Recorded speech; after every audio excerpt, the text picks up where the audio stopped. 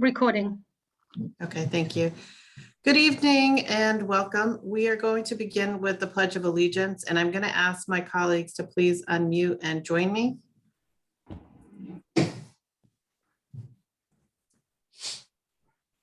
I pledge allegiance to the flag of the United States of America and to the republic for which it stands, one nation, under God, indivisible, with liberty and justice for all.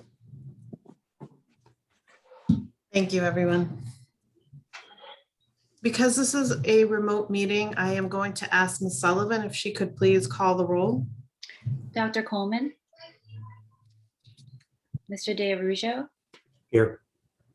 Dr. Rivera. Present. Ms. Robinson. Here. Mr. Tran. Mr. O'Neill. Here. Ms. Oliver Davila. Present. It's unanimous. Thank you. Thank you, Ms. Sullivan. At this time, I would like to entertain a motion for the school committee to adjourn to an executive session for the purpose of discussing litigation strategy regarding the matter Boston Parent Coalition for Academic Excellence Corp. v. School Committee of the City of Boston et al. To have this discussion in an open meeting could have a detrimental effect on the committee's negotiating position. The committee will return to public session at 5 p.m. Is there a motion? Moved. Thank you, Ms. Robinson. Is there a second? Second. Thank you, Dr. Rivera. Ms. Sullivan, can you please call the roll? Dr. Coleman. Yes. Mr. DeArujo. Yes. Dr. Rivera. Yes. Ms. Robinson. Yes. Mr. Tran. Mr. O'Neill. Yes. Ms. Oliver Davila. Yes. It's unanimous. Thank you, Ms. Sullivan. At this time, I'm going to ask my fellow members, the superintendent and pertinent staff to log off from this public session and join the executive session using the Zoom link sent out by Ms. Sullivan, and we will see you all in a moment.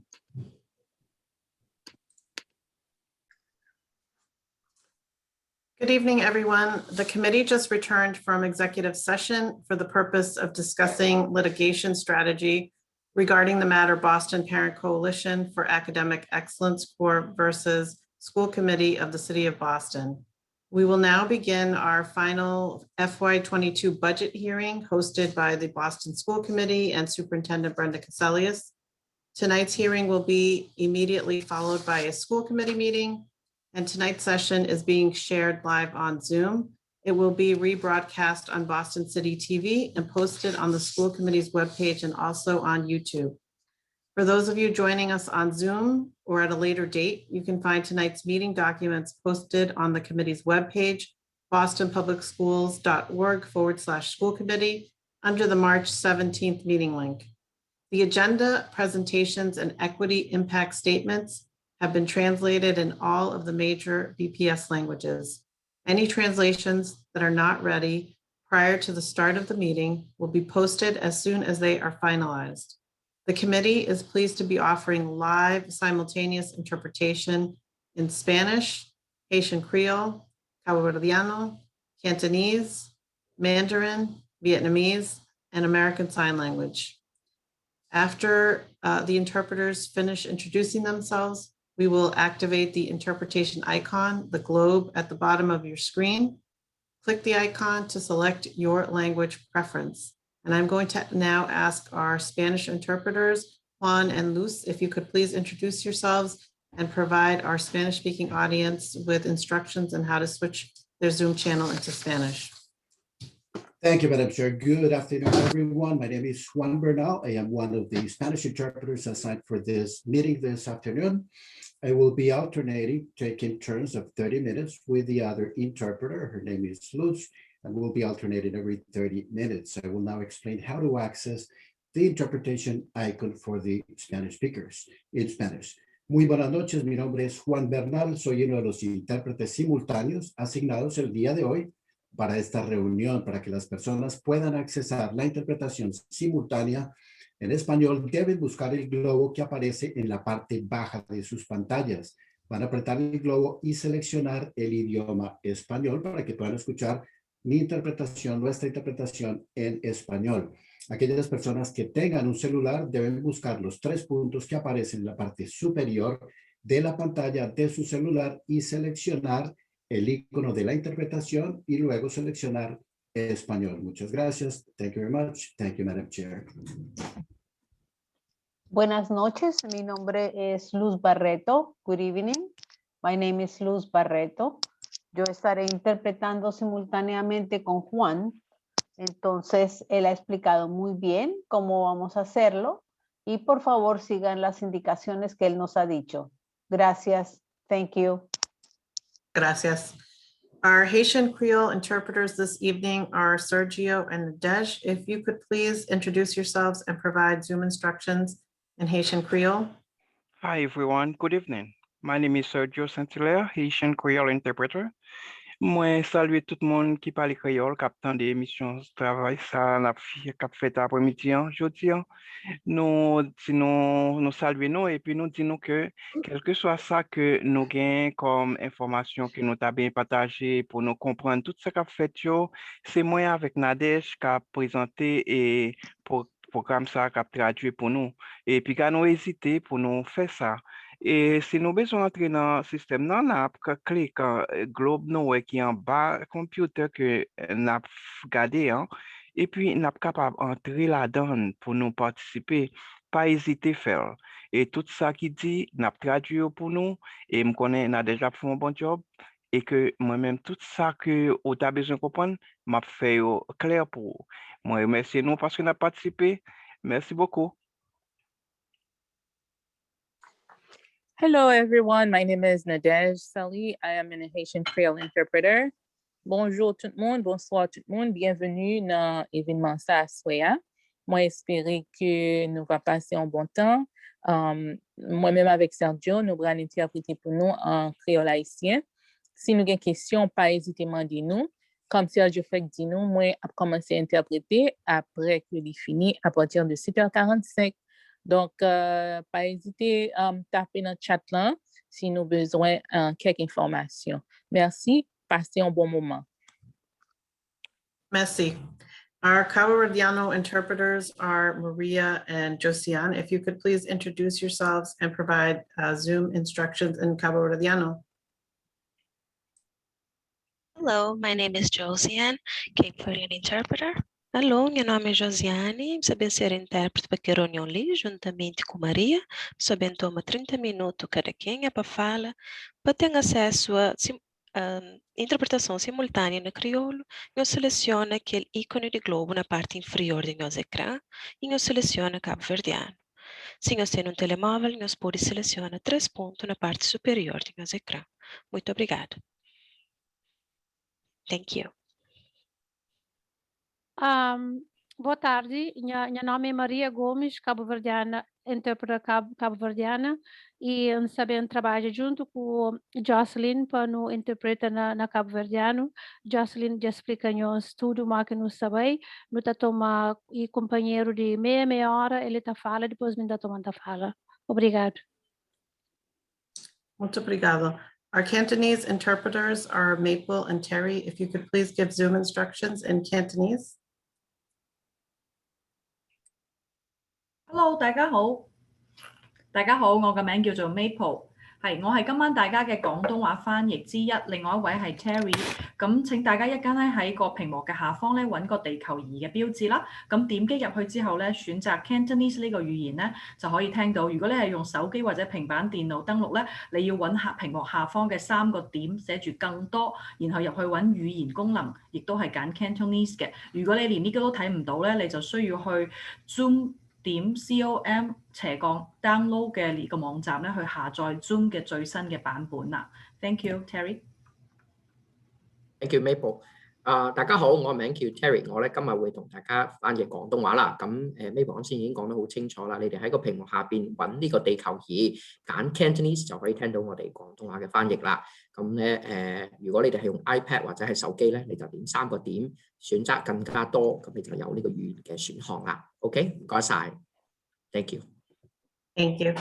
Our Mandarin interpreters are Tina and Wei. If you could please introduce yourselves and provide Zoom instructions in Mandarin. Thank you, Madam Chair. 你好，我是您的普通话同声传译，我的名字叫 Tina。今天晚上是我和我的搭档李伟两个人一起为您提供普通话的口译服务。我们两个人是半个小时一交换。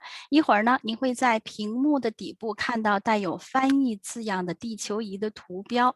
如果你是刚刚上线的话，那提醒你，我们除了普通话，也有广东话的翻译。那么好，一会儿见。Thank you。好，大家好，晚上好啊，我是李伟啊。刚才这个 Tina 她已经介绍了啊，我们今天会轮流每30分钟为您做同传啊。您到时候呢，如果你使用电脑的话呢，是会看到这个你的 Zoom 的底下有一个地球仪的标志，然后你就点这个地球仪的标志上面呢会有这个国语这个普通话的选项，你点进去就可以进到我们的频道。如果是你用手机的话呢，到那个它有3个点，你点那个3个点之后呢，会有这个语言的选项，你点进去就可以了。好，祝大家都晚上好运。好 ，OK，Yep。Thank you. Our Vietnamese interpreters are V and Duyen. If you could please introduce yourselves and provide Zoom instructions in Vietnamese. Good afternoon, my name is Duyên, I'm Vietnamese interpreter for meeting tonight. Xin chào các anh chị, tôi là một trong những thông dịch người Việt hôm nay. Nếu mà anh chị có cần thông dịch thì xin hãy bấm vào cái quả cầu bên dưới, chọn ngôn ngữ là tiếng Việt thì chúng tôi sẽ cung cấp thông dịch liên tục cho các anh chị. Thank you.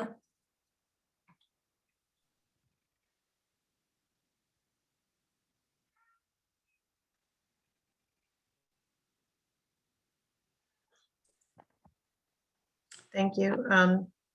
Hi, Duyen? good evening. Oh, sorry. Go ahead. Hi, good evening. My name is V. I will be the Vietnamese interpreter for tonight. Kính chào quý vị, tôi tên là Vi, tôi là người thông dịch viên thứ hai.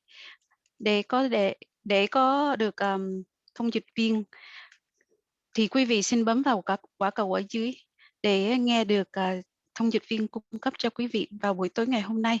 Cảm ơn rất nhiều. Thank you. Thank you very much. I would also like to ask our ASL interpreters to introduce themselves. Simon Martinez Jr., Cynthia Ramos, and Jolanta Galloway. Hi folks, this is Yolanta. I'll be working with Simon and Cindy tonight, and we'll be giving instructions in American Sign Language, so pardon the silence.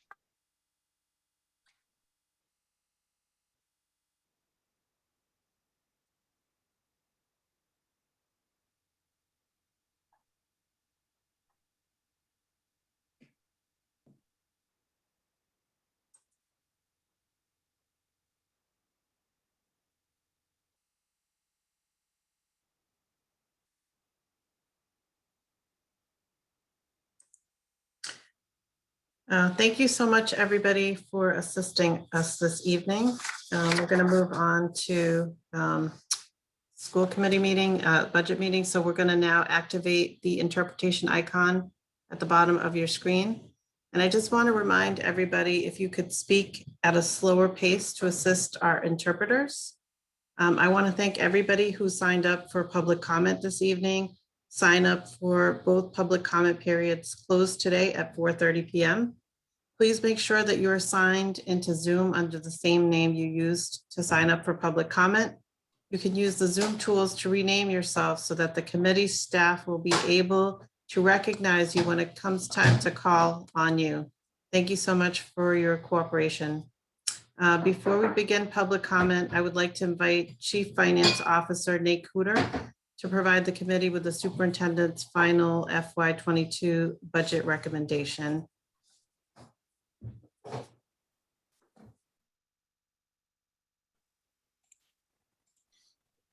Thank you, Chairperson Oliver Davila, and good evening, members of the school committee, members of the BPS community. Tonight, as the chairwoman mentioned, we are submitting to you the superintendent's final budget proposal for fiscal year 22. The total general fund budget for your consideration is nearly $1.3 billion. We are incredibly proud of this budget, which represents a significant investment in our students and is focused on ensuring all of our students get what they need to succeed. Our final proposal for your review is being posted online and shared with the school committee members, along with a memo that summarizes the changes from the original budget proposal on February 3rd and compared to tonight's proposal. There are three main sources of changes to this budget. The first is the allocation of soft landings for lower performing schools. For the last few years, we have provided soft landings for low performing schools. In a typical year, this funding is represented in the initial budget proposal as a reserve to be allocated when we move throughout the budget process. This would then be updated on this hearing. We would then be updating the budget to reflect the changes to schools made throughout the budget process for this purpose. As we have highlighted throughout the process, this year has been very different.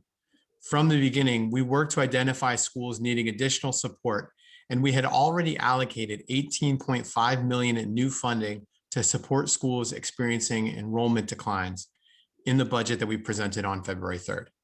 That budget proposal included allocations that would typically be updated as a part of the soft landings and lower performing schools in tonight's budget proposal. The second set of changes are also related to school budgets. Every year, the initial budget proposal in February contains a number of additional reserves that we intend to partially liquidate throughout the budget process. These reserves are held in the budget office and are eventually transferred to school budgets. While we are still holding some of the reserves that will be liquidated during the summer and fall as we respond to things like enrollment changes and new assignments, we have already made the following changes. We allocated $587,000 to update school supplements for declining enrollment. We allocated an additional $154,000 to adjustments to the social worker allocations based on school feedback and the waiver process. And finally, we allocated approximately $430,000 for transition support to schools with changes to their classrooms. Across these three areas, school budgets have increased a total of $1.2 million since the original budget proposal. 13 schools have seen increases in their individual budgets since February 3rd. And this is compared to 53 changes in schools when we proposed this same budget last year. So you can see the significant difference in the budget process this year versus prior years. The last thing I'll just note is that there have been a number of small changes to the proposed budget for central office departments. These are always more limited in scope and represent transfers between central office departments or between account types within central departments as we get more clarity about their spending plans. The only real change to the central office budget includes changes to the equity and strategy division as we're moving the leadership from the original budget location in the Opportunity Gaps office into the strategy department. This change doesn't reflect a reduction in either budget, but simply a move to improve the internal budget management. So to close, I just want to thank the community for all of their thoughtful feedback throughout this process. I, of course, look forward to more community feedback tonight on our budget. And with that, I'll turn it back over to the chairperson for the remainder of the hearing. Thank you, Chief Cooter. I'd like to give some time to the superintendent if she has any final thoughts. Thank you, Madam Chair. I just really want to thank the team for their thoughtfulness on this budget and all of the community members who gave feedback into the budget, and of course, the leadership of the school committee as they've asked really good questions of the team as we've been able to craft a more strategic budget aligned to our 5-year strategic plan. One of the things that I'm really proud of, and Chief Cooter mentioned it, was giving schools a break. I can't think of a better year to hold them harmless, so to speak, and not give them huge reductions to the quality of services and supports and core programming, with the investments that we're making there. With the soft landings. I also believe it's the year where we need to be making huge investments in our children and their well-being. We've heard directly from students about their mental health and the concerns that they have around their mental health. And so the addition of the 90+ social workers is just critical and essential. We saw the difference it made this year in our transformation schools, and expanding that strategy to every school is another guarantee of quality in all of our schools. The last thing is really the investment in our family liaisons. And you heard from several of them when we did our budget hearing here to the committee, the incredible passion that they bring and commitment and dedication to our families so that children have stable families is a huge asset to ensuring that children get what they need and that they're able to be supported not only in school but at home. So those are our key investments this year with this budget. As you know, we still have the CARES funding that will be coming that we need to determine. We will initiate a community process for that over the next month, several months, to be able to determine how we spend that funding. It is available to us for 3 years, and that will add additional investments into our English language learners, additional investments into our students with disabilities, also investments for students who have to recover from any learning loss. And then finally, investments in our community and our partnerships, all of which directly align to closing opportunity gaps and increasing achievement and parity across all of our schools. So I just really wanted to take a moment to highlight some of the key pieces of this budget, knowing that there is still more funding to come over the next 3 years that will augment some of this general ed budget from the city, and more work still yet to do in terms of the investment that we'll be making in closing opportunity gaps, and the investments that we'll make with serving some of our more vulnerable populations. So again, thank you to Chief Cooter and his team. They've been just incredible, and all of our offices across central office and our school leaders who really did put in a lot of time in making these investments work for children. Thank you, Madam Chair. Thank you so much, Superintendent. And on behalf of all of my school committee colleagues, I also want to thank Mr. Chief Cooter and also all of the team that worked on this, because I know it's a long process. And I think, you know, all the things that you said ring true for all of the school committee members in terms of the future focuses. So again, thank you, Chief Cooter and your team. We're going to now move on to public comment. Ms. Sullivan. Thank you, Chair. The public comment period is an opportunity for parents, students, and other concerned parties to make brief presentations to the school committee on pertinent school issues. Questions on specific school matters are not answered at this time, but are referred to the superintendent for later response. Questions on specific policy matters are not answered at this time, but may be the subject of later discussion by the committee. We have 24 speakers for this budget hearing. Each speaker will have 2 minutes to speak, and I will remind you when you have 30 seconds remaining. Those who require interpretation services will receive an additional 2 minutes per person. Speakers may not reassign their time to others. Large groups addressing the same topic are encouraged to consolidate their remarks or choose a spokesperson to provide testimony. Written testimony is appreciated and encouraged. Please state your name, affiliation, and what neighborhood you are from before you begin. And when I call your name, please raise your hand virtually in Zoom. And please make sure you are signed into Zoom with the same name that you used to sign up for public comment. And that will allow us to identify you when it's your turn to testify. We'll begin with our elected officials, starting with Boston City Councilor at Large, Michelle Wu, and she'll be followed by Boston City Councilor at Large, Anissa Asabi George. Good evening, everyone. It's great to be in community with you. Thank you so much for hosting the session. I have a lot to say, so I'm going to go as quick as I can. First, I just want to thank everyone in our school communities and school leadership for really working to not go back, but to build a new normal to meet the full academic, physical, mental, social, emotional, creative needs of our young people. I have a couple points I wanted to bring up. First, on equity and equitable funding. There are desperately needed investments in here. Thank you so much for social workers, family liaisons, custodians, other essential supports. But we do need to acknowledge that the majority of our schools seem to be targeted for funding reductions, reducing the base student allotment and shifting toward funding more staff positions centrally. So just would really love to be intentional about how this impacts the ability of school leaders to plan for their communities over the long term, and how much fundraising is expected to fit into that, and equity issues on that front as well.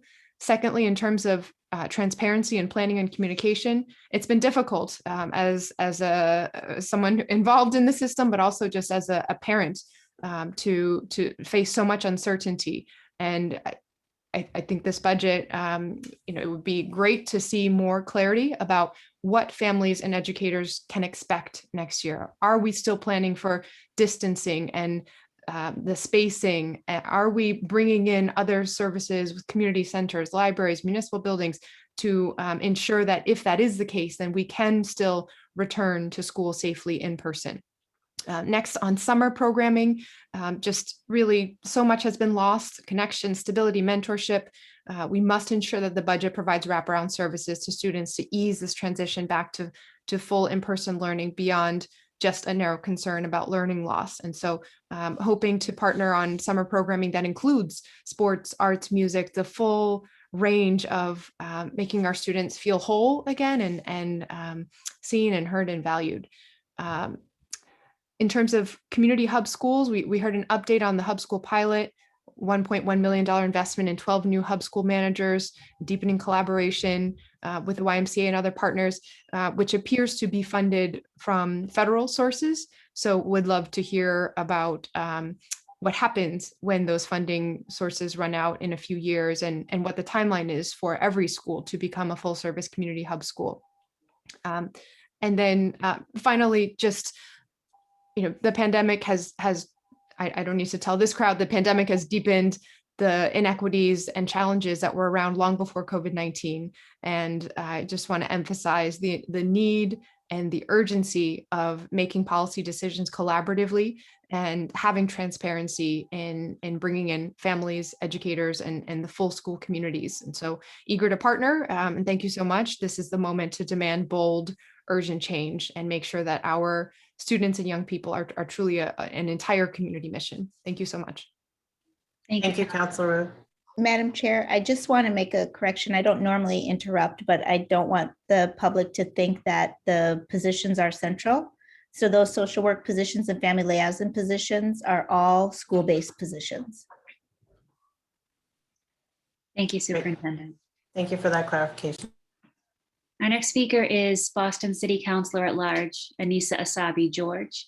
She'll be followed by Jason Diaz and Aaron Rodriguez. Councilor. Good evening, school committee members and Superintendent Cassellius. My name is Anissa Asabi George. I am an at-large Boston City Councilor and chair of the Council's Committee on Education, as well as a mother of 4 BPS students. First, I'd like to acknowledge the horrific attack in Atlanta. I stand in solidarity with our entire AAPI community and BPS students, families, and staff. This attack underscores how critically fully funding and expanding ethnic studies is so that we can build a future where more people understand and appreciate our differences and are willing to stop racial and gender biased based violence long before lives are lost. To BPS community members who are grieving, angry, and afraid, please know that the City Council is with you. I am grateful that the superintendent and the BPS administration has worked to substantially increase the number of full-time mental health professionals in all of our schools.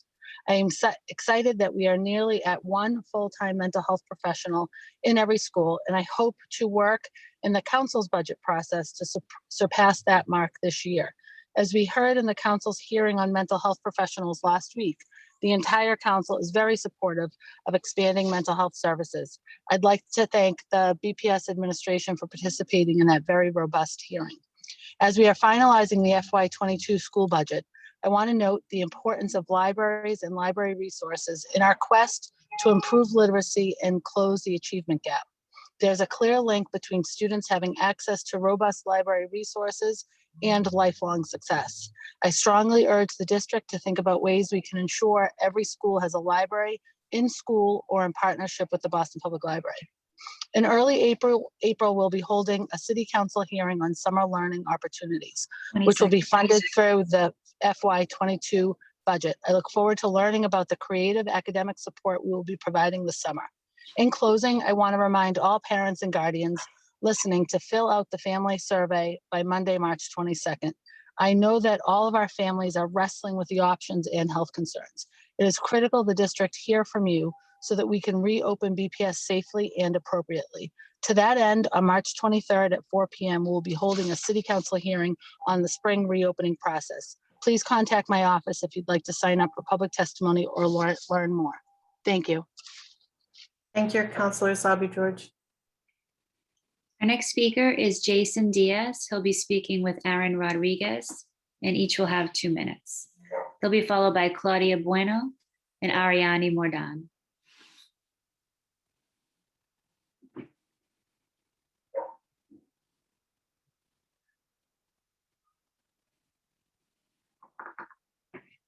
Jason and Aaron, could you please raise your hands virtually? Yeah. There you go. Good evening.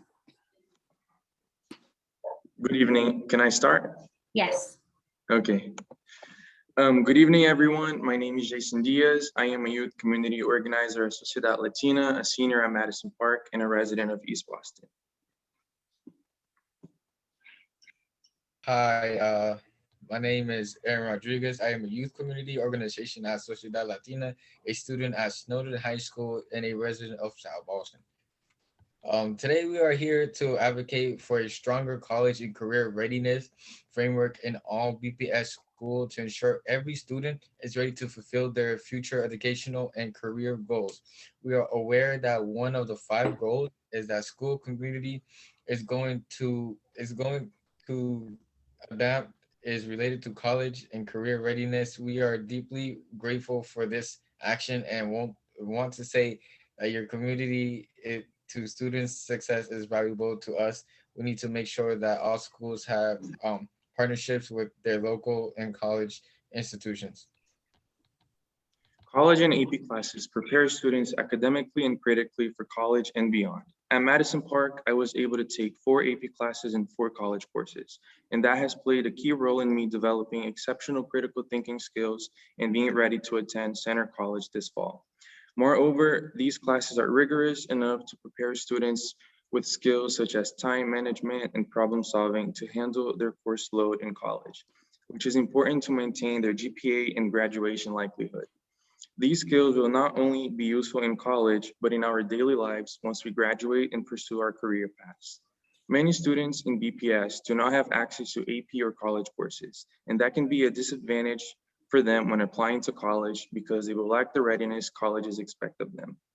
To improve all students' education and readiness for college and beyond, I am here to ask that every BPS offers at least AP and college classes that fulfill colleges and universities' general education courses, and that all BPS have the opportunity to partner with neighboring community colleges such as Bunker Hill Community College and Benjamin Franklin Institute of Technology.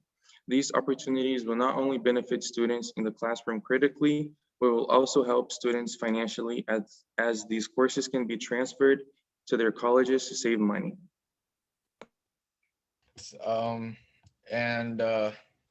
In order to provide an adequate career readiness framework for BPS, needs to expand their internship opportunities for students. All schools should have a working partnership with organizations and institutions in the city.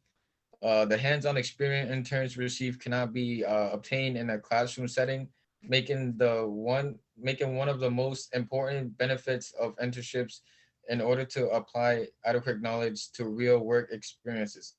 Witnessing firsthand the day-to-day job duties, they can't expect to count in their chosen field. In addition to learning a specialized skills of a particular field, transferable skills such as communication, teamwork, computer literacy, and also obtain an internship which fully prepares interns to each workforce upon graduation. Sociedad Latina College and Career Life Readiness Campaign asks you to consider the following 6 goals. We need to add more guidance counselors to the budget who are able to support students with their college and careers goals. use the 2022 budget to increase AP offerings across all school district-wide. And campus without walls, we need to make sure our students are able to use the city as their classroom and have opportunities to take advantage of their opportunities nearby. 4, we should ensure all students have dual enrollment options for every student. We need to make sure that higher education institutions in our city are benefiting our BPS students. We need to make sure all colleges in Boston are offering and have a partnership with BPS. Also, credited and paid internships opportunities for every student. And finally, we need to provide students with more college access support. Some schools do not have the capacity to work independently with students on a consecutive basis. We need to continue to expand the capacity of community-based organizations to continue to work with students on their college access and career goals. Thank you for your time. Thank you, Jason and Aaron. And again, I have to say congratulations to Jason on being a Posse Scholar and in line to get a Gates Scholarship. Thank you guys so much. Thank you. Next, we'll hear from Claudia Bueno and Ariane Morden. They'll be followed by Mike Heischman, Ruby Reyes, and Nora Manis Vincent. If you can please raise your hands.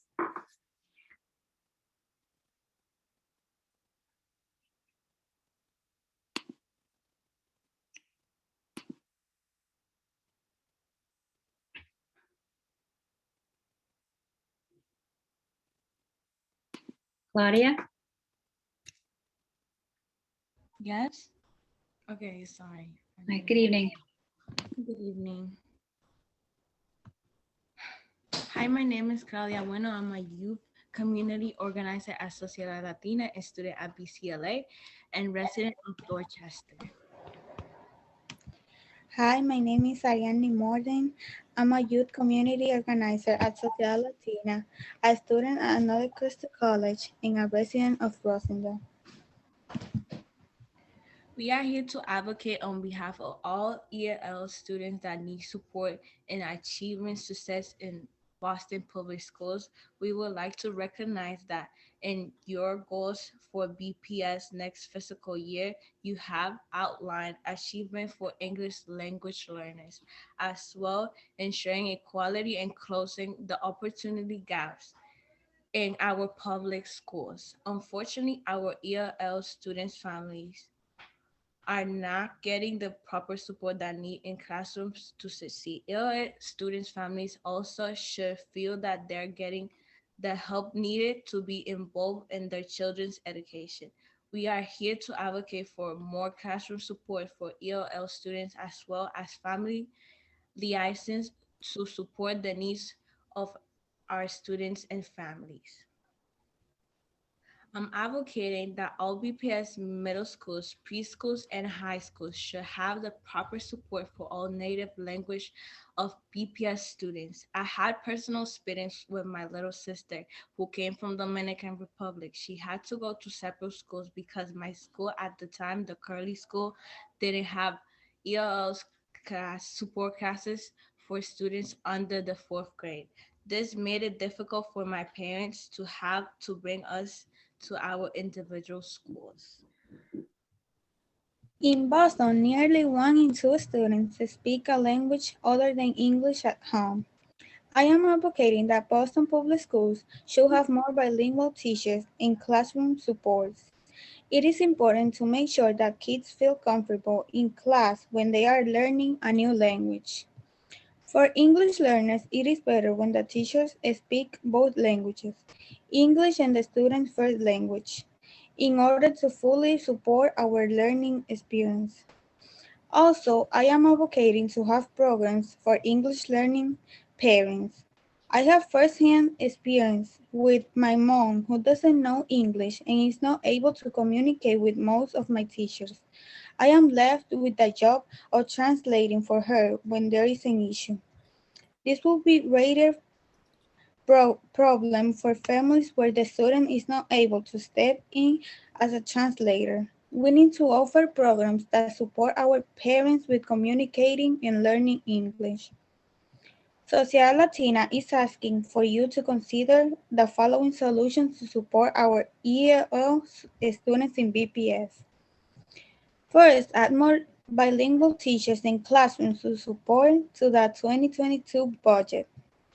Add more family liaisons in English language learning programs for students in Boston Public School in order to fully support our students' needs at home.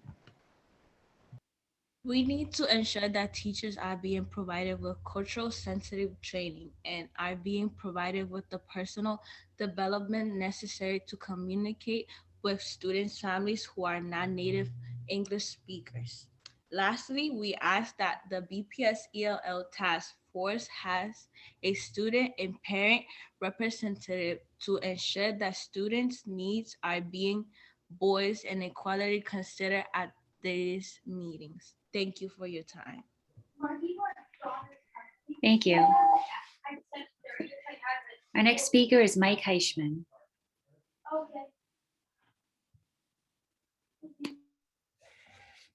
Excellence for all must be the most important goal of our superintendent and the school department. EFA should be the guiding vision in the creation of our 2021-22 school department budget. We need a fully funded foundation budget. No school should be excluded. No child should be abused or neglected. The pandemic has caused great harm. Hopefully, Corona will be under control by the September, and every parent caregiver will believe it'll be safe for their children to return to full-time BPS buildings and to receive a high-quality education. Our Black, Brown, Indigenous, and low-income children of all races have suffered for generations from institutionalized child neglect. We need a reparations budget that is sufficient to begin to repair this historic damage. Planning a budget that assumes a major decline in enrollment will be a self-fulfilling prophecy invitation for more parents to either not return or leave the system. Instead, the mayor, superintendent, and school committee must believe that enrollments will increase because there will be major increases in funding, along with plans to make major improvements in our educational system. This would motivate more parents, caregivers to remain or return their children into our public schools. To do so, we will need an EFA reparations budget. There should be no plans to close any schools next year. School closings are always disruptive and painful. To close schools next year would add more trauma into our suffering community.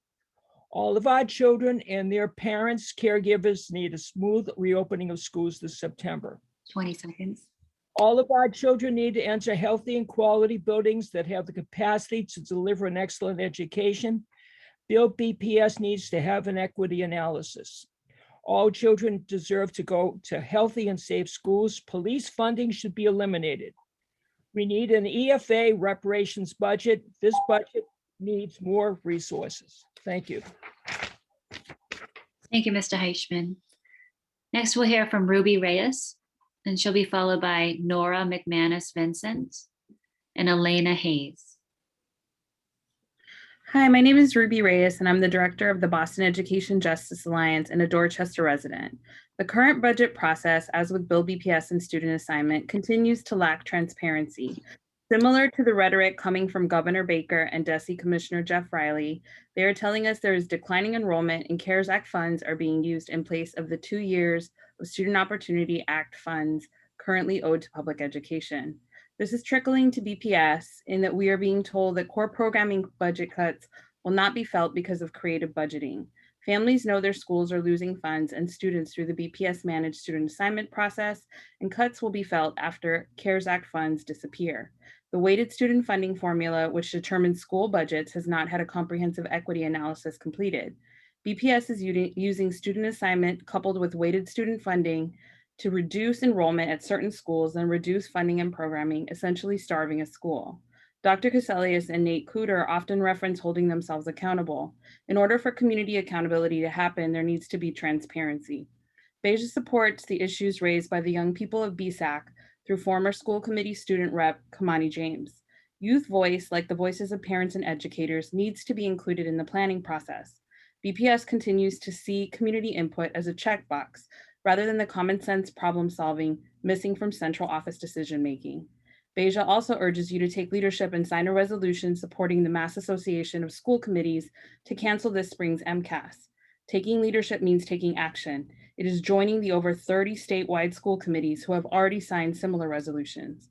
Beja once again asks the BPS to create a moral budget in which you ask for what school communities need, rather than basing the projections primarily on Governor Baker and Commissioner Riley's projected enrollment decline, or short-sighted approach to rush back into in-person learning without more resources.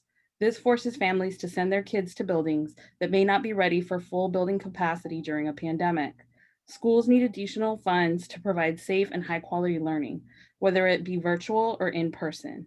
Dates should be decided upon by each district and not unilaterally, as Commissioner Riley is now doing based on the Department of Elementary and Secondary Education's vote last week. We must ensure teaching and learning occurs under the safest possible conditions as we try to return to our school communities. Thank you. Thank you. Our next speakers are Nora McManus Vincent and Elena Haynes.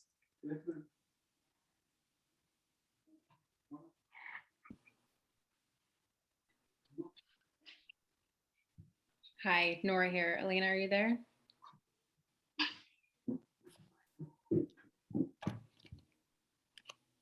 Hi, sorry, I just got the link.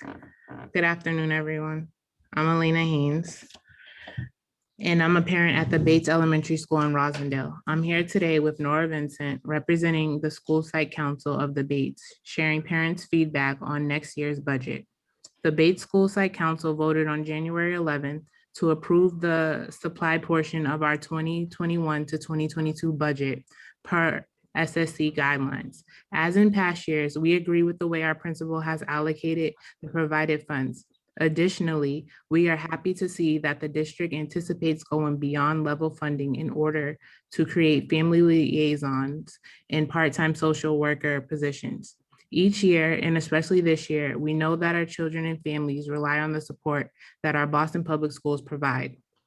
We're heartened by the funding of new staff positions, though we know from experience that while we've won in the budget and enrollment game this year, we could very well lose next time around.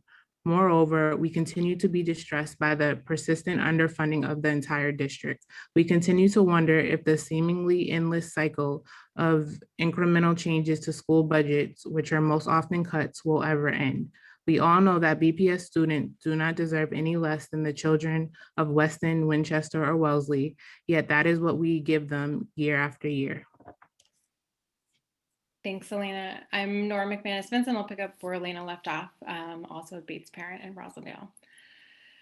In this time of global pandemic, during which so many inequities have been laid bare, we want to imagine what an unprecedented investment in our students and schools could mean for children and families, and what it would look like for Boston to get there. What would it take? We all know that BPS's school buildings are in disrepair, that our programs, particularly inclusion programs, are understaffed, and that our resources are lacking. We could list all of the particular struggles at the Bates, but we know that they're very much the same as they are in so many other schools, and as they were last year and the year before that. We know that our Boston Public Schools struggle because the racist and classist systems within which they operate are built to ensure that they continue to struggle. If we know all of this, the question for us adults is, what is each of us willing to do to interrupt the cycle? Families at the Bates are ready to be part of that work. Thank you all for your time.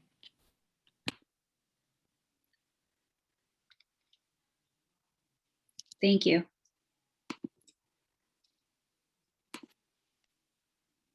Our next speaker is Sonia Maldonado. She'll be followed by Sulika Soto and Sharon Hinton. Sonia?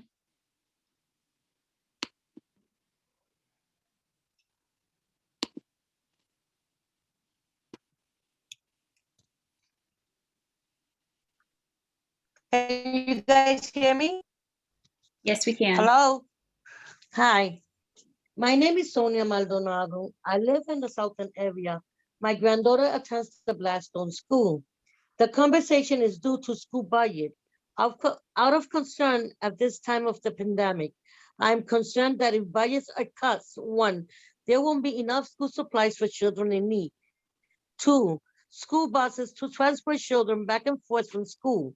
3, maintenance facilities such as bathroom, cleaning, classroom, lunchrooms, desk, chair, etc.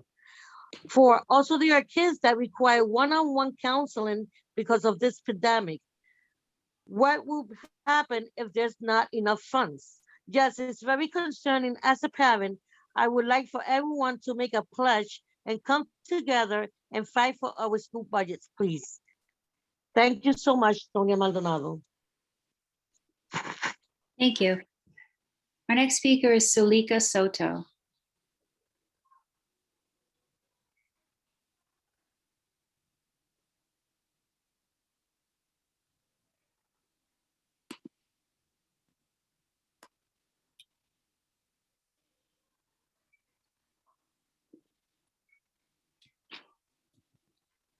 Sulika Soto with us?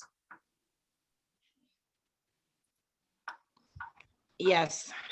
Hi.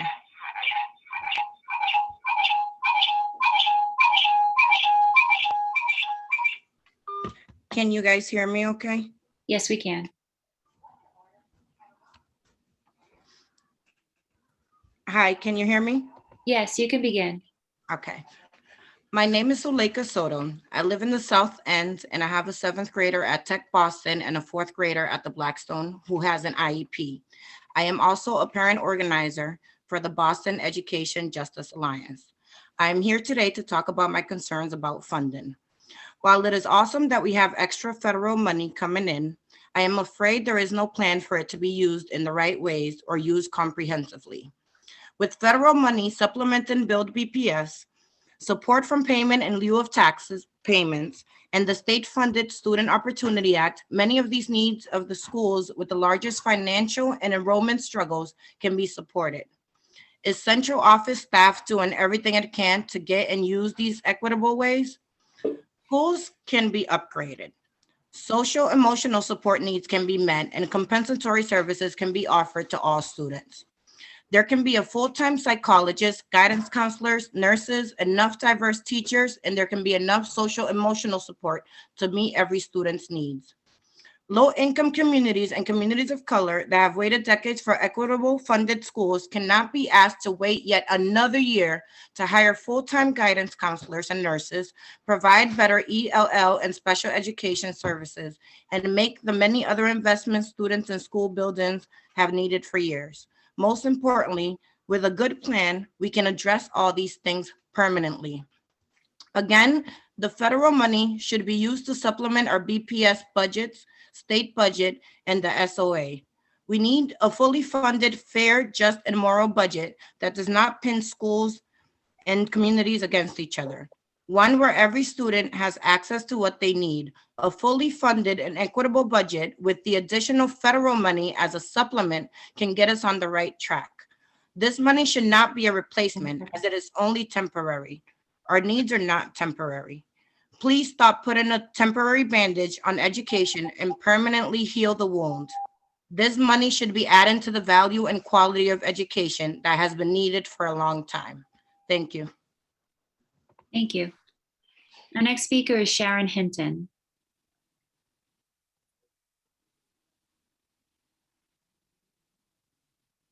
Good evening. My name is Sharon Hinton. I'm the mother of a BPS graduate, was now a graduate student at Northeastern University. I'm a homeowner in Hyde Park, and I'm also the president of Black Teachers Matter Incorporated. I want to put forth several issues tonight briefly. One is that the funding for police inside the schools, I believe, should be eliminated and redirected towards other student support, such as counselors and trauma experts and libraries. The other thing is, and I didn't hear it in this budget, and I'm not quite sure how it's funded, but I believe the student representative position at the Boston School Committee should be a funded position. I don't know how you do it because they're under 18, but I think there needs to be something in the budget because this student rep position actually does the same thing the adults do, but they don't get the same recognition as a vote and the money, the stipend. Another thing, it was reiterated and stated earlier about the pilot funds. if there's some way that the Boston City Council, the mayor, and the Boston School Committee could come together and enforce the pilot funding that is owed, and that is millions of dollars that should be coming in on a regular basis, which would give the Boston School Department added revenue on a regular basis and not just this COVID relief money from the feds. And the last thing I want to say is I believe there should be more investment in vocational technical education. I am a college professor, and everyone's not ready for college, nor does everyone want to go to college. So I'd like to see in the future budgets, and possibly reflected in this budget, more funding towards vocational educational schooling and learning, in addition to the college and career and ethnic studies funding streams that would actually change the trajectory of where we are directing students to go now. 10 seconds. You can make a very good living in vocational educational training, and everyone does not need to have a college education to be able to support a family. Thank you for listening.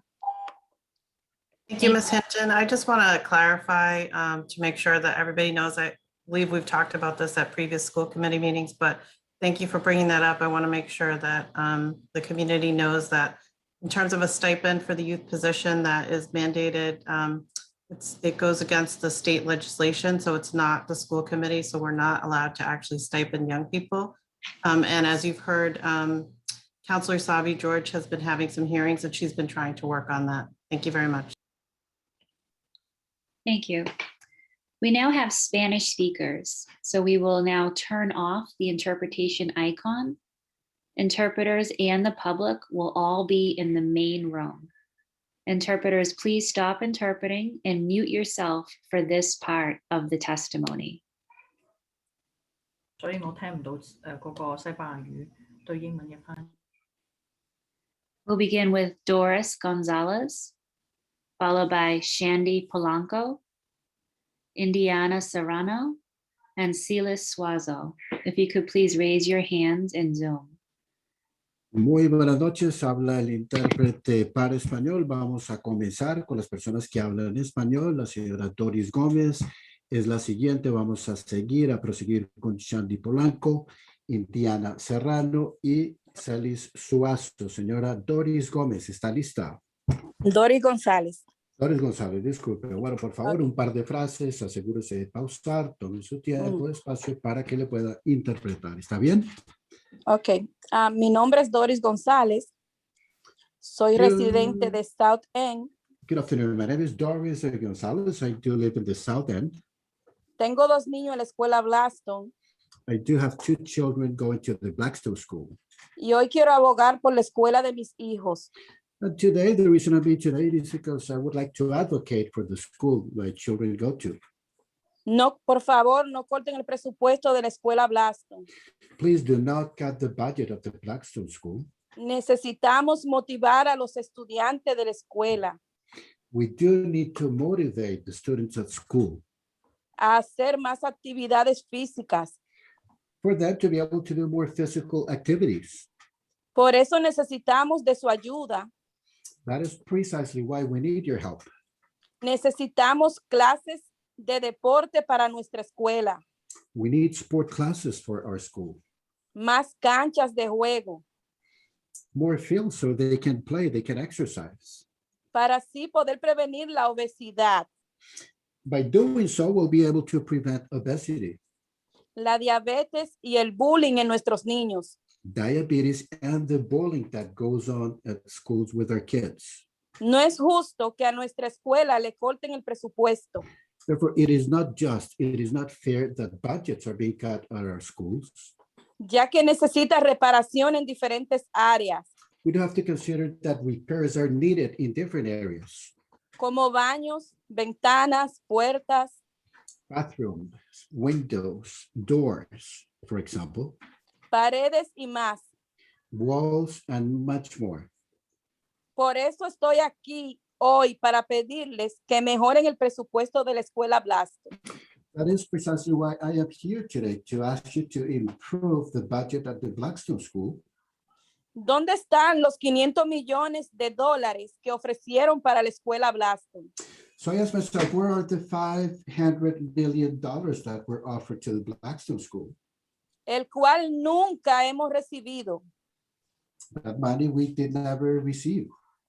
Mi nombre es Doris González My name is Doris Gonzalez. y seguiré dando mi testimonio hasta ser escuchada. I will continue providing my testimony until I am heard. Gracias. Thank you very much. Thank you.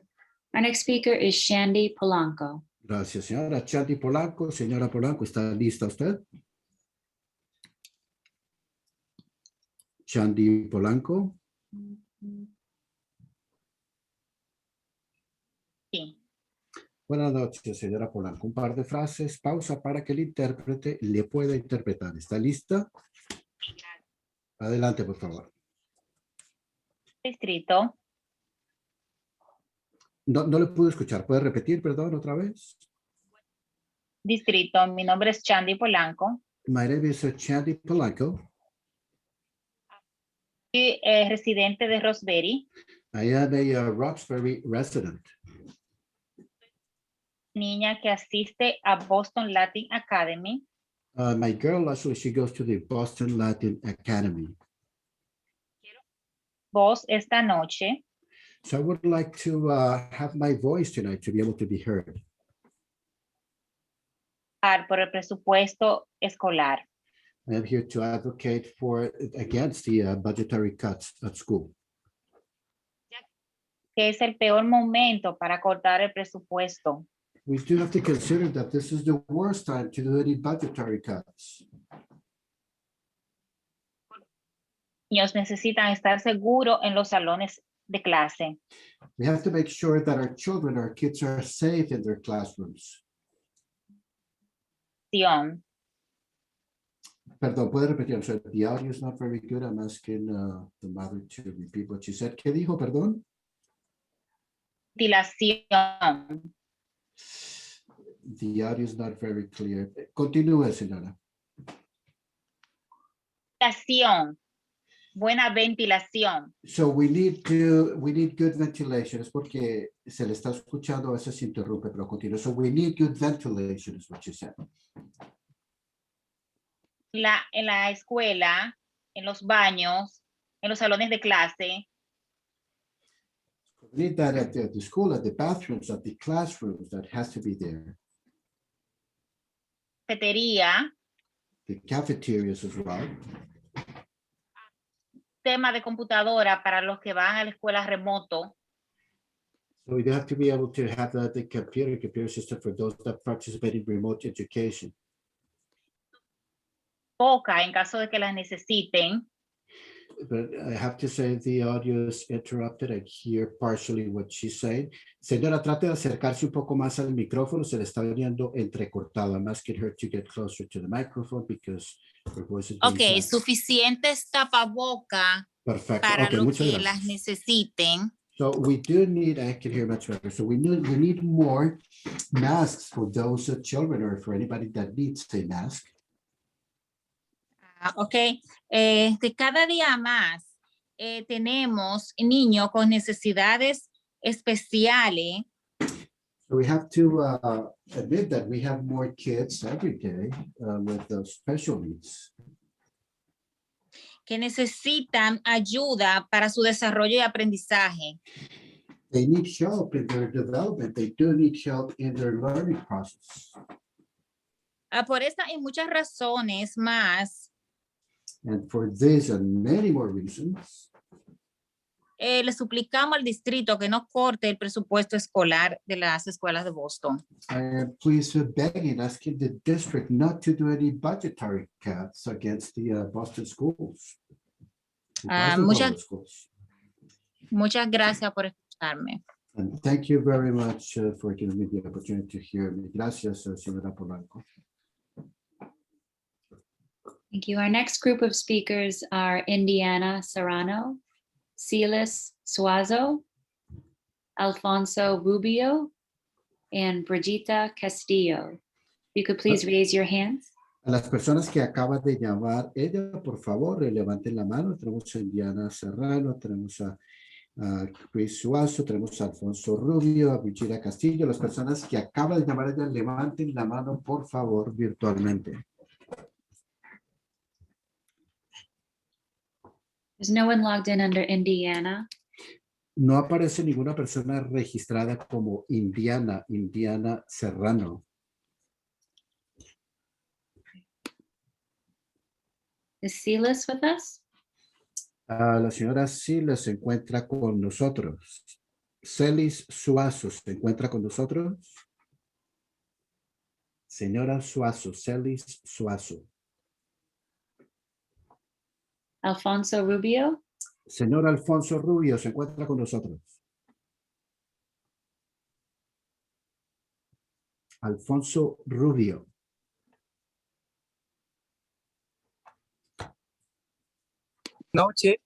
Buenas noches, ¿me escucha?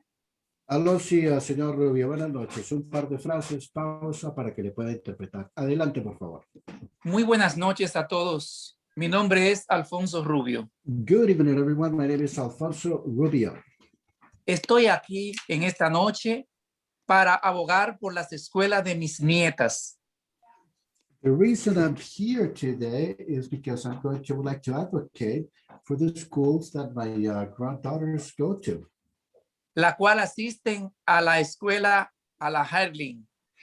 They are going actually to the Hurley School.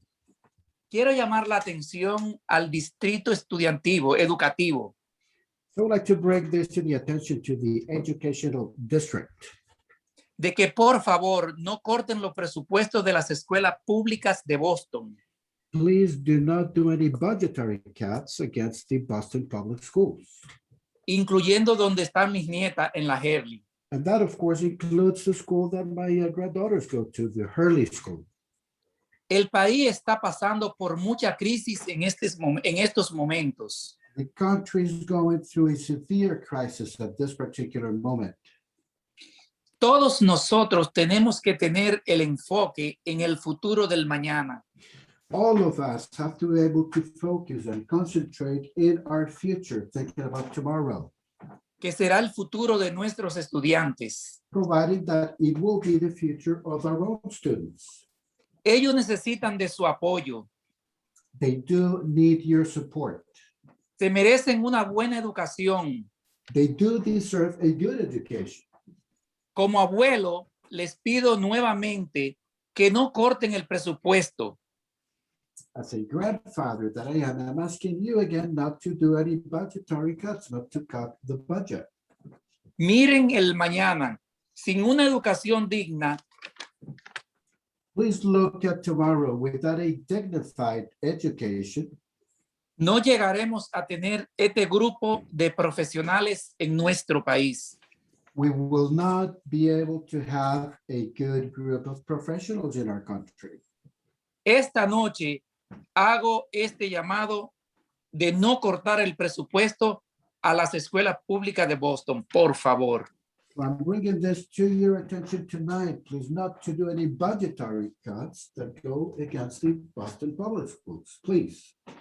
Muchas gracias por escucharme.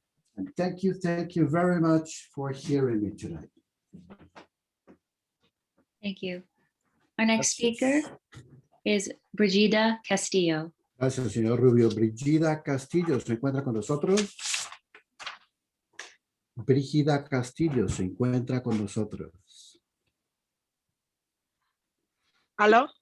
Muy buenas noches, señora Castillo. ¿Cómo está? Bien, mi nombre es Brigida Castillo. Ok, un par de frases y pausa para que yo lo pueda interpretar. Good evening, everyone. My name is Brigida Castillo. Vivo en el área de Dorchester. I do live Soy madre. in Dorchester. Adelante. Soy madre soltera de 2 niños que estudian en la O'Brien. I'm a single mother. I live in Dorchester, and I have 2 kids. They go to the O'Brien School. Y en esta noche quiero pedir a todos los que me están escuchando que no corten los ingresos de las escuelas. Lo necesitamos. So tonight, I would like to ask everybody that is hearing to us not to do any budgetary cuts, not to cut any budgets, because we need that income. We need it. Sin los ingresos para las escuelas, nuestros niños no van a tener salud, porque necesitamos filtro para las escuelas, personal de limpieza, artes. Los maestros necesitan ese ingreso para las escuelas.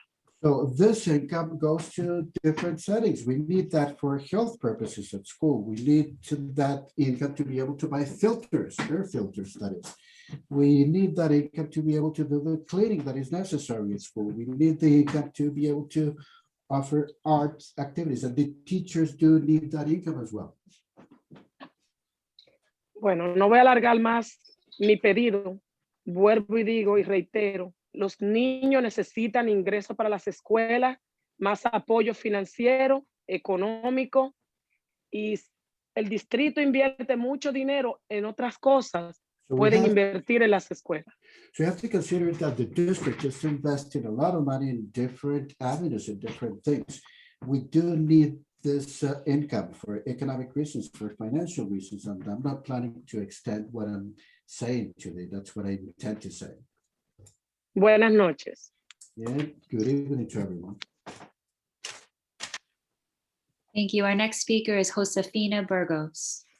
Gracias, Josefina Burgos. Usted es la siguiente persona. ¿Se encuentra con nosotros, Josefina?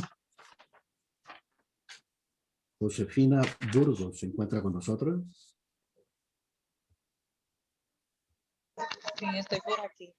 Ok, Josefina, como no, un par de frases, pausa para que el intérprete le pueda interpretar. Adelante, Josefina. Ok, buenas noches. Mi nombre es Josefina Burgos. Good evening, everyone. My name is Josefina Burgos. Soy dominicana. I am from the Dominican Republic. Tengo una niña de 7 años que asiste a la Russell Elementary School. I have a 7-year-old girl and she goes to the Russell Elementary School. Estoy aquí para abogar por la escuela de mi hija. So the reason I'm here tonight is because I would like to advocate towards my girls' school. Ya que necesitamos una educación virtual más justa. We have to consider that we need a more just virtual education, a fairer virtual education. Porque el internet no da bastos. Because the internet, basically, it is not sufficient, it's not enough. Y el mismo siempre se frisa y mi niña se frustra. Meaning, it freezes sometimes. The system gets overwhelmed, which causes frustration to my daughter. Pierde el control y se pone un poco agresiva. Which causes my daughter to lose control, and in turn, she turns a little bit aggressive. Mi gran preocupación es que los maestros Therefore, my major concern is that the teachers no se percatan de cuál niño está en la clase virtual y cuál no. apparently they are not aware sometimes what kid is participating in the virtual classroom and what kid is not participating. Si cortan el presupuesto, esto será mucho peor. So if there are any budgetary cuts already cut to the budget, the situation will worsen. Por esto, yo necesito que en esta escuela exista una comunicación más estrecha Therefore, there has to be a closer, a better communication with the school. entre maestros y padres. Better communication between parents and teachers. Yo espero que mi voz sea escuchada como madre que soy.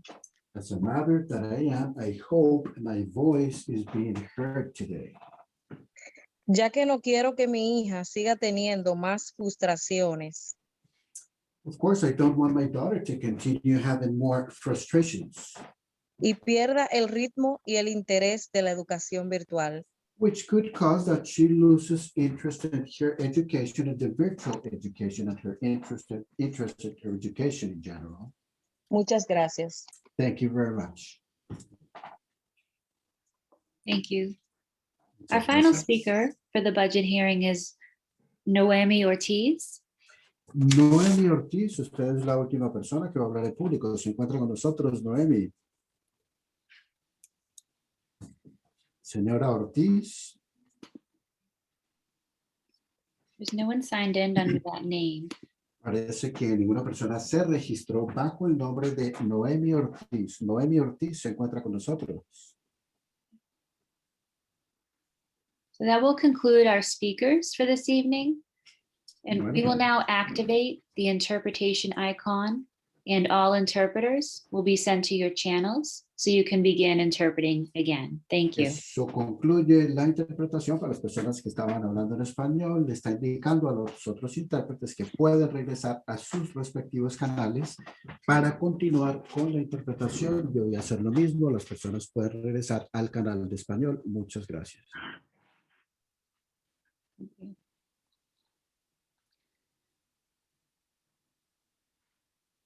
Thank you, Ms. Sullivan. I want to thank everyone who spoke this evening. Your input is very critical as we consider the superintendent's budget recommendation for this next fiscal year.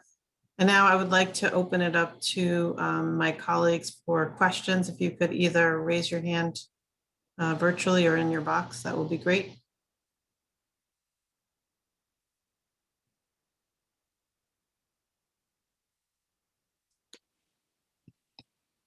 Okay.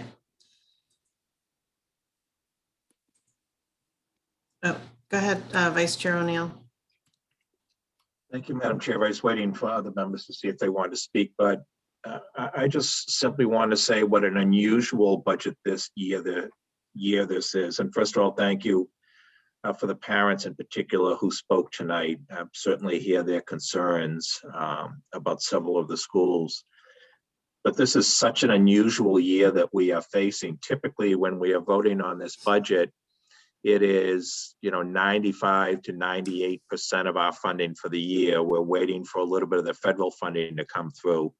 But we have a very good sense of what our funding is going to be for the year. And this year's budget is really quite different. And I'm saying this particularly for some of our newer members who are understanding this. And in my years in looking at the budget, this is the most unusual by far. And that is because of all the federal relief funding that is going to be coming.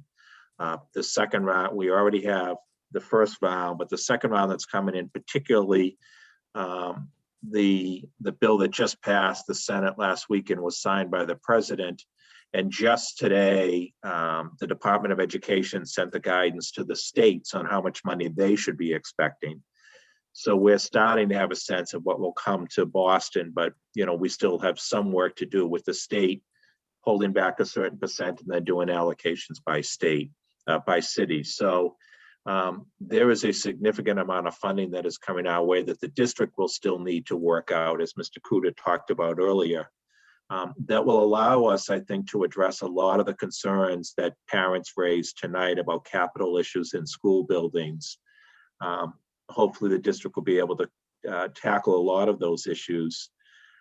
So I think even as we look to vote on this budget next week, we're going to be having some pretty substantial discussions in a month or 2 months, or when we get a little bit of guidance on how this money can be spent and the superintendent gets a chance to work with her team and think about how to spend it, recommend spending over the 3 or 4 years that we're allowed to do it, including going back to last year and then the next couple of years to go, and how to do it thoughtfully so that it is not spent on things that are going to cause a big spending cliff a couple of years out, as was noted in some of the comments tonight. And then also thinking about how we do this in the context of what the superintendent said, what she has laid out for us, which is reopen, recover, and reimagine. And I imagine that there were going to be buckets in all 3 of those. So I just wanted to point out, particularly in light of parents' comments tonight talking about some of the schools, I want to make sure they know we hear them and are advocating for that, but really think a good portion of that is going to be coming in the next piece when the superintendent lays to us how to spend this pretty substantial amount of federal relief funding that is coming our way. Thank you, Madam Chair. Thank you, Vice Chair, for your comments. Ms. Robinson, you had your hand up? Go ahead. Yes, thank you. I think my question is sort of piggybacking on Mr. O'Neill's comments. Given that we know that there will be additional changes and additional funding, and schools did approve the budgets that they had to date, is there another opportunity for schools to come back together again given that we know additional funds will be coming, to look at where they are school-wise and within the guidelines of new funds, will there be funds set aside so that schools can request funding towards items that continue to be unique to their individual school versus across the whole district? It's a really good question, Ms. Robinson, and absolutely not with this particular general fund pot of funding, but with the additional revenues that will be coming, schools will have a voice in that funding. Okay, so at what point would that, so that would not be coming with the CARES money? Yes, with the CARES funding, we have the funding now, the 123 million that needs to be allocated out. A lot of that will go to returning strong and a lot of health and safety pieces. And there may be some school funding that will go, but then the additional money that committee member O'Neill was speaking to will come later. We're not sure, it just came to the state, and so they have to do allocation. Then we have to do some of our community engagement work around that funding, and then meet with school leaders about that funding and get that funding distributed out. And then that will be aligned to their budgets that they're needing for the next upcoming year, and then the following 2 years, as Vice Chair O'Neill spoke to. Okay, yes, because I think sometimes, we continue to hear some of the same concerns over and over again. Yeah. I mean, I want to particularly note the Blackstone School, where there was funding allocated to do some needed repairs. And now 2 years later, we're still hearing that those things have not been done. And, trying to understand, how do we address promises delayed as changes continue to happen? Yeah. So that again, the issue, people talk about transparency, commitment, these things. And I understand and hear clearly parents' frustrations that they thought that they had a win or a promise. It hasn't been done. And now things continue to mushroom because there are new needs that continue to come forward as we address the pandemic and other things. So I guess the question is, how do we reassure communities that not only do we hear them, but that we're really taking seriously the things that they are raising, and will have real ways of committing to get those things addressed as we move forward? Yeah, that's another really good question, and a great reminder of the education that we need to do of parents about the different funding sources that we have. So the repairs to facilities come out of the capital budget. It's a different process. We're not presenting the capital budget here. What we're presenting is the operational budget. And it's money that comes from the city. So the capital budget would be where we do repairs of roofing and windows and walls and that sort of thing. And part of that is also the Build PPS work that we've been doing. So we'll come back around with some more information about capital budget, capital projects, where we are with those. And then the other piece of funding is the funding on the title side, which is the federal funding. Alrighty, thank you. Thank you so much, Ms. Robinson. Are there any other questions from any other members? Okay. Thank you so much again for your thoughtful questions. Thank you to everyone who testified tonight. I think Vice Chair O'Neill's had a lot of really great points. I don't want to be too repetitious, but I think there are some opportunities, as the superintendent noted, that are coming up in terms of being able to further support our schools, and we will be eliciting community conversations around those pieces. So I want to remind everybody that the budget documents are available online at bostonpublicschools.org/budget. You can email your comments to budget@bostonpublicschools.org, as well as to the school committee. So if there's nothing further, I would like to entertain a motion to adjourn this budget hearing so we can move on to our regular meeting. So moved. Thank you, Dr. Coleman. Is there a second? Second. Thank you, Ms. Robinson. Is there any discussion or objection to the motion? Ms. Sullivan, can you please call the roll? Dr. Coleman, Yes. Mr. DeArujo, Yes. Dr. Rivera, Yes. Ms. Robinson, Yes. Mr. Tran, Yes. Mr. O'Neill, Yes. Ms. Oliver Davila. Yes. It's unanimous. Thank you. Thank you, Ms. Sullivan. We will move right into tonight's school committee meeting. But before we do so, I just would like to take a few minutes to discuss the frustrations expressed by some of our students in the last several weeks. As many of you know, my life's work has been centered on working with young people and on student voice. I became a school committee member because this work is very personal to me, and I really do believe in the wisdom of our students with all my heart, and most especially from our Boston Public Schools students. So as students shared their stories recently, I know that I was not alone in feeling the heartbreak of those stories, of the pain in their voices as they talked about their experiences.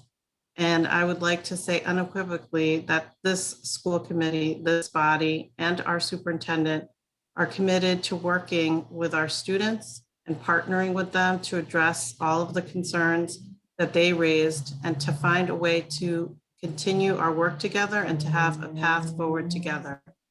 The superintendent and her team have spent the last several weeks, 2 weeks, talking with students, and will continue to talk with students and hear their concerns. Additionally, school committee members have also been meeting with students. The information that was shared by our students, we are taking very, very seriously and are reviewing.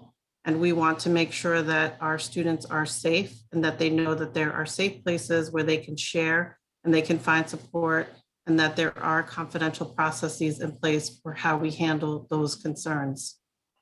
And as the superintendent announced, we have BPS, the district has suspended its relationship with the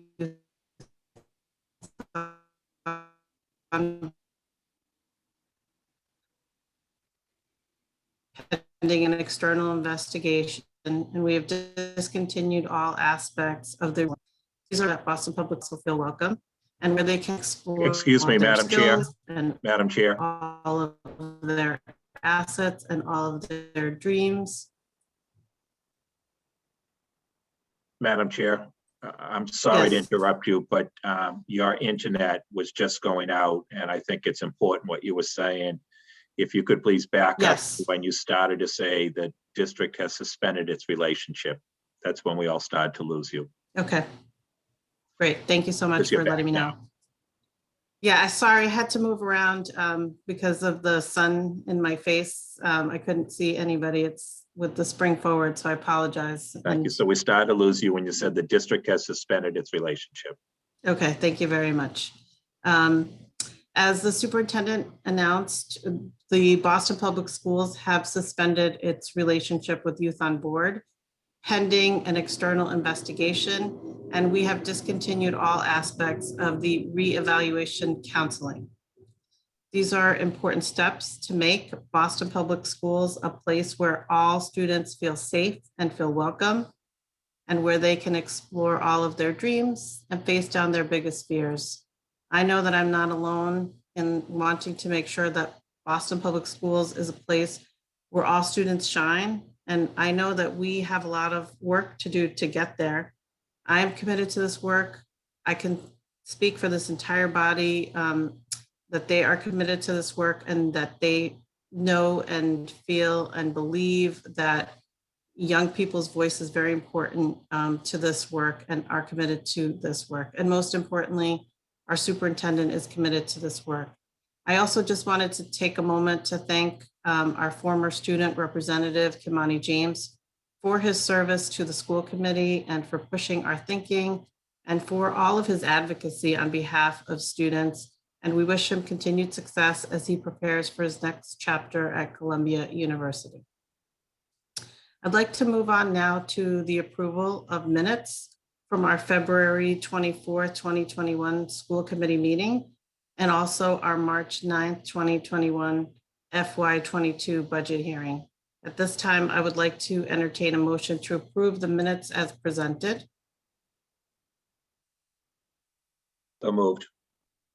Thank you, Vice Chair. Is there a second? Second. Thank you, Ms. Robinson. Is there any discussion or objection to the motion? Ms. Sullivan, can you please call the roll? Dr. Coleman, Yes. Mr. DeArujo, Yes. Dr. Rivera, I abstain. I was absent. Ms. Robinson, Yes. Mr. Tran, Yes. Mr. O'Neill, Yes. Ms. Oliver Davila. Yes. Thank you. It's unanimous with one abstention. Thank you, Ms. Sullivan. We will now move into our superintendent's report, and I present to you our superintendent, Dr. Brenda Cassellius.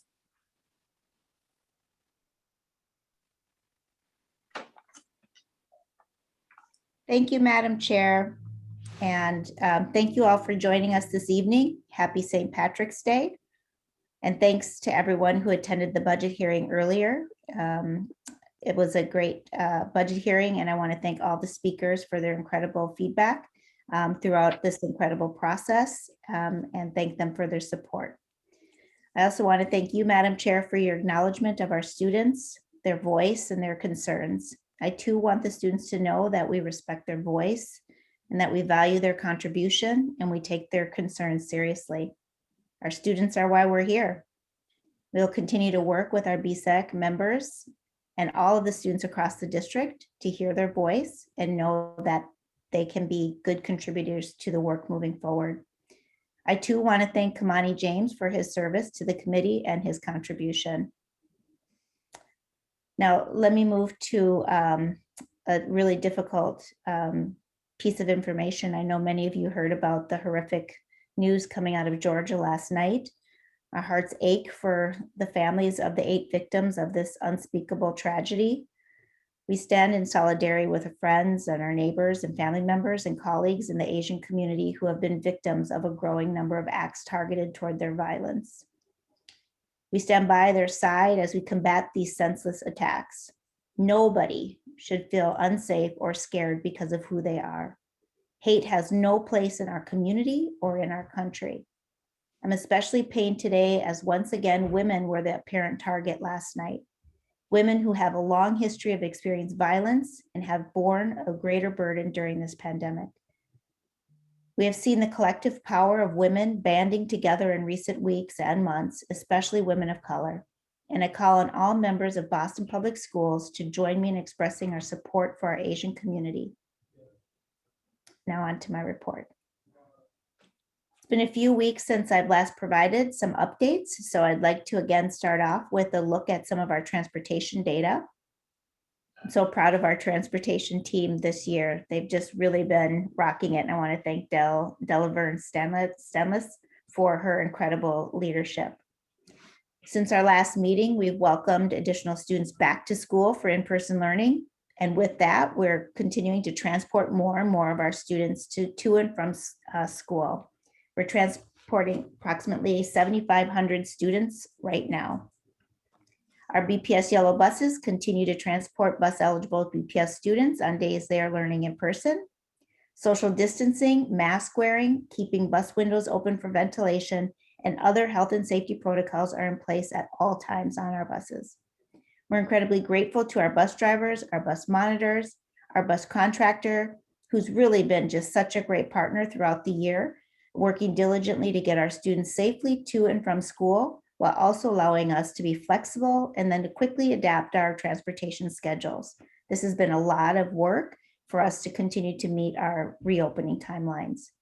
Here you'll see some updated transportation data from our team. As mentioned earlier, or during our last meeting, our primary metric for success is bus on-time performance, which is measure of percentage of buses that arrive on time to their schools. Our target is to be above 95% on time every day. As you can see, the team has improved bus service throughout the year, increasing from 87% on time average in October to 96% average bus time performance so far in March. Students in grades K-3 returned on March 1st, and then students in grades 4 through 8 started coming back to schools on March 15th. On each of these days, we achieved a 95% on-time bus performance, another school start record for our transportation department. That is about 520 buses that are currently running, and we normally in a typical year run about 625 buses, which is about 2,150 routes. And typically in a typical year is about 3,100 routes.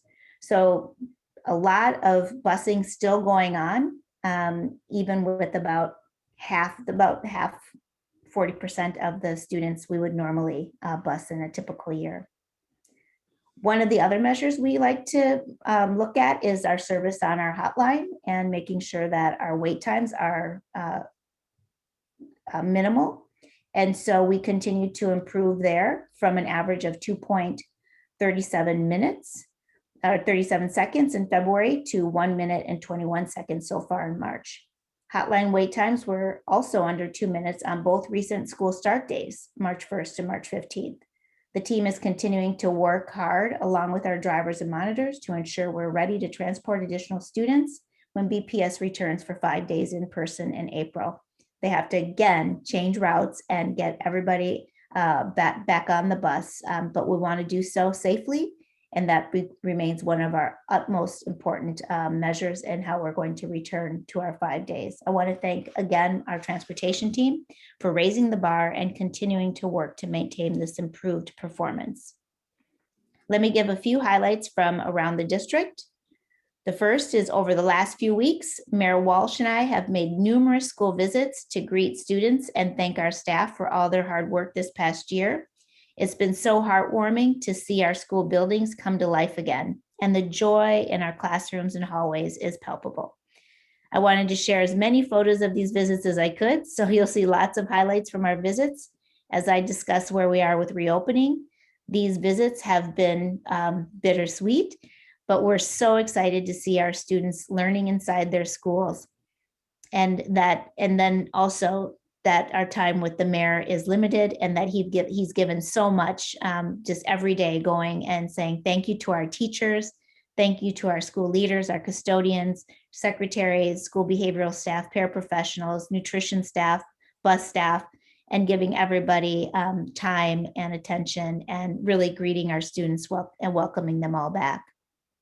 This week, we welcome back students in grades 4 through 8, as I mentioned, who have opted into the hybrid learning model. And on Monday, we welcomed students in Group A, and tomorrow our students in grades 4 through 8 in Group B will return to school buildings. We're continuing the safe, responsible phase-in on our hybrid model that we announced in January. On Monday, March 29th and Thursday, April 1st, we will welcome back students grades 9 through 12 who have opted into the hybrid model. As a reminder, in-person learning is currently on a hybrid schedule. The majority of our students learning in person are in school buildings 2 days a week. Many of our high in-person priority students are in school buildings 4 days a week. But the state is now asking us to give all elementary and middle school students the option of full-time in-person school 5 days a week beginning in April. BPS is working toward this goal, though we will continue to respect family choice and in a fully remote option. We will continue to work to provide this 5-day option for our families. We sent out a survey on Monday asking families their preference, whether it was remote learning or fully in person, because that was what the state asked us to ask them, because as of April 5th, the state will no longer recognize hybrid in-person learning unless you have a waiver. Families were asked to complete this survey for each individual BPS child that they have in their household and return it to us by next Monday, March 22nd. Here you'll see a snapshot of responses that we've received thus far, broken down by grade. Selections for 5 days of in-person are in blue, and the responses for 5 days of remote are in orange. As of earlier today, we have received over 14,000 responses. That's about 27% of our students. About 64% of families are choosing 5 days of in-person learning. And really interesting part of the data is that 84% of the families are not changing their learning model preference. So if students were enrolled in hybrid learning, they are by and large sticking with in-person learning. We're seeing similar results for families who previously selected remote learning. It's been 2 days since we sent the survey to families, and we will continue to work to increase the response rate and hear from every family. I was just notified that since we took this snapshot, our response rate has jumped to 32% with more than 16,600 responses. So families are getting them in. In addition to our emails to families, over the weekend, we sent letters via postal mail to more than 5,000 families. These were families for whom we did not have a valid email address. As we mentioned in our letter to families sent this morning, once full in-person learning is implemented, classroom sizes and layouts will be adjusted in some cases. For student learning in person, families can expect educators teaching in classrooms. Those staffing assignments may shift. Facility modifications will vary by building. Schools may need to utilize larger rooms in their buildings as well as outdoor spaces. They may also have a lot less furniture than what we're used to seeing. In classrooms, desks will be at least 3 feet apart. Teachers and staff should maintain 6 feet of distance, and the students and their other staff and other staff when feasible. BPS will continue to adhere to the health and cleaning protocols currently in place in all of our schools. And you can find out more information about all of the health mitigation efforts that we've been taking. It is available online at bostonpublicschools.org, reopening. I am so happy to announce that this past weekend, BPS launched a vaccination clinic specifically for BPS staff at the BCYF Gallivan Community Center in Mattapan. The clinic is open to teachers, staff, bus drivers, and all of our BPS employees and contractors. The clinic served approximately 200 appointments per day. We're open Sundays from 10 a.m. to 3 p.m. and Monday through Thursday from 2 to 7 p.m. It's going to run for about 2 weeks. Then it will be operational again after 21 days to provide second doses for an additional 2 weeks for folks to get their next dose. Staff and contractors can sign up for appointments at the BPS clinic and on the BPS staff vaccine website. I am so proud of our entire team for getting this together. I was there on Sunday and was able to see the ease for which the whole operation was. People came, they signed in. There were a credible amount of volunteers to help get people signed in to get their shot and then to be observed for the amount of time needed. And then they left happy with the sticker. So it was great. Staff can continue to book appointments by logging in with their BPS credentials if they need to get a vaccine. And we have frequently asked questions and a recording of our info sessions available for those wanting more information or information about a location in order to get the vaccine. We'll continue to execute our vaccination management plan to provide equitable access to all of our BPS employees who want to receive the COVID-19 vaccine. We have produced fact sheets in English and Haitian Creole and have a number of videos available for anyone needing more information. We have taken special attempts to get out to our bus yards to make sure that our bus monitors and our bus drivers were able to get vaccinated and that they had the information available to them. We're also keeping staff informed about appointment availability at other vaccine locations and partnerships. Just 2 nights ago, we sent a text shortly before 9 p.m. to all of our staff. About 200 appointments had become available. All of those slots were gone within 10 to 15 minutes. We've hosted virtual information sessions over the last few weeks and shared other information via staff emails and text messages. And we continue to update our staff via email this evening and any other time that vaccines become available.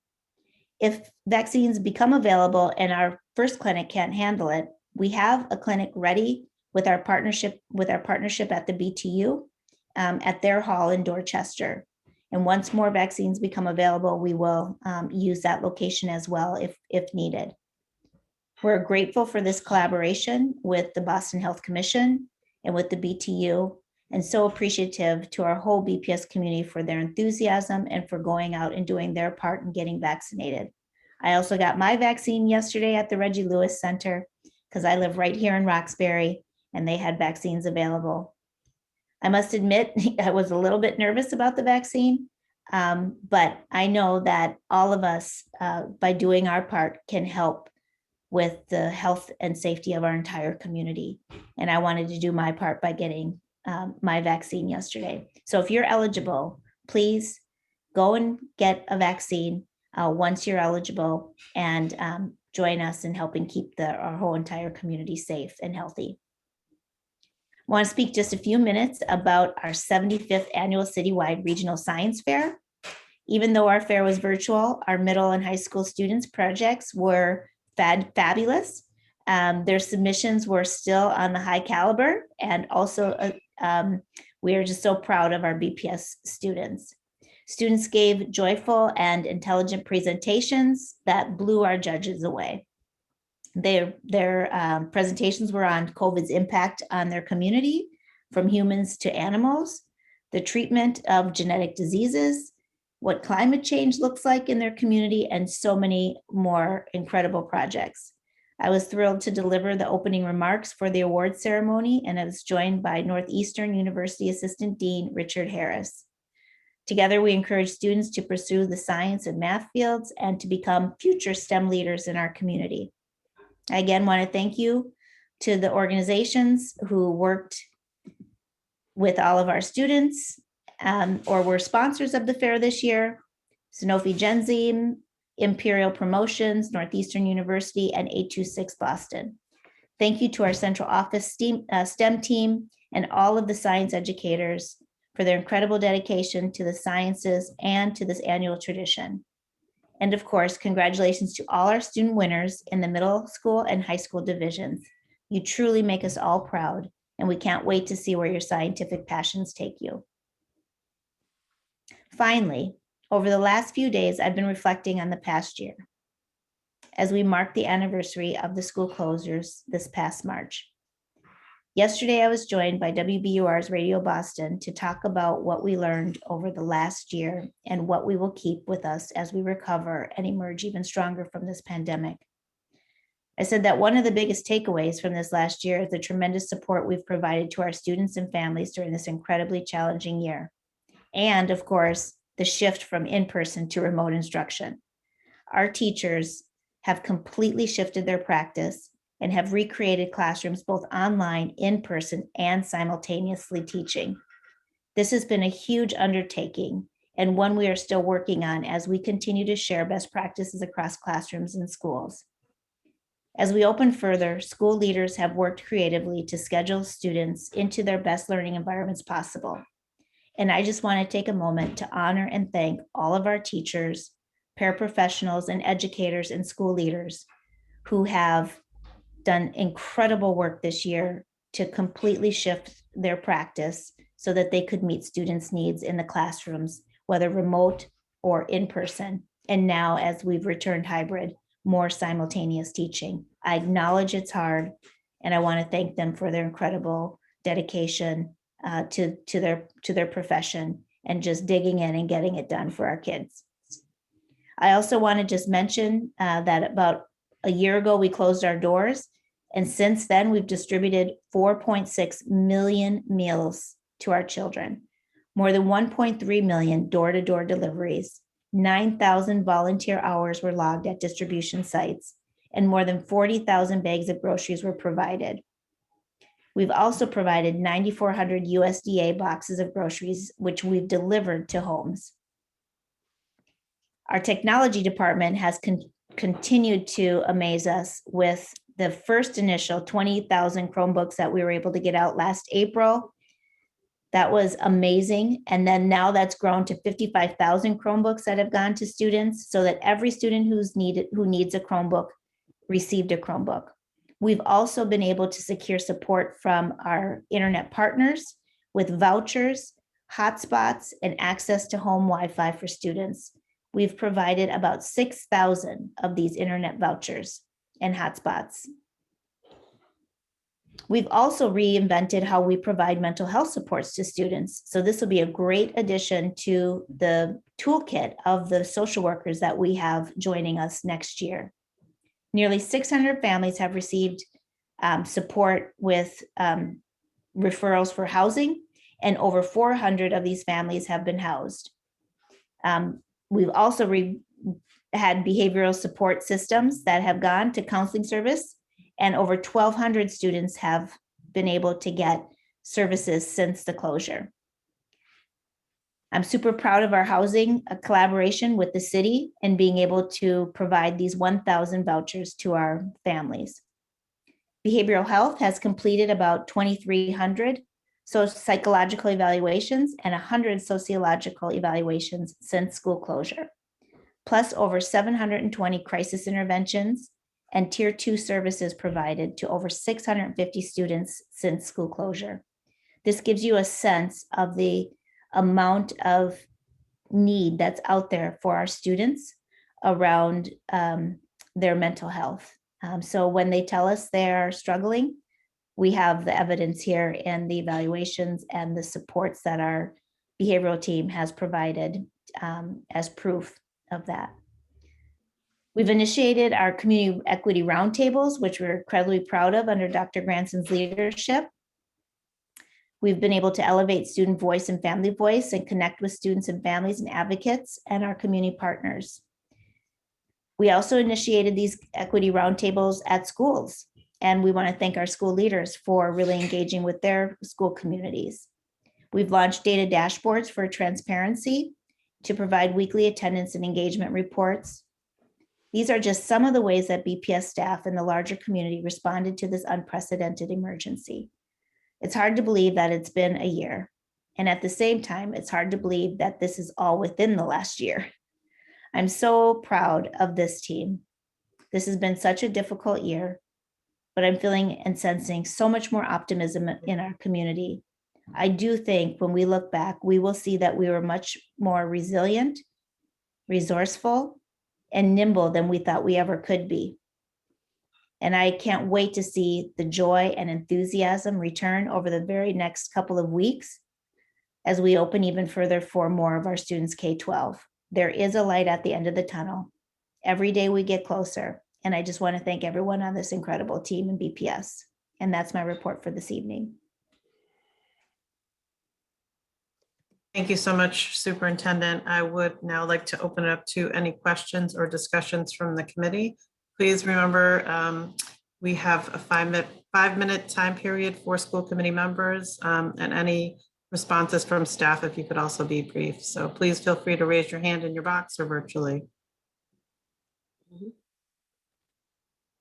Ms. Robinson, please go ahead. Yes, Superintendent, I just want to say thank you for the report, particularly for the update of what has happened in the past year.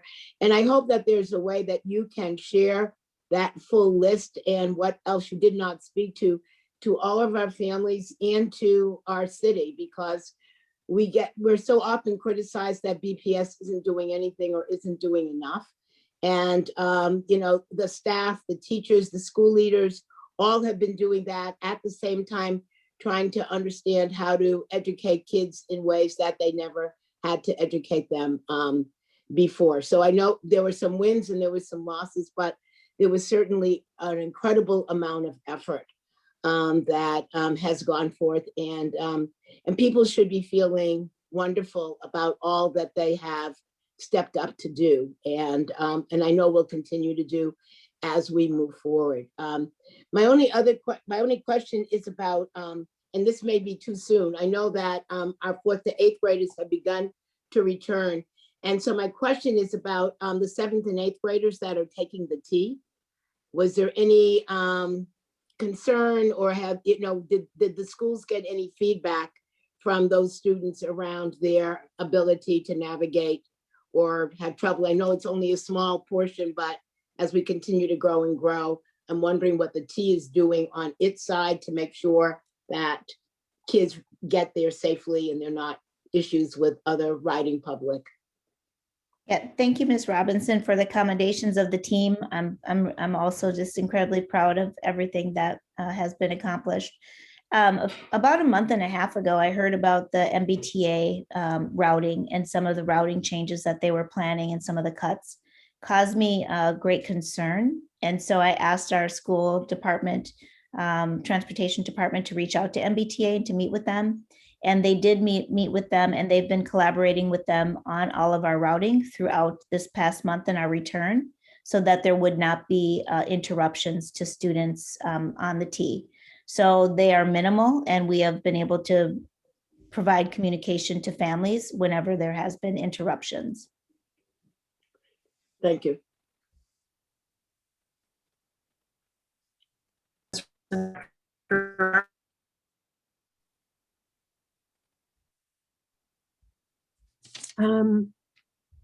I think I was called on, but we lost you there for a minute. You can go ahead, Lorna, maybe. Okay.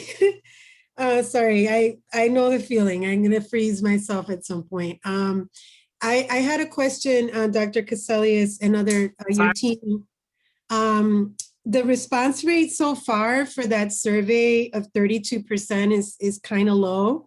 And so, but I noticed that out of that response rate, there was much lower preference for the 5-day among the higher grades. Now I'm curious why you might think, why that might be. Why are the higher grades families showing a lower preference for the 5-day return? Then I have a couple more questions. Yeah, what we noticed was, thank you, Dr. Rivera, for your question. What we noticed was that anyone who was choosing in-person was already in person, mostly. Over 80% of our families are already choosing hybrid model. And I think that what we're seeing is that we need to have more of the return rate come in. I think you're right. This is, with just upwards around 30%, that's not enough.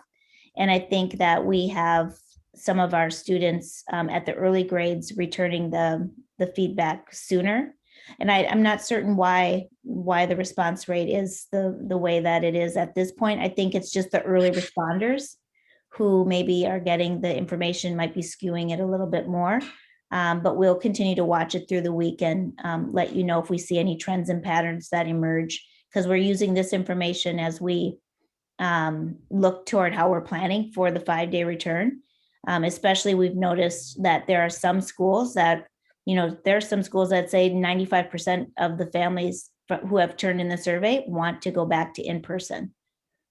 And they have a high return rate in those schools. So we know that we have to plan very differently for those schools when almost everybody is saying they want to return. Okay, thank you. I know we have 5 minutes, so I'm going to try to squeeze in 2 questions and then maybe we can come back if necessary. I was wondering too about, when this was actually a question from my son who, by the way, I want to just again thank all the teachers and staff, school leaders, especially the behavioral health teams who've done a fantastic job with my son, and especially really grateful. So he's excited about returning tomorrow for the first time in hybrid. But he asked a question of, what if a student is not able to wear a mask, say a classmate? This is something he's worried about. Any response on that? Yes, there are some students who are not able to wear a mask due to a medical condition or some other condition, and they're in an inclusionary setting. What I've seen on my own visits as I've gone by is that those students are set aside a little bit further, and they have the partition. They've been using the plexiglass partitions as much as possible with those students. And then we just ensure everybody else has their masks on as they're going around. Okay. If I could squeeze in one more question. So are we also keeping track about the BPS staff's vaccination rates? We've heard stories of a lot of, vaccine hesitancy. And I'm curious if we're gonna keep some kind of dashboard about, say, the percentage of staff in a particular school that are vaccinated, or are there going to be challenges in getting that kind of information? And thank you. Yeah, that's a really good question. We'd like to be able to get it. It is private personal health information, so we are not collecting it and mandating to collect it. We are going to try to find ways to collect it. I know some schools are collecting it themselves, but we're not. We don't yet have a means for doing that, for collecting that information, and we certainly don't yet have a means for reporting it out. It would have to be volunteer to us. Thank you, Dr. Rivera. If you have more questions, we can definitely come back to you. Any other members who have questions?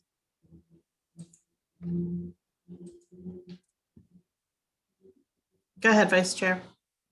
I just want to comment, Superintendent, the work that was done for our students that are experiencing homelessness is incredibly laudable. And I know it was one of the reasons you wanted to come to Boston, because you could work with other departments as part of the mayor's cabinet. But the fact that we were able to help so many of our students and their families with this, and it just kind of scratched the surface, right? I think you said about 500 families were helped, which were phenomenal. And there's a bunch more we're trying to help. Any key learnings from it? Anything in particular you could highlight for us about how we were successful, and what are some of the obstacles that we're still encountering for our students? Because obviously this is such an important impediment to their education. Yeah, weaving the supports for students is a huge piece of our hub school model.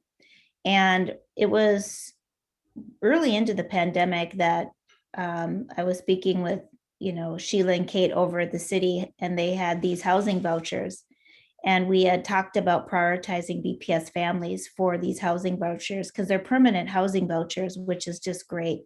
And so we rallied our team, Brian Marks and Monica Roberts got together and started really working with how are we going to support our families and securing these vouchers and securing their housing, because there's so much that goes into securing housing. It's not just getting the voucher, it's finding it, working with the landlords, and making sure that you can have permanent housing there, and that there's not turnover as and instability in that housing voucher. And so we're really excited about it. So one of the learning was all of the support pieces that need to go into the place to support families too. It can't just be getting a vouchers. You have to be very intentional in your outreach with homeless families and helping them navigate them through the whole process. And I'm very proud of our team working with the city to get our families placed. And there's still several waiting, but we have set aside 1,000 vouchers. And I think we've been able to house more than half. Fantastic. Thank you for your effort on that. And for the students, obviously, it makes a huge difference because you don't have the instability in their school, changing in their school situation. It just means everything. I grew up in public housing as a child, and it just makes such a difference to have a place to lay your head, Thank you. And if I may just, I agree with you. And I love how you wear your heart on your sleeve on this issue, and that you've been able to have an impact for so many of our families. So thank you for that. I want to change tracks slightly to the reopening for all of our students, 5 days. You went into it in detail, and I thank you for that. I do note we had some discrepancy with the CDC was saying 6 feet apart. The state was saying 3 feet apart. It looks like now the CDC is actually thinking about changing their recommendations of 3 feet apart, which should provide us some comfort that we now have guidance from federal and state that align. And it sounded like you were moving more towards the 3 feet. I know you are working as hard as you can, and I'm not asking for commitments right now. A lot of parents are obviously nervous that we're not going to be able to open. And so if you could just, I'm not interested in time, I'm interested in just you sharing with us what are still some of the big obstacles that you and your team are working through. You know, what are some of the biggest challenges right now that you know you're working through, just so folks are aware of the work that is being done. Yeah, so first on the 3 feet, that was a big obstacle, right? You know, I think that, you know, we've really been trying to, over the past years, be about 6 feet from everybody. And that's pretty socialized within our parents and our community, thinking that's the safe distance. But one thing we also know is that the science has evolved as we've learned more. And so I think that's been harder for people to adjust because we get socialized to one way, and then the science shifts, and then you go, oh no, you know, that can't be true. But it is true because there's more evidence and more science behind those recommendations. And so what the state has recommended and has always been, the state has always been at 3 feet, and it's 6 feet if you can, but 3 feet was permissible. And I do think that the CDC is now going to lessen their guidance. We did get something from the Council of Great City Schools this afternoon. I haven't had an opportunity to review it. But we will need to be at 3 feet to fit everybody in. As I said, we have a number of schools where we have nearly 90% so far saying they want to be in school. And so that means that we will be having students desks 3 feet. We do have a number of recommendations about lunch, though, having to be at 6 feet. So that's causing some challenge, because if you have seats at 3 feet, but then when you take off your mask and you're eating food, you have to be at 6 feet, then you have to be thinking through, well, what does your lunch schedule look like? And what does that mean in terms of serving and eating lunch and the time that it's going to take to do that for everybody? So that's something we're still working through. And then the next thing is just the capacity issue at our schools, which is also an issue. You know, many of our schools have a lot of furniture, you know, they're old schools. They have a lot of built-in bookcases, a lot of bookcases people have brought in, sand tables, toys, school libraries inside the classrooms, you know, classroom libraries and different tools that teachers have been using when you didn't have to be this far away from one another. So the removal of all of that furniture is also a challenge for us. And so we're trying to, so that we have room. So those are the biggest pieces. I think we'll be able to route our students, and the transportation team has been pretty nimble about that, but it is also still routing our parents, making sure that we have our special education routes. We route also private, parochial, and charter schools. So they return, we have to calculate for that service to them. So, you know, transportation capacity, and then the health and safety of our students and staff when they're not eating. I mean, when they're eating, and the social distancing. I'd say those are the biggest pieces. Great, thank you very much. Any other questions? Go ahead, Dr. Rivera. So thank you, Mr. O'Neill. I was going to ask about the challenges as well. So I appreciate that. And thank you, Dr. Casalius. My question has to do with, you know, we've now been back in hybrid for, well, 2 days for Group A. And I'm just curious, how is the pool testing gonna happen? Like, were these students that have already been there Monday and Tuesday, were they already doing some of this, the self-swabbing? I'm sorry, if you could just tell me a little more how the pool testing is gonna work. Yeah, thank you, Dr. Rivera, for bringing that up. I'm sorry I didn't mention it. That's another really important mitigation effort for us in terms of keeping everybody safe, is the student testing and the teacher testing. We've been doing teacher testing in 53 schools, and they're paired with each school is paired, and they switch off where the pool testing is happening. And so they're able to get that test weekly, and that's an individual teacher test. Then you do pool testing with students, where the students are actually getting tested, and they'll self-swab their nose, and then they'll put it with other samples, into a pool test. And then we'll take that pool test and test the whole, the whole sample, the multiple samples that are in that one pool. And if it comes back with some sort of COVID positivity, then we'll test all of those students. So that's going well. I want to thank our nurses for their incredible work and the school leaders for helping us get that organized and ensuring that we're able to do that within our schools. It's a really important mitigation effort for us. We are still asking families though not to send students to school if they're not feeling well. So if they're symptomatic, please keep them home. If they have a high temperature or they're not feeling well at all, they should stay home, and then they should get a COVID test. And so so let's say in my son's classroom, there's a positive case. I know all the parents in that group would the other parents be notified, or would the entire school be notified? How will that also work? And that's my last question. Yep, we follow thank you, Dr. Rivera. We follow very strict contact tracing protocols and rules. And so our nurses assess all of that, and then they notify those who have been close contact. And if we determine that has happened within a classroom, they are notified, and then the school community is notified. We also put those cases up on our public dashboard on bostonpublicschools.org.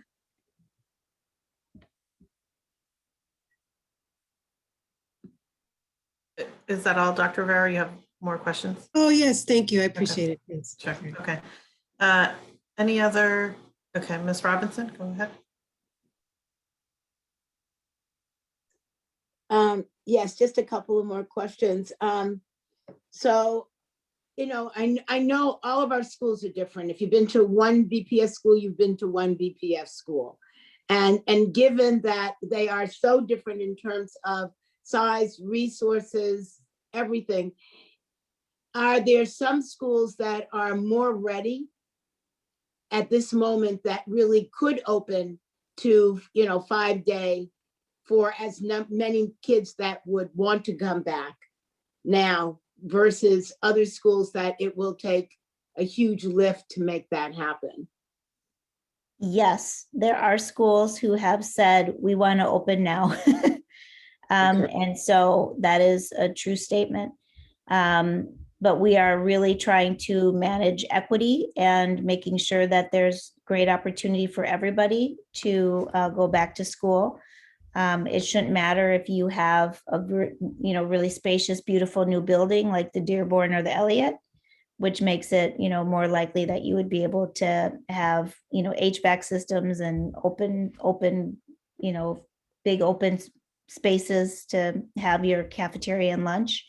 So we're striving to get everybody back as soon as possible. We're going through all of our capacity right now. And we'll go back as soon as we possibly can. Right, but this would be a district-wide, we're all going back. It would not be, this school is ready, it can go. It would be everyone going on the same schedule. That's correct.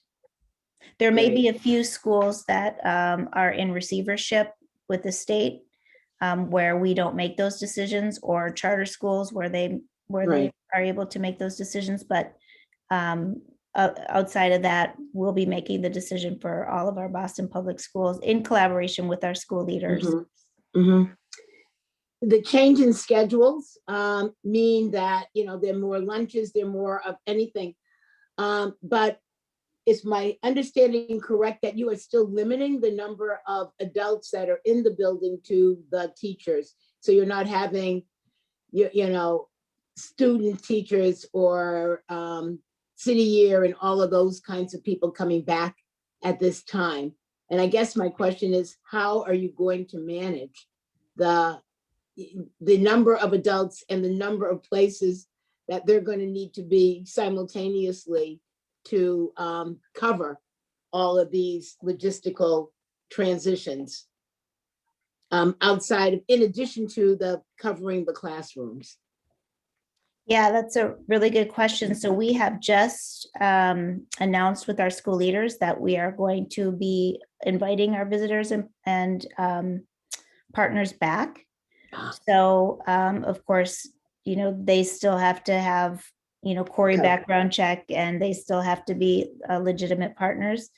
And we've given that advisory to our school leaders so that they could start inviting them back. Great. Thank you. Thank you, Ms. Robinson. If there's no other questions, I just, are there any other questions? I should ask first. Okay. I just wanted to also just say, reiterate what Ms. Robinson said. I think when you look at the list of everything that's been going on, it's pretty amazing. And I was definitely, moved hearing about the 400 families. That's a big deal. Doing that work is very hard, and that's amazing. And I love seeing the team up with the city. I think that's so important. And I also wanted to just thank all of the teachers, all the paras, all the principals, all of the admin, all the nurses, all the bus drivers, all the central office, to everybody. It has been a really rough year. It's year and a half now. And everybody really stepped up. And I want to thank my colleagues, because I know that they all made personal calls or sent emails to school leaders. And I hope to thank them for all their work. And I hope the school leaders were also able to share our appreciation with all the staff in those different communities, to let them know that we are really grateful. And we know, I think, Dr. Rivera and I have much personal experience sitting down with our kids and seeing how hard teachers are working to keep our kids engaged and our students engaged. So really, really thank everybody for stepping up. And I absolutely want to thank the superintendent personally and her team in central office. And all of those pieces that you mentioned are big deals. The meals that we've had, the mental health supports, the technology that we continue to give out, the mental health, I don't know if I already said that, but also within that, it's not just all of those additional services, but it's continuing the programs and even expanding. So I know we've been working on transformative mentoring. And so things of that nature that are still happening despite, all of our challenges. And then the equity roundtables, I think there's a lot of things that can come out that we can move and use in the future. So I just really want to appreciate you and say thank you so much. And thank you for the slides. I felt a certain amount of joy because I did go on one of the visits with you to the King School, and one of the girls with the little bow, she's the happiest little kid I have ever seen. She was hugging everybody. It was just so much sunshine and joy, and just seeing her photo, she's so happy. She was just adorable. And I didn't know the mayor could do those yoga poses. So there you go. We got a flexible mayor. So thank you so much. If there are no further questions, I would like to entertain a motion to receive the superintendent's report. So moved. Thank you, Dr. Coleman. Is there a second? Second. Thank you, Ms. Robinson. Is there any discussion or objection to the motion? Ms. Sullivan, can you please call the roll? Dr. Coleman, Yep. Mr. DeRujo, Yes. Dr. Rivera, Yes. Ms. Robinson, Yes. Mr. Tran, Yes. Mr. O'Neill, Yes. Ms. Oliver Davila. Yes. It's unanimous. Thank you. Thank you, Ms. Sullivan. As we move into public evening, I would just like to ask all of the speakers if you could please direct your comments to the chair. And if you could please refrain from addressing individual school committee members or district staff.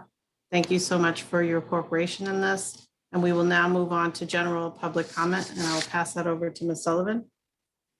Thank you, Chair. I won't reread the entire rules for public comment, but I will say we have 23 speakers for this public comment period. Each speaker will have 2 minutes to speak. And I will remind you when you have 30 seconds remaining. And those who require interpretation services will receive an additional 2 minutes. Please state your name, affiliation, and what neighborhood you're from before you begin. And please, when I call your name, if you could raise your hand in Zoom and make sure you're signed into Zoom with the same name that you used to sign up for public comment. Thank you. And we'll begin this evening with our students, beginning with Kamani James, and he'll be followed by Charlie A.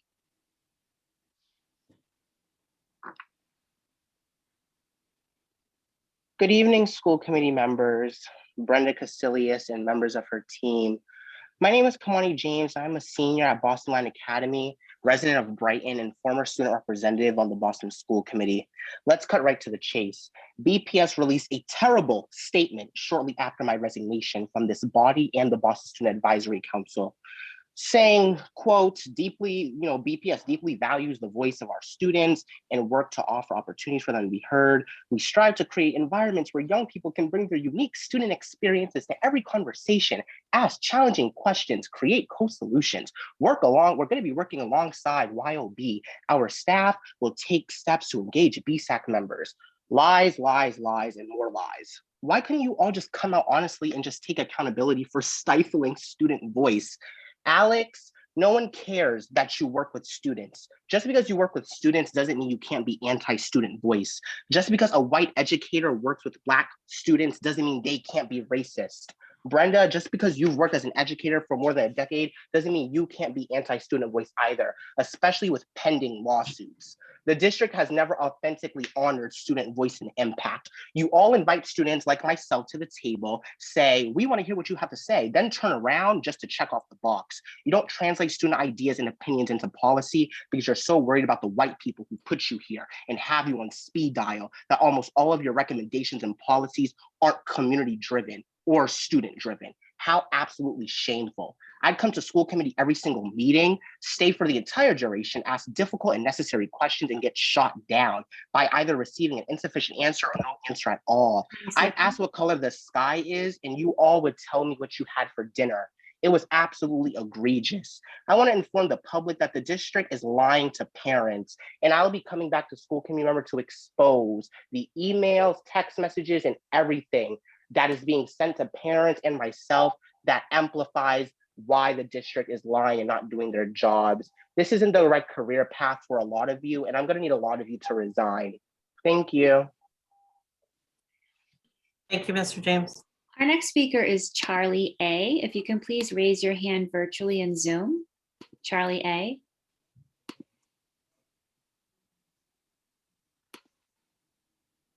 Good evening. Hello, can you hear me? Yes. Thank you. This is Charlie, residing in Southie and current BPS student. I don't necessarily have anything drafted up, so I'm gonna just be quick with my statements. We are missing a student in this space. We are missing a voice. We are missing what glues this entire district together. I would like for us all in the Zoom space to authentically acknowledge the cause of Kamani's resignation. It was without doubt distasteful to watch how the adults on the committee interacted with my student rep. I don't have to remind you all of the multiple times you shoot Kamani down for asking necessary questions or the times where you all sabotage him.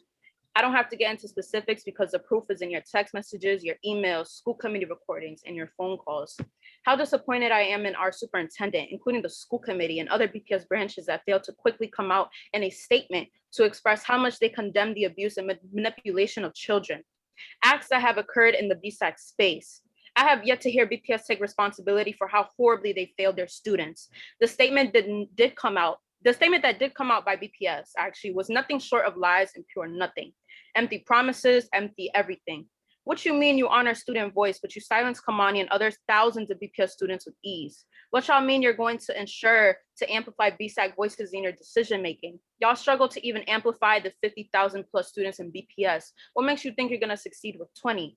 Why am I catching wind that thing 1 and thing 2, Veronica and Monica Roberts, are out here telling families that Jenny Suzama's cult Please direct your comments to me, the chair. Thank you. overall is not RC? How misleading of you all. And even more disappointed I am in you, Superintendent, who I know is aware of all of this. I need apologies to be sent out to families for lying effective immediately. My family and I are absolutely disgusted by BPS for their poor actions, like pushing abused students to still work with the district and building up the BSAC because of the false hope that the district will begin to hear and apply student impact policies. BPS fails to even support their elite student group and will continuously fail their regular everyday students who don't even know you exist. You cannot even compensate these BSAC students on time. Matter of fact, I'm still waiting on my paychecks, and I know a lot of these students are. Talk about child abuse and child labor, but I feel Charlie, your time is up. If you could please wrap up because we have other speakers as well. So I'm done. Thank you. Thank you so much, Charlie.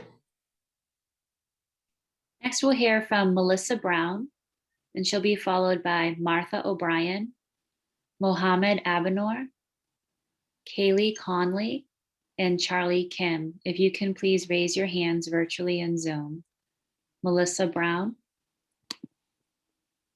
We also have Naomi Caselli here as a BU partner. Can she begin? Let's see. Did she sign up? Yes. Okay, she can go.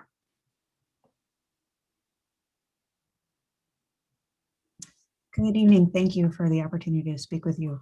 My name is Dr. Naomi Caselli. I'm an assistant professor in deaf education at the Wheelock College of Education and Human Development at Boston University. And I'm here to talk about the importance of the Horace Mann dual language program for deaf and hard of hearing children, kind of from the perspective of a researcher. Like all dual language programs, one of the most important things about Horace Mann is the way that it honors and nurtures students as multilingual, multicultural learners.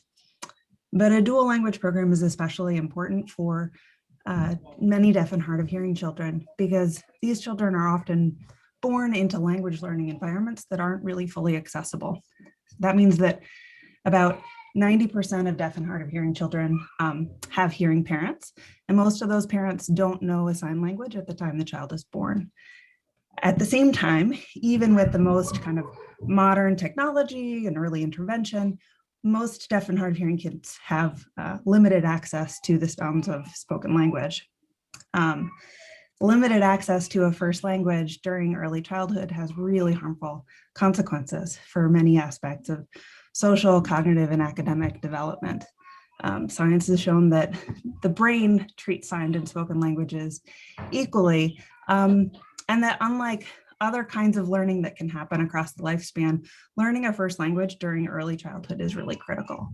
Learning a first language really only happens when you're immersed in where that language is used and is accessible, like the kind of environment that Horace Mann provides. And that means that the critical job of deaf education is to provide language learning environments that are fully accessible for deaf and hard of hearing students, where it's a rich language environment like the one that Horace Mann provides so that these deaf kids can thrive. Thanks. Thank you. Thank you. Our next speaker is Melissa Brown.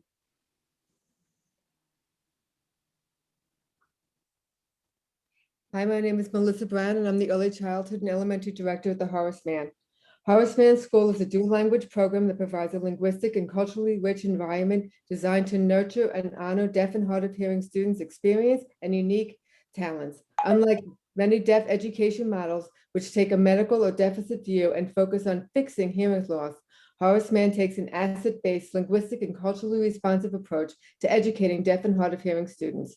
We believe, as Carla Halpern argued, deaf children are born heirs to sign language and an amazing culture, not pitiful or defective. Horace Mann celebrates deaf culture, providing a rich ASL environment filled with deaf, multicultural role models and peers, providing strong representation to foster positive, healthy identity for our students. Horace Mann combats language deprivation by providing nurturing language environments so every deaf and hard of hearing student has full, direct access to language across all settings with peers and adults starting as early as possible. This ensures that every deaf and hard of hearing child can fully develop the foundational language skills necessary to engage in age-appropriate social and academic discourse. Our goal is to ensure students develop age-appropriate language and literacy skills in both ASL and English. We believe that multilingualism is an asset worth fostering, not least because there are cognitive and socio-emotional benefits of knowing more than one language and participating in more than one culture. As Christine Yoshinaga Itano noted, deafness is a sensory difference. It only becomes a disability when the educational system fails the child and family. Horace Mann is here to ensure success for deaf and hard of hearing students and their families. Thank you. Thank you. Thank you. Our next speaker is Martha O'Brien. Martha will be using ASL interpreting services tonight. Okay, thank you. Sure.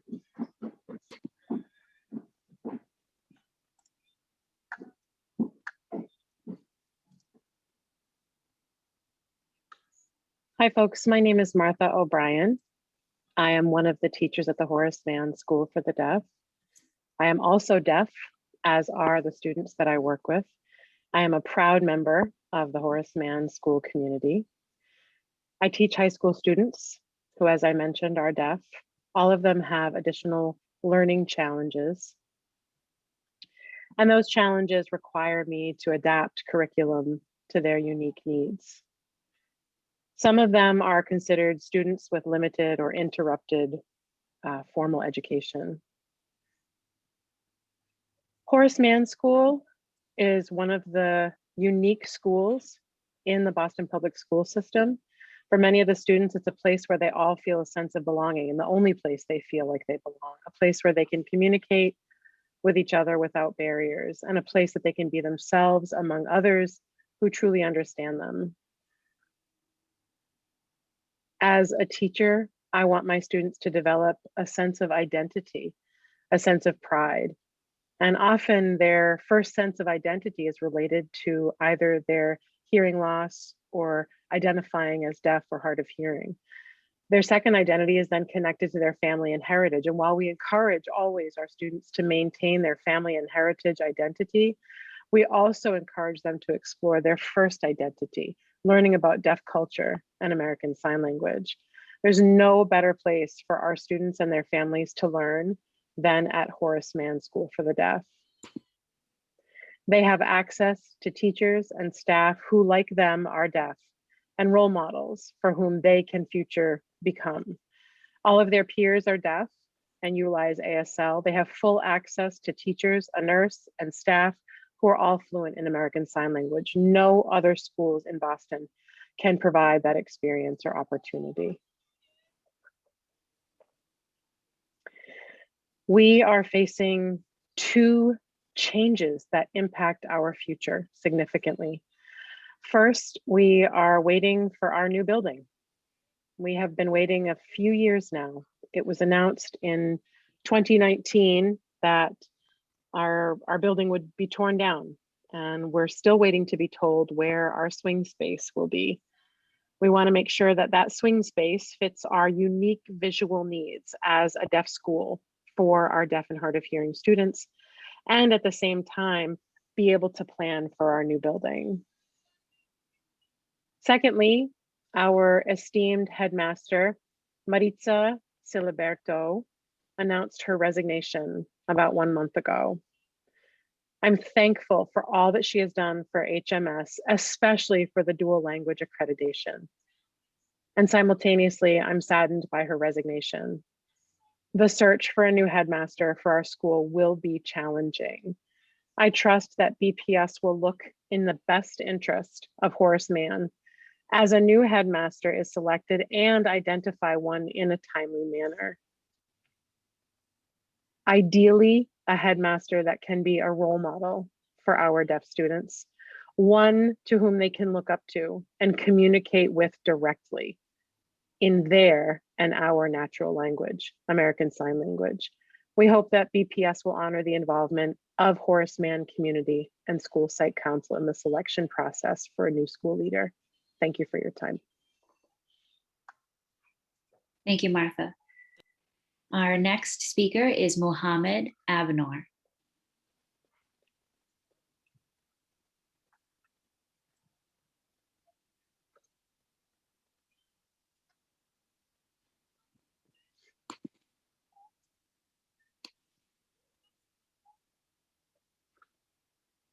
Is Mohammed with us?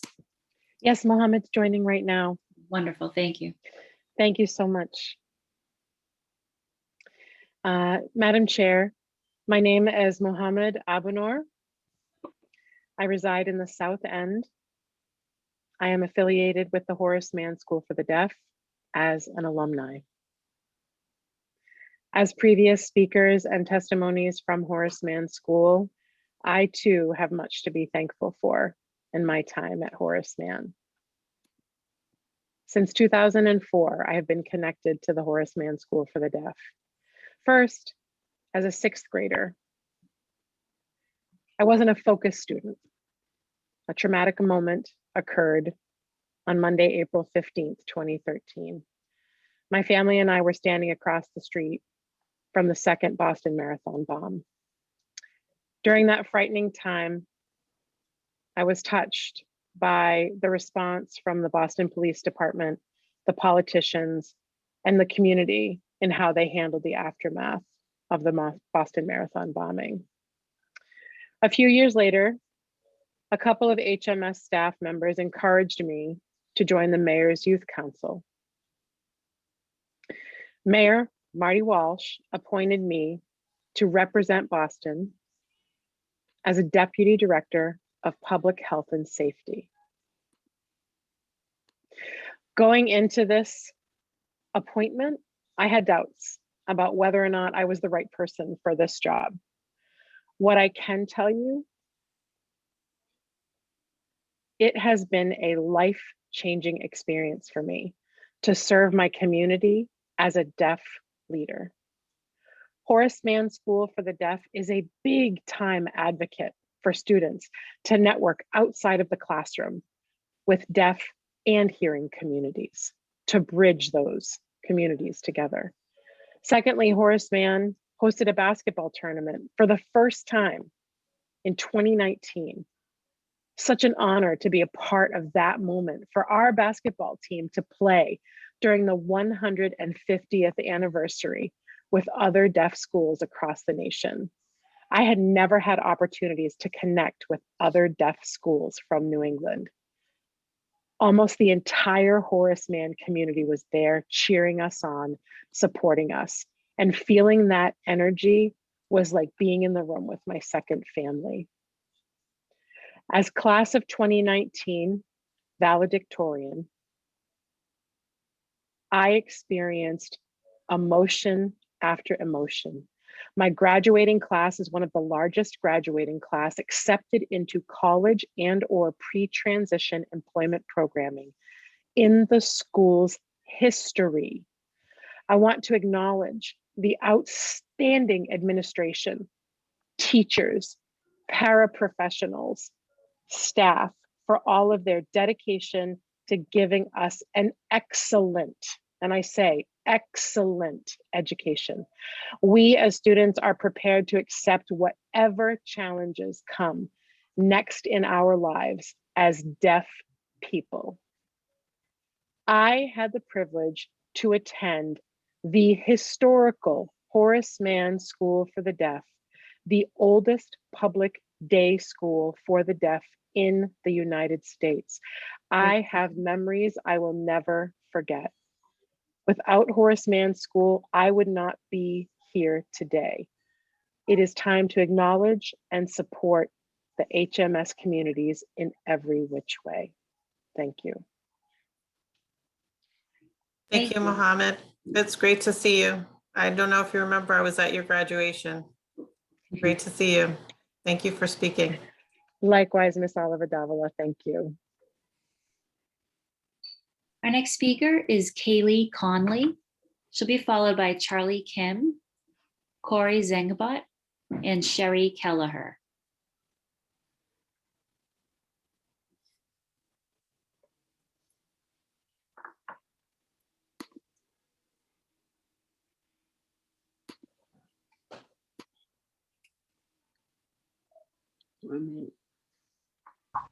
There we go. Can you hear me okay? Yes, good evening. Hello, my name is Kaylee Conley. I'm a Hyde Park resident and a parent of a hard of hearing child who's new to the Horseman School. When my daughter Lydia was an infant, her communicative delays significantly impacted her quality of life. It caused a lot of frustration and emotional breakdowns due to her inability to communicate even the most basic needs. Thankfully, early intervention introduced us to the Horace Mann School's parent-infant program and brought teachers of the deaf into our home to teach us ASL. The tools provided to Lydia to learn to communicate with American Sign Language enabled her to interact with the world around her in ways that English alone could not, due to her delays. I watched my daughter flourish in the world around her, able to not only communicate her needs, but actually become engaged with her environment. When it was time to enter Lydia into school, the BPS mainstream team refused to offer Horace Mann School as an option for Lydia, even though I demanded it. But I advocated relentlessly that a dual language educational environment fits the needs and language abilities of my daughter. Having Lydia at Horace Mann School now enables her to continue to advance her communication abilities in what I consider to be a least restrictive environment, using both English and ASL to gain access to education.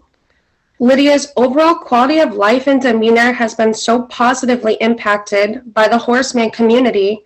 I'm here to advocate for other hearing disabled students entering BPS who may not know about Horace Mann School to be seriously considered for our dual language learning environment. I strongly believe the highly specialized staff and resources are invaluable to any hearing delayed students, and this level of service would be almost impossible to replicate in a mainstream school. Thank you. Thank you. Our next speaker is Charlie Kim.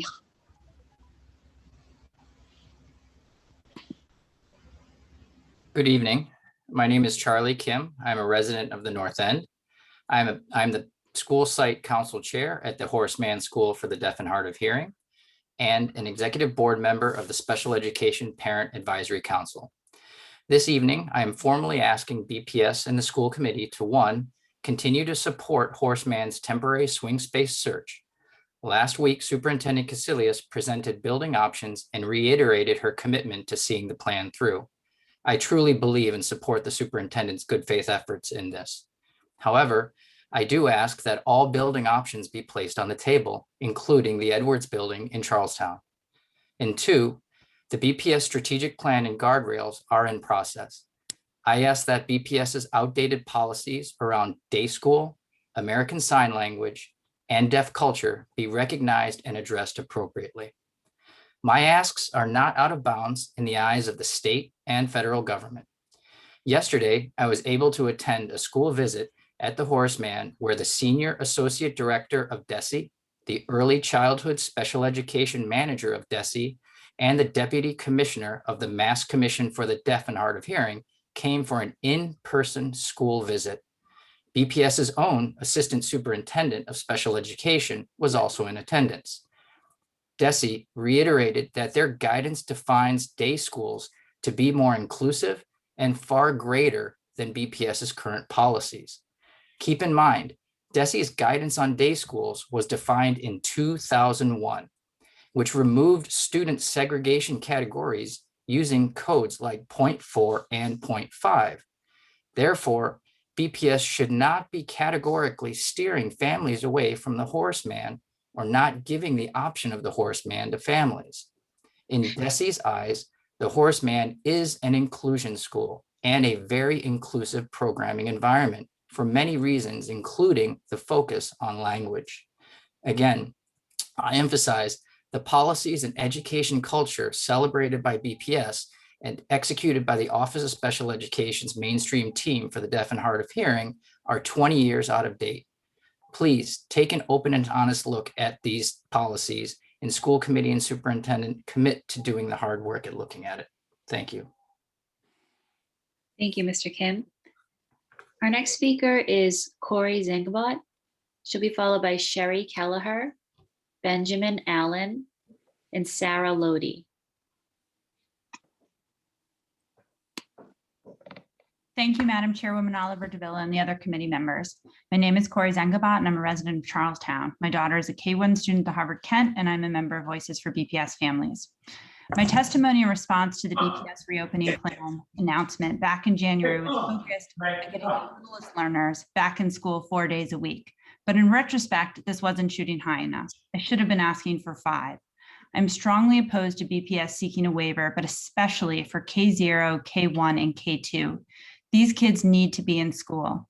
I'm thrilled that my daughter is back in school, which is only eclipsed by her excitement and happiness. She comes home filled with stories of her teachers, the things she learned, and the new friends she's made, friendships that would not have been possible over Zoom. But under the current plan, she only has 20 days of in-person learning remaining. Were she to go back 5 days a week on April 5th, she would have 50, an increase of a full month at a formative age for social emotional learning and hands-on instruction. These pre-literate kids have already been asked to sacrifice too much, relying on technology that is inappropriate for their age group. This is a comparatively small group of learners that should be prioritized for 5 days a week on April 5th and no later. There should be no excuses or exemptions for this group. And for BPS to say that it has not had adequate time to plan is laughable. You know who hasn't had time to plan? Parents. Time and again, we've been forced to adapt to just-in-time communication, and this time, frankly, it's BPS's turn. I'm wholly unsympathetic to the excuse that this leaves schools scrambling. Teachers are getting vaccinated, the data and the science are clear. Follow the guidance on 3-foot spacing, which is adequate, and get these kids in school. The young children will never get their time back, and the least that can be done is making sure the balance of the school year will be as close to quote unquote normal as possible. Lastly, I do want to commend BPS on its rollout for pooled testing. It's been seamless at the Harvard tent, and my daughter likes the fact she's being tested. Though she's only 4.5, she understands the value as a mechanism to allow her to attend school in person. Please get her and the rest of the K0 through K2 students back in school 5 days a week on April 5th. Thank you. Thank you. Our next speaker is Sherry Kelleher. If you can please raise your hand in Zoom. Sherry will be followed by Benjamin Allen, Sarah Lodi, Mano Katsamkanakis, and Mike Heischman.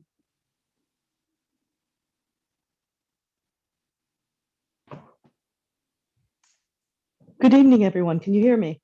Yes, good evening.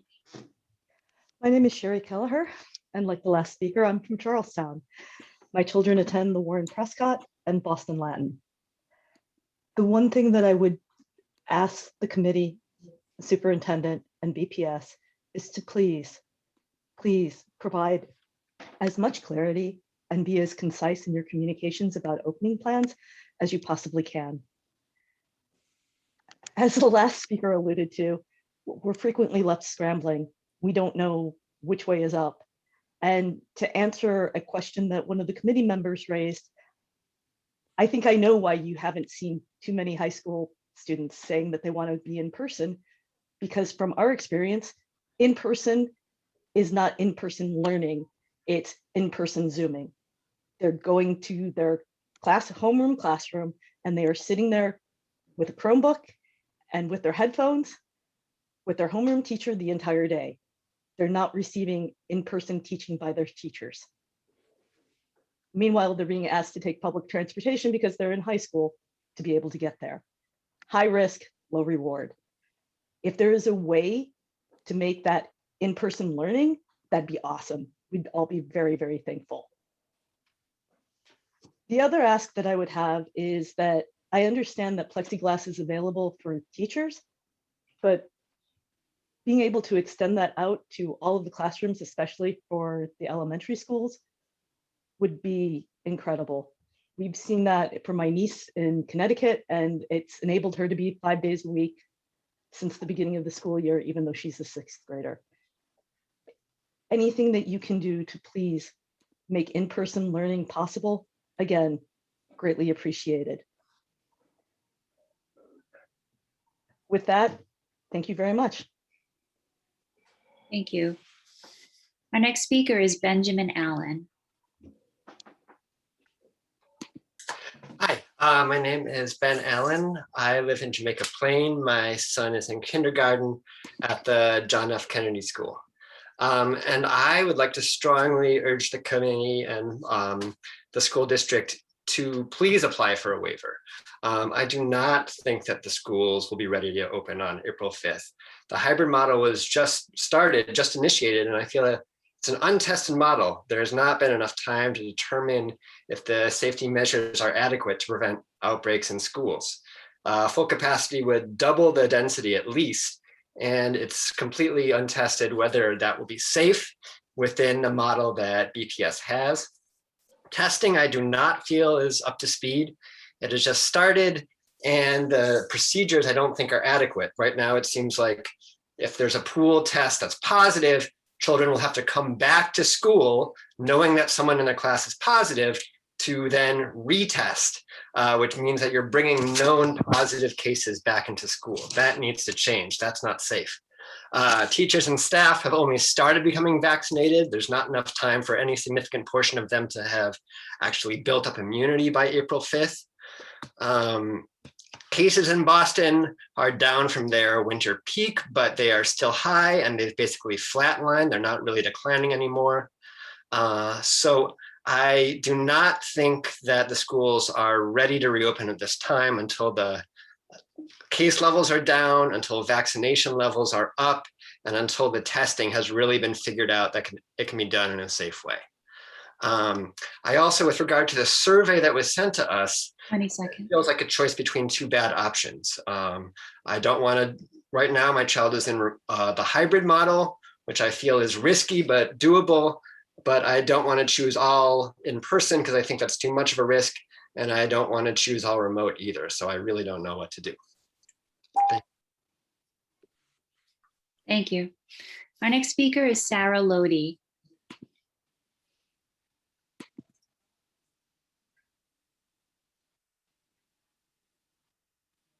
Not seeing anyone signed in under that name.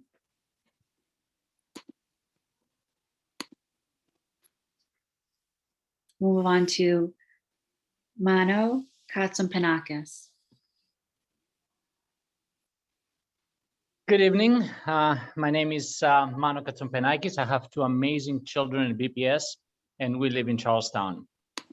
Tomorrow, my daughter will be walking into a classroom for the first time in over a year, and she is thrilled. She's so excited that I doubt she will be getting much sleep tonight. It has been a difficult year, a challenging year for all, and she has been asking a lot of questions like, why do her girlfriends in the neighborhood are going to school and she isn't? Why do her opponents in hockey from the surrounding towns are going to school and she isn't?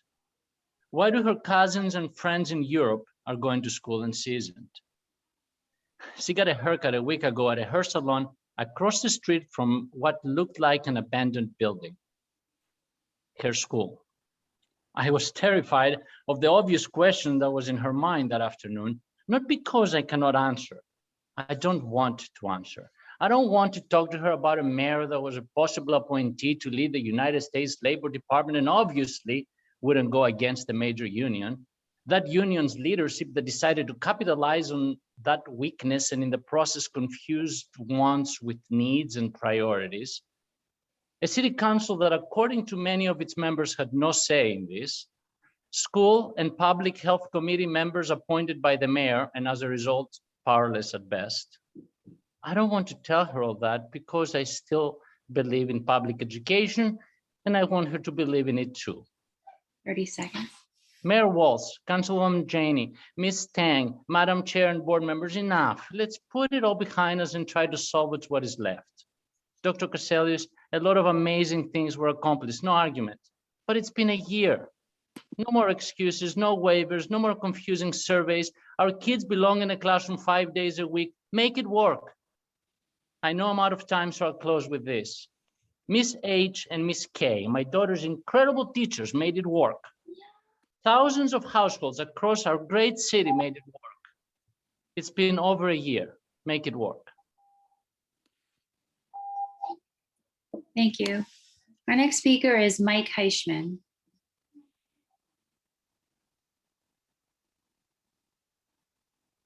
Mike Heisman, Dorchester, member of Boston Education Justice Alliance. If a student's voice is important, why isn't the resignation of Kimani James from the school committee and many students from BSAC not on tonight's agenda? Only 2 of you said anything about this.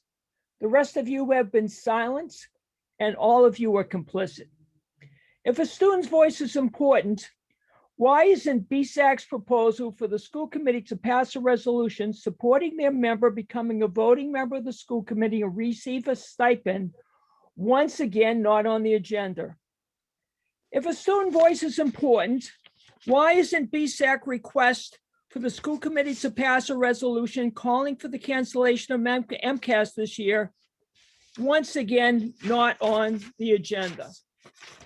Kimani James and the student leaders from BSAC represents the best education the system has provided its students. These students are scholars, activists, and citizens. They have become knowledgeable about public policies. They have become prophetic warriors fighting against racism, adultism, and other forms of oppression, and have joined together to work for democracy, justice, and a better world. This is what excellence in education looks like. Dr. Cassellius and the school committee pretends to support student voices. Your silence while refusing to address their issues demonstrates your hypocrisy, adultism, and racism. The resignation of these student leaders has led to many serious challenges against BSAC, youth and board, in the school departments. In the March 11th article in the Bay State Banner, you have been accused of adultism and psychological manipulation. You've been accused of censorship. These students' leaders have been pressured to make the superintendent school department look good and to temper their criticism of BPS policies and leadership. We must view our student leaders as essential partners in our quest to provide an excellent education for all of our children. Instead, student leaders have been manipulated and sacrificed like pawns in a chess match. The scandal, I'm almost done. The scandal needs to be investigated. Mr. Heisman, your time is up. Can you please wrap up? Because we do have other speakers. I have Thank two more sentences. This scandal needs to be investigated. Unfortunately, I don't trust you. You are complicit, and arsonists should not be in charge of investigating the fire and repairing the damage. Thank you, Mr. Heisman. Our next speaker is Catherine Gunch. She'll be followed by Ruby Reyes, Sharon Hinton, Marcy Carmody, and Sulika Soto. If you can please raise your hands virtually in Zoom. I don't see anyone signed in under the name Catherine. So we'll move on to Ruby Reyes.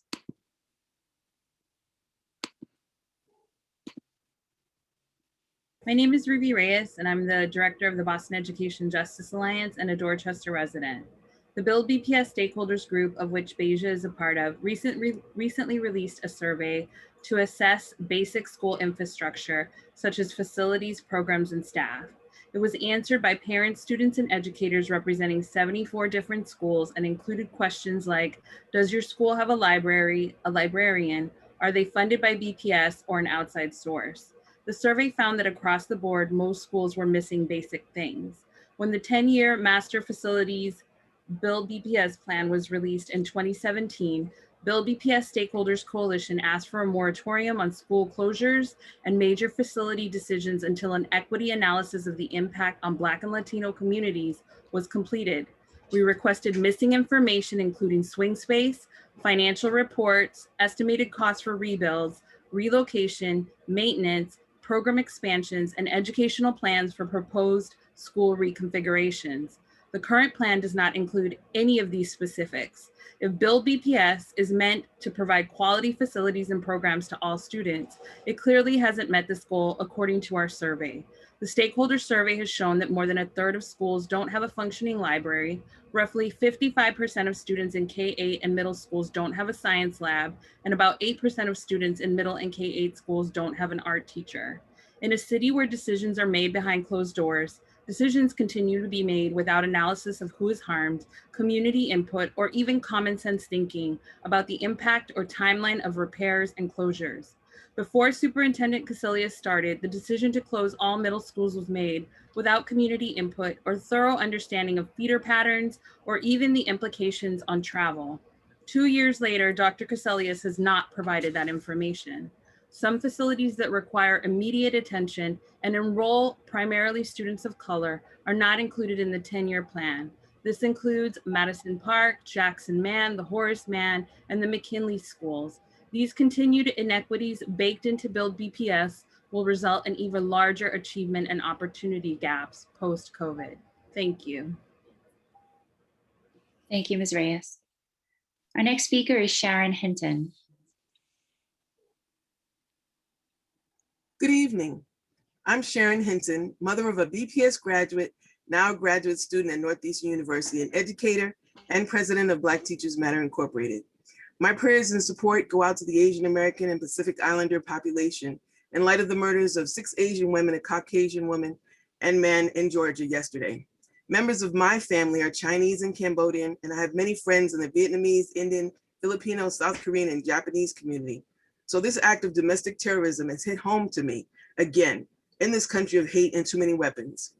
As I've participated in so many areas in educational spaces, Boston School Committee, Exam School Task Force, budget hearings, City Council, State House, school court sessions, classroom Zoom meetings, community advocacy groups, teacher student meetings, etc. I wonder, how is the average person, parent, student, Boston resident supposed to live a normal life? Like, what's a normal life right now, right? And effectively engage, participate in a process that affects them so significantly. I encourage the Boston School Committee to continue the community listening sessions that were held recently to continue to inform the parents, student, and Boston residents on issues that concern them around BPS, exam schools, and the Boston School Committee. In addition, I've heard so much about youth and student voice, and yet saw these same youth marginalized and pushed aside by some of the same people who spoke accolades and patted them on the back. Moving forward, in the absence of the valuable contribution of student reps like Mr. Kamani James, I'm asking, who is going to be the student rep for the remainder of his tenure? Those BSAC students who courageously resigned have also lost that income that several of them, including Mr. James, depended on. Is there a way that these students who did what we asked them to do by standing up and speaking up could do some reform work and still receive the remainder of their student stipends? In the interest of restorative justice, let's find a way to restore our young people back to the BPS school family and model the change that we want them and have asked them to be. For those of us who are parents, I'm almost finished. For those of us who are parents, there may come a time when your children are angry at you, but you don't disown them. We continue to love, teach, lead, and do what it takes to keep them in the family. Sometimes what they say hurts, but that's part of being a grown-up, right? Let's be grown-ups and find out why our young people are so angry and yet seek to restore them to the circle. Thank you. Our next speaker is Marcy Carmody.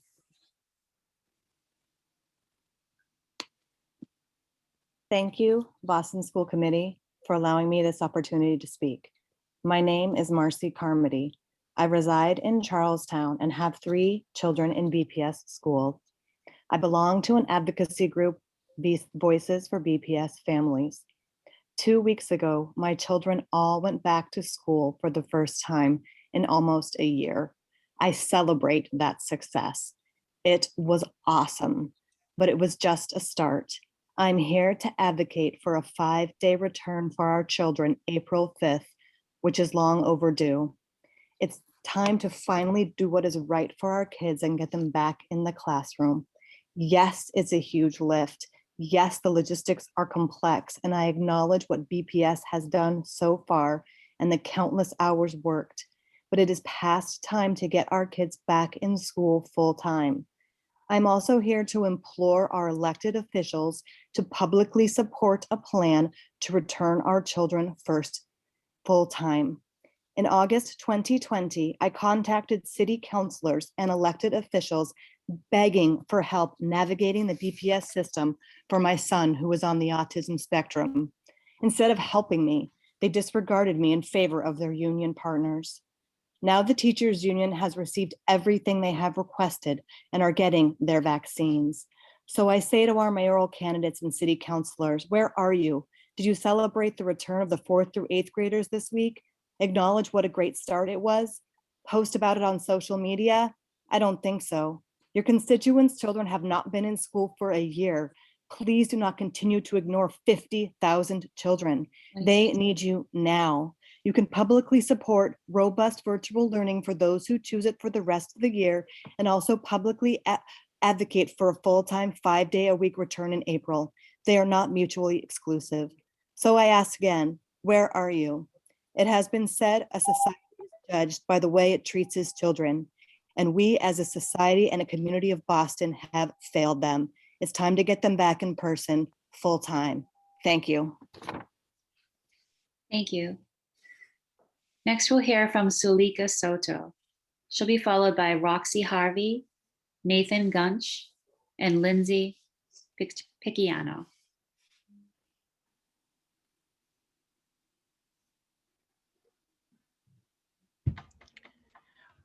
Good afternoon or good evening. My name is Suleika Soto. I live in the South End and I have a 7th grader at Tech Boston and a 4th grader at the Blackstone who has an IEP. I am also a parent organizer for the Boston Education Justice Alliance. I am here again today to talk about my concerns about school reopening. My children are due to start hybrid learning this week, tomorrow. I don't feel safe in sending my 7th grader in. The plan for hybrid learning at her school, where a very small percentage of students will be back, is that kids will be sent home with their lunches, as there is no room for keeping a 6-foot distance during lunch. She will have to travel about 6 miles from Mattapan, Dorchester to basically Chinatown on the MBTA when there are service cuts. Expected to eat her lunch and log back on for one last remote class within an hour. Is she going to get penalized for not logging in if she can't make it home on time?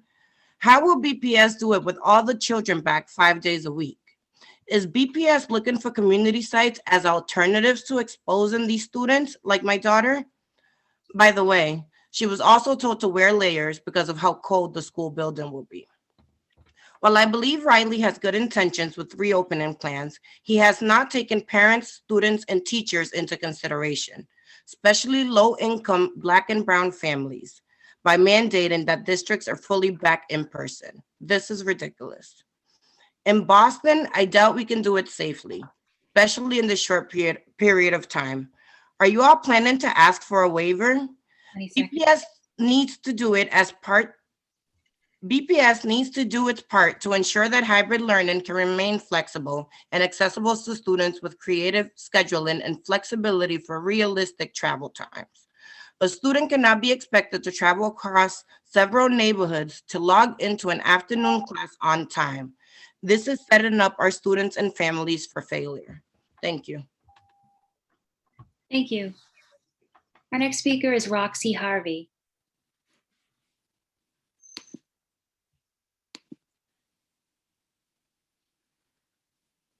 Thank you. Hi, my name is Roxy Harvey. I'm the chair of Boston SPEDPAC and a resident of Dorchester. I would like to share an excerpt from the letter that SPEDPAC, Mass Advocates for Children, Boston Teachers Union, and Boston Education Justice Alliance have submitted to school committee regarding the goals and guardrails that have been presented to stakeholders thus far.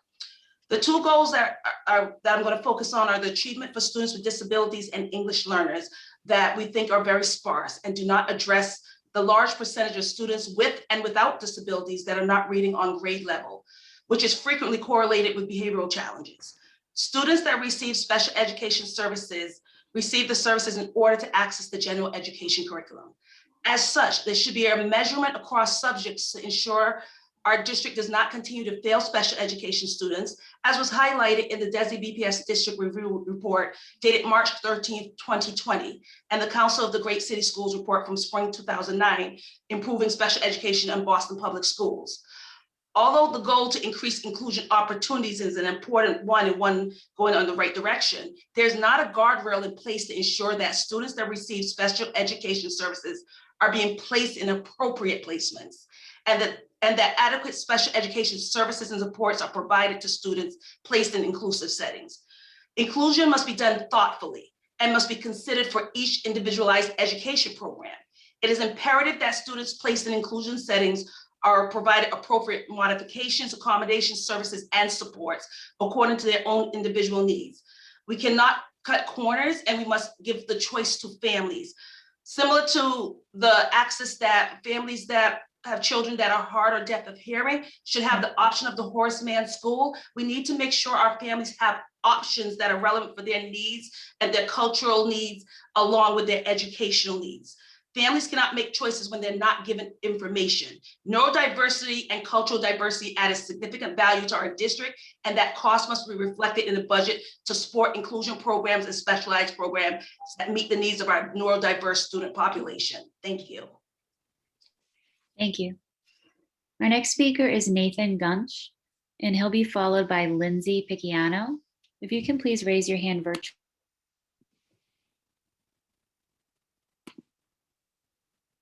Good evening. Can you all hear me? Yes, good evening. Madam Chair, Superintendent, and members of the committee, thank you for allowing me to speak tonight. My name is Nathan Gunch. I live in the North End, and I send my son to the Elliott School, and he's in grade K2. I'm here to ask BPS to return to a regular school schedule by April 5th. I ask you not to pursue a waiver for the Boston Public Schools to delay reopening, and instead urge you to get our children back to school immediately. At this point in the pandemic, there have been sufficient studies demonstrating the deficits of remote learning for most students. According to a February Barr Foundation Gallup poll, 4 in 10 of our BPS high school students do not have reliable internet connectivity. 18% of middle school and high school students failed English this fall, a 50% increase from the first quarter of last year. Login data suggests an 8-point drop in the number of students attending school at all. 2 out of 5 high school juniors and seniors were chronically absent from school during the fall semesters, with Black, Latino, disabled, and English language learner students most impacted. As a parent of a BPS kindergartner who has been out of school for more than a year, I know firsthand the emotional impact of remote learning on young children. Like many other young students, my son has exhibited symptoms of anxiety and depression over the course of this isolated year. If my son, who does have access to multiple caregivers with the time and resources to address his educational and social needs, is not thriving, what is happening to students without those at-home supports? How can we allow the gap to widen between our most vulnerable students and their better resourced peers? The evidence of negative outcomes for our most vulnerable students is clear, but the risk to teachers from providing in-person instruction remains speculative. Study after study has demonstrated that in-school transmission is often lower than community transmission of the COVID-19 virus. Now that vaccines are available to all teachers who want them, there is no reason to place the hypothetical risk to teachers' health in the classroom above the demonstrated negative impacts to students' training, learning outcomes, and well-being in remote school. I know I'm out of time, so I would just ask you to please reopen elementary schools in April and middle and high schools as soon as possible. The remote learning program has not provided an equal education to all. Thank you very much. Thank you. Our final speaker this evening is Lindsay Picciano.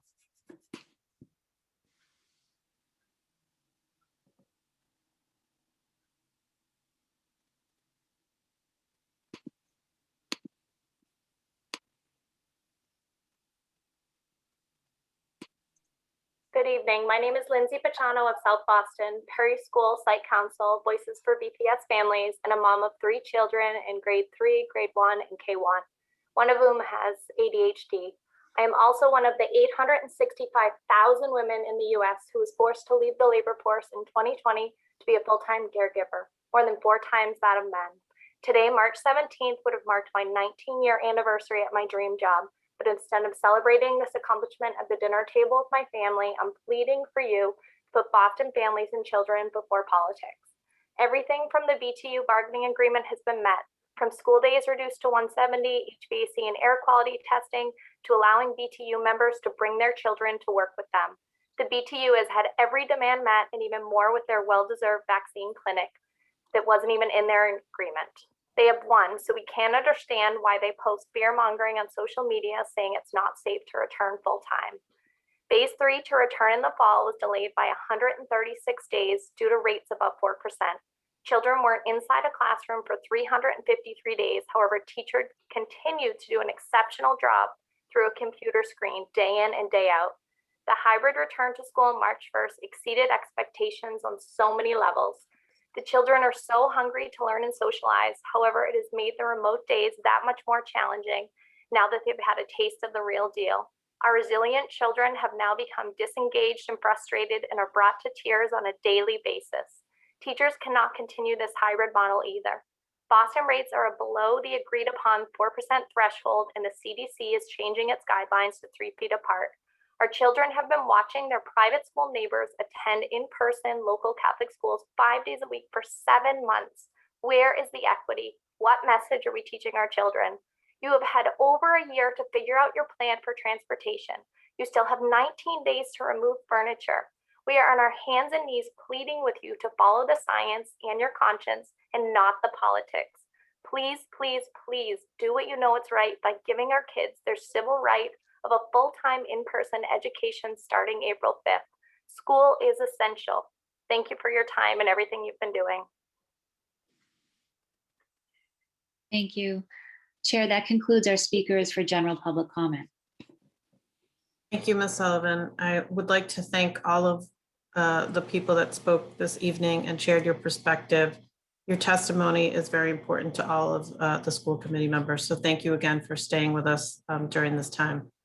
Our only action item this evening is grants for approval totaling $3,997,148. I will now open it up to the committee for any questions or comments. Feel free to raise your hand virtually or in the box. Ms. Robinson, please go ahead. Yes, I only have one question about one grant. It's the one where several high schools were named as being the recipient of the money for completing the FAFSA. I don't have it in front of me, sorry, but it's the grant to help people to do the financial aid statement before they apply to college. And I guess the question is, why were only some of the high schools and not all of the high schools included in that project?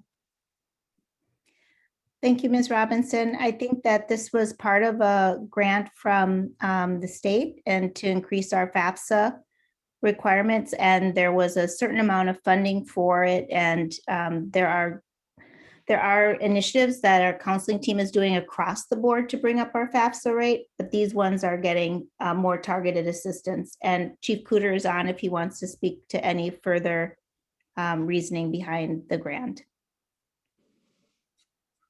I think you're absolutely right, Superintendent. It was meant to coordinate increased participation in FAFSA with allocations going to 6 schools facilitating after-school coordinated action sessions as outlined in that.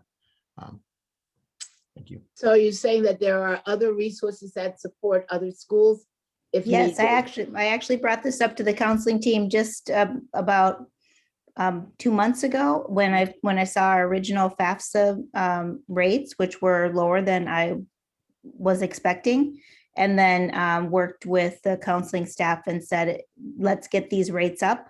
And they actually project that because of this grant and because of the other efforts in the other schools, that we'll see a greater rate over the next several weeks. Great, yeah, because it was something I believe that today on the news that talked about students who actually complete it before they leave, before March or whatever of the school year, are more apt to go ahead and apply and attend college than those that either delay it or don't do it until after they've graduated. So thank you. I'm glad that we're doing something to move those efforts forward. Yeah, they've been the team has really been working on that, our high school team. Thank you. Thank you, Ms. Robinson. Are there any other questions? Okay, great. Thank you for your question, Ms. Robinson. So if there are no further questions, I would like to entertain a motion to approve the grants as presented. So moved. Thank you, Ms. Robinson. Is there a second? Second. Thank you, Dr. Coleman. Is there any discussion or objection to the motion? Ms. Sullivan, can you please call the roll? Dr. Coleman, Yep. Mr. DeArujo, Yes. Dr. Rivera, Yes. Ms. Robinson, Yes. Mr. Tran, Yes. Mr. O'Neill, Yes. Ms. Oliver Davila. Yes. The grants are approved unanimously. Great. Thank you, Ms. Sullivan. Our first report this evening is a summer learning planning update. At this time, I will turn things over to the superintendent if she has any comments, who will then turn it over to Chief Academic Officer Andrea Zayas and her team for their presentation. Thank you, Madam Chair. The Chief Academic Officer Andrea Zayas is here today to talk about the plans that she and her team have been doing. They have a number of team members with them who have been coordinating across departments to ensure a very rich experience for our students this year. As you know, we are going to try to gap and bridge some of the gaps this summer and provide both enrichment opportunities with our Boston After School and Beyond partners. Chris Smith is with us this evening, and also our school-based work that we do, and then the central work that we do to support our students. And then in particular, some of the work we do for our students with disabilities and our EL students. So very excited to turn this over to Chief Academic Officer Andrea Zayas and her team. Thank you, Superintendent, and good evening, school committee members and members of the Boston community that join us tonight online. Our aspiration for this summer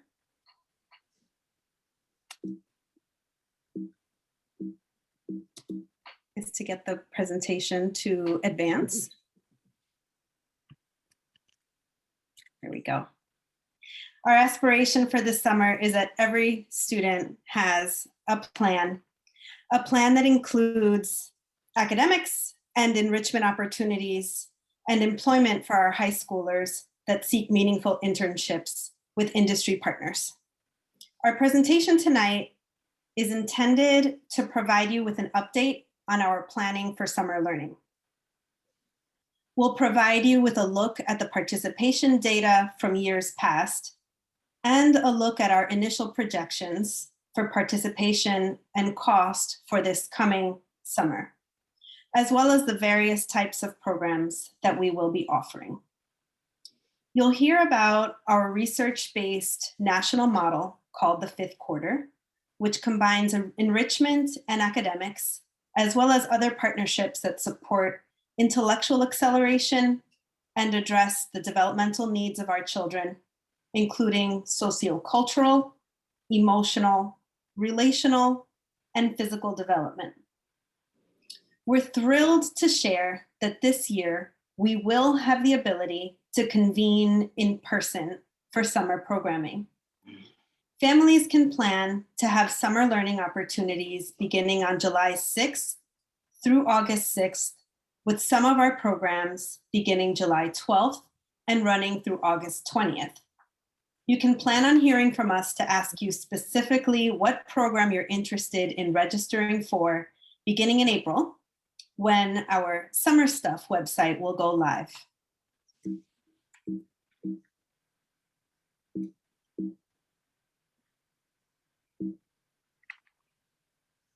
Year over year, our teams create innovative and responsive programming.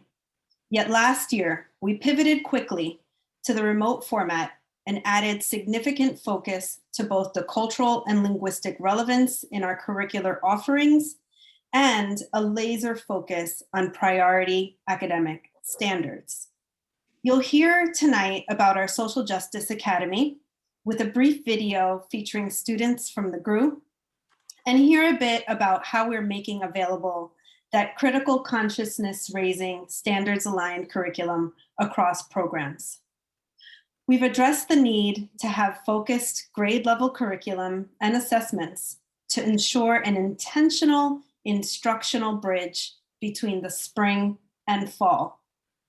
Given the variety of programs, as you see on the slide, and the diverse needs of our students, this really is no small feat. And as such, I really want to thank our youth workers across the city, our educators, school leaders, partners, and central office team, who you will hear from next, for their unparalleled commitment to collaboration and problem solving the technical and adaptive challenges so that our students can have the best summer yet. I'm joined by the team who is leading the planning across multiple initiatives. They will introduce themselves as they share their portion of the presentation tonight. Thank you for the time this evening, and we look forward to your questions, suggestions, feedback, and continued partnership. I'll now turn it over to Deputy Chief Academic Officer, Dr. Regine Filippo-Pierre, and who is also the former Executive Director of the EFA Initiative.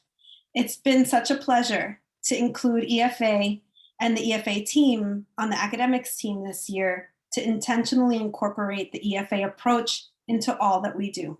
Regine? Thank you, Chief Zayas. This year, we anticipate that over 25,600 seats will be available to students for summer programming. This includes both BPS programs through 5th quarter, ESI, and others as mentioned above with Chief Zayas, and additional programs through Boston After School and beyond.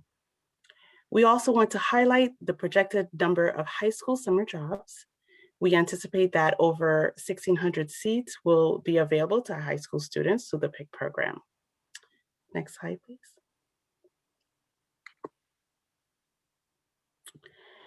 Here we show the number of students served over the past 2 years in comparison to the projected number of seats for summer 2021. We would like to highlight the slight increases in PIC jobs, the increase in ESY, and the increase in seats through Boston After School and beyond. Though in some programs there were slight decline in number of projected seats, overall, we anticipate a little over 10,000 additional seats for our students this summer. Next slide, please.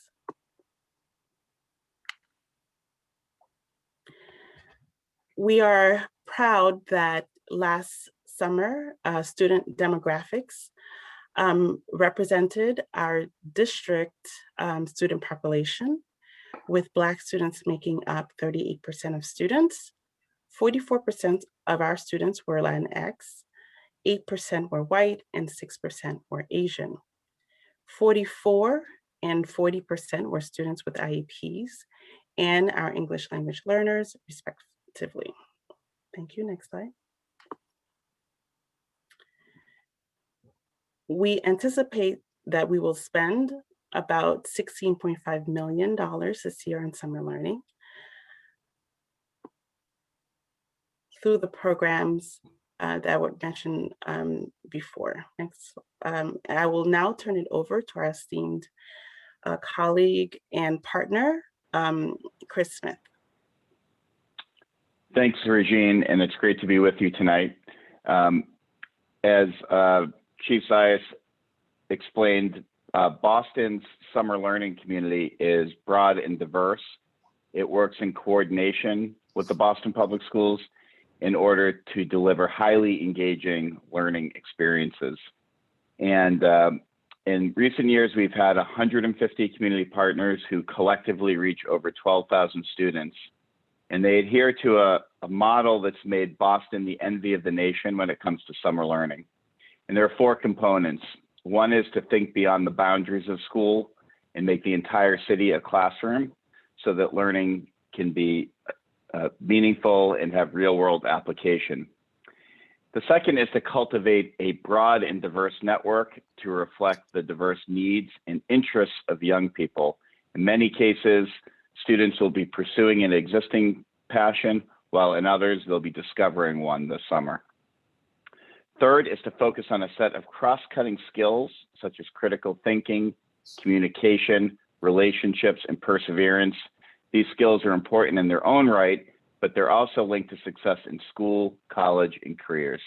And finally, what distinguishes this community of summer learning is that it measures and improves together, adopting the same measures of program quality, despite their differences, whether it's outdoor exploration, sports, arts, entrepreneurship.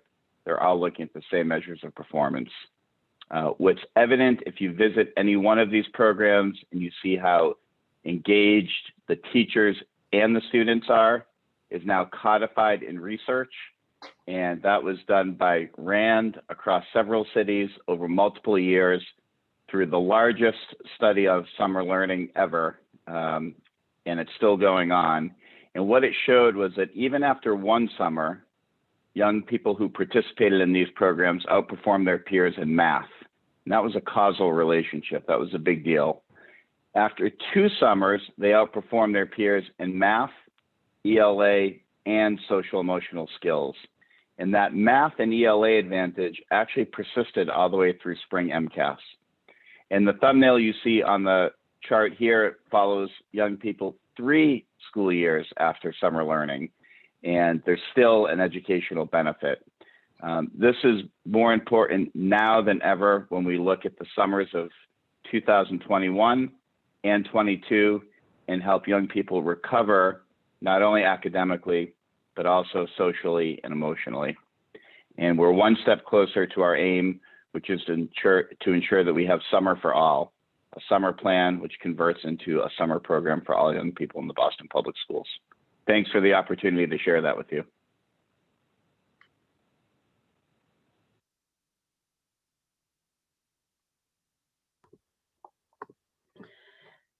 Thank you, Chris. I'll now turn it over to Frank Wilburn, who is a teacher at the group, who will speak about his experience as a teacher last summer. He'll also speak to the student experience as well.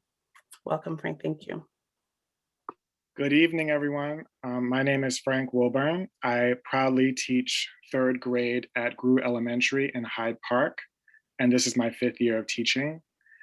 I appreciate the opportunity and the space to share more about my experience, but also to advocate for Social Justice Academy, which is the summer learning program spearheaded by the Excellence for All initiative for the first time in this past summer. While I'm speaking for myself, I know that the other educators and the amazing coaches I had the privilege of partnering with view this program as an opportunity to strengthen our practice in designing and implementing learning experiences for students that are engaging, authentic, and culturally responsive. I remember when I first looked at the description of the program and how it was marketed to families and staff that would be interested in teaching. A few highlights that stood out to me was that it would feature an inquiry project-based learning approach, a critical pedagogy for social justice, and a space for explicit executive functioning skill building, experiences that our students deserve. Contextualizing and unpacking the concept of justice is work that our students are not only capable of, but it's a vehicle for helping our students to thrive as they make sense of themselves and the world around them. Before I share more about the program and its parts, I would like you to hear from some of the brilliant students that I had the privilege of working with.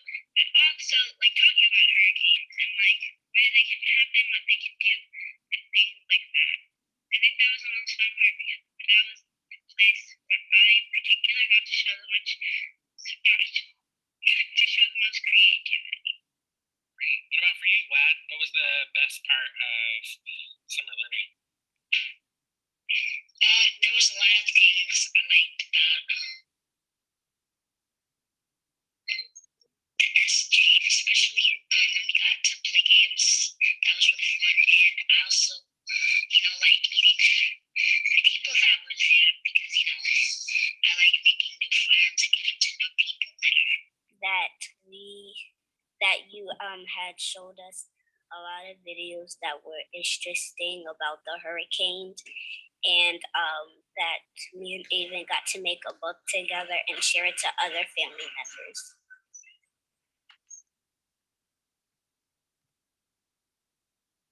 Thank you. By program design, students were separated into grade bands with the larger project-based learning topic varying for each grade band. I taught rising 3rd and 4th graders about hurricanes, what they are, how they form, their impact, and we took a close look at the impact of Hurricane Maria on Puerto Rico. Our discussions and research centered not just on the devastating aftermath, but also the historical context of Puerto Rico and its people, dating back hundreds of years. A highlight for me was helping students to make sense of and discuss the terms invade, colonize, oppress, but also resistance and resilience. I thought this terminology was important for exposing the truths in a student-friendly way, I teach 8 and 9-year-olds, of what actually happened, but to also honor the discussions and continued exploration. But also to honor the culture and rich history of Puerto Rico and its people. These discussions and continued exploration helped to frame how hurricanes can be considered a social justice issue.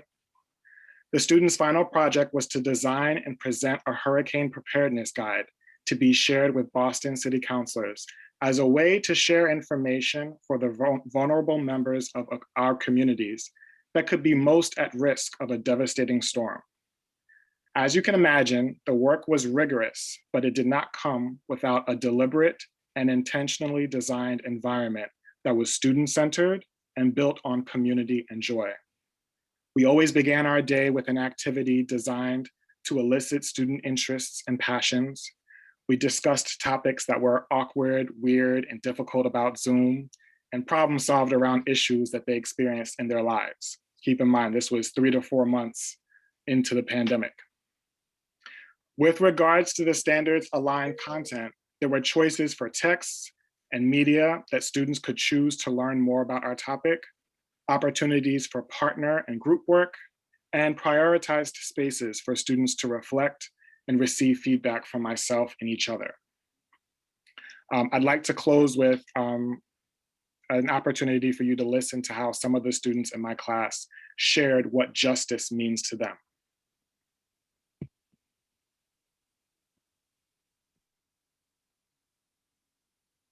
Frank, what point in the video would you like me to go to? It's 4 minutes, 17 seconds.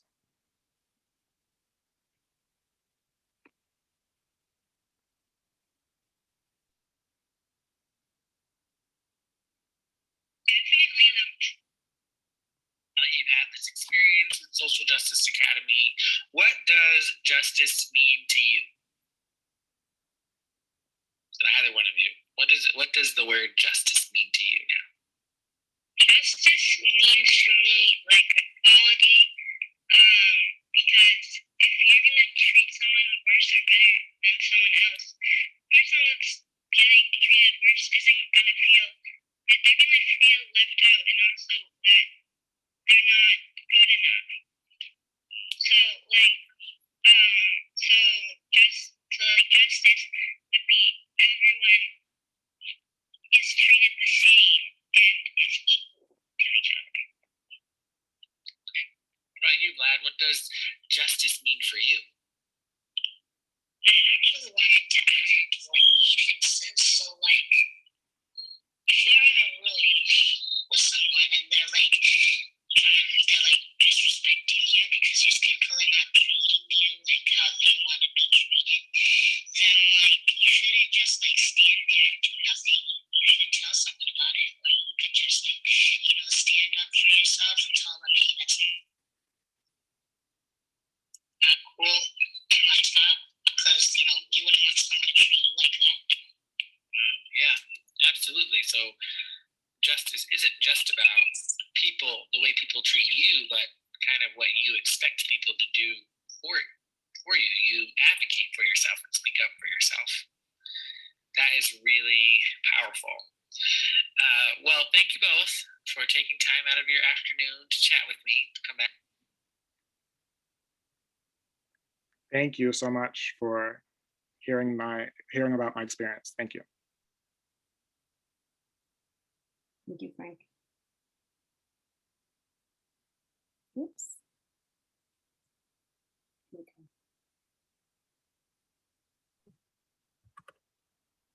Our teams have been working with facilities, food and nutrition, health services, human capital, and payroll to plan the operational framework for summer programs. We are beginning the hiring process and are working on a communications plan for families and schools to make sure everyone is aware of the available opportunities. We are preparing professional development and resources for staff and ordering curriculum and PPE to make sure that we are prepared for safe and enriching in-person summer. Next slide. While we plan for the summer together, there will be a number of different program initiatives. I will pass it now to Solange Marsan to tell you about Summer Early Focus, our early childhood program.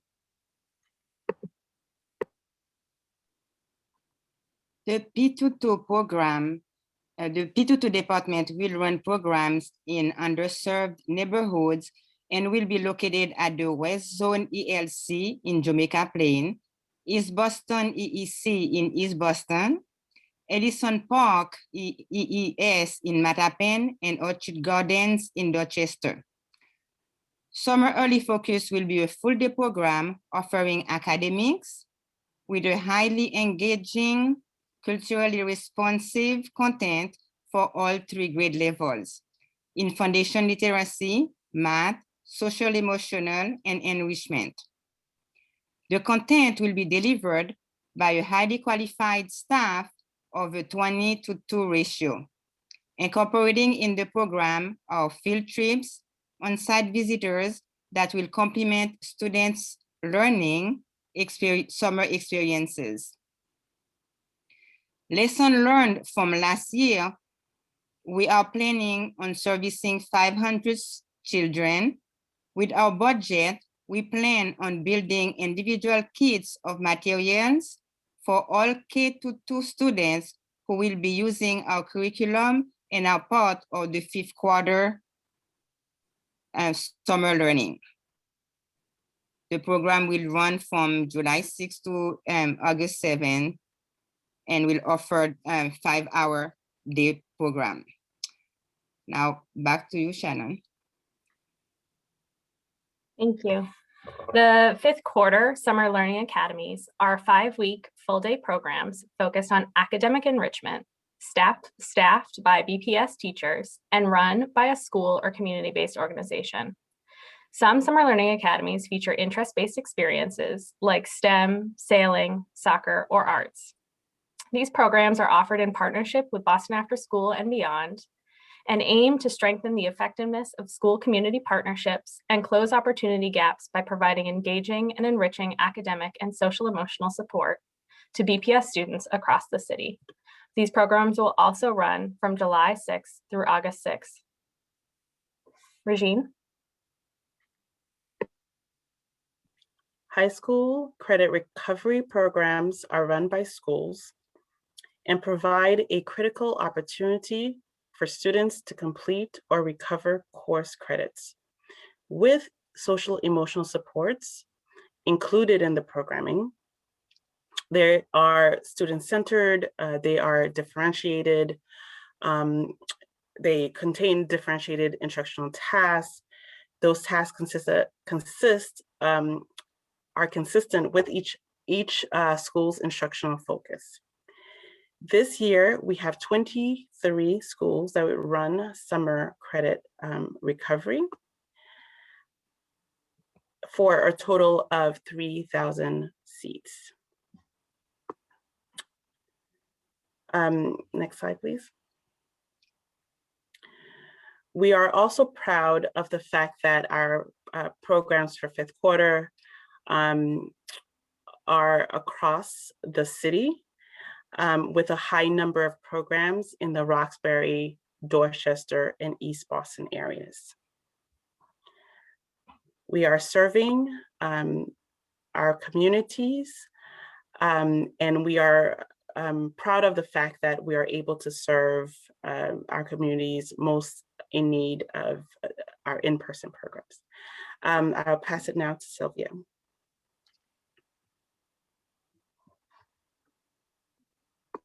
Good evening, everyone.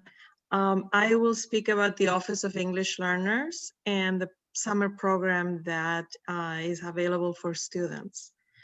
The Office of English Learners offers programs that focus on grade level academic skills in math, English as a second language, and English language arts. The programs will utilize research-based curriculum and instruction that align with the WIDA standards and academic standards to support English language development for our students. It aims to balance academic and language learning along with enrichment opportunities.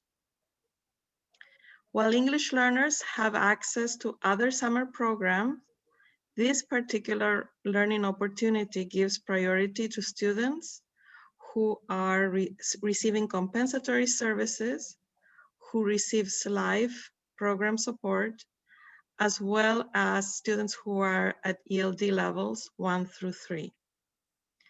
This year, we project an enrollment of approximately 2,500 students. And to that end, members of our team are contacting families to ensure that they're aware of this opportunity. And I'm passing it on to Ethan. Great. Thank you so much, Dr. Romero Johnson. We will be offering our extended school year again this year, as we always do, for students who are eligible for that program. It will be again for 5 weeks this year. I do want to note that this year, in order to meet our compensatory services needs, that we will be extending it one week for those students who are eligible for that. So that would come out of the compensatory services meetings.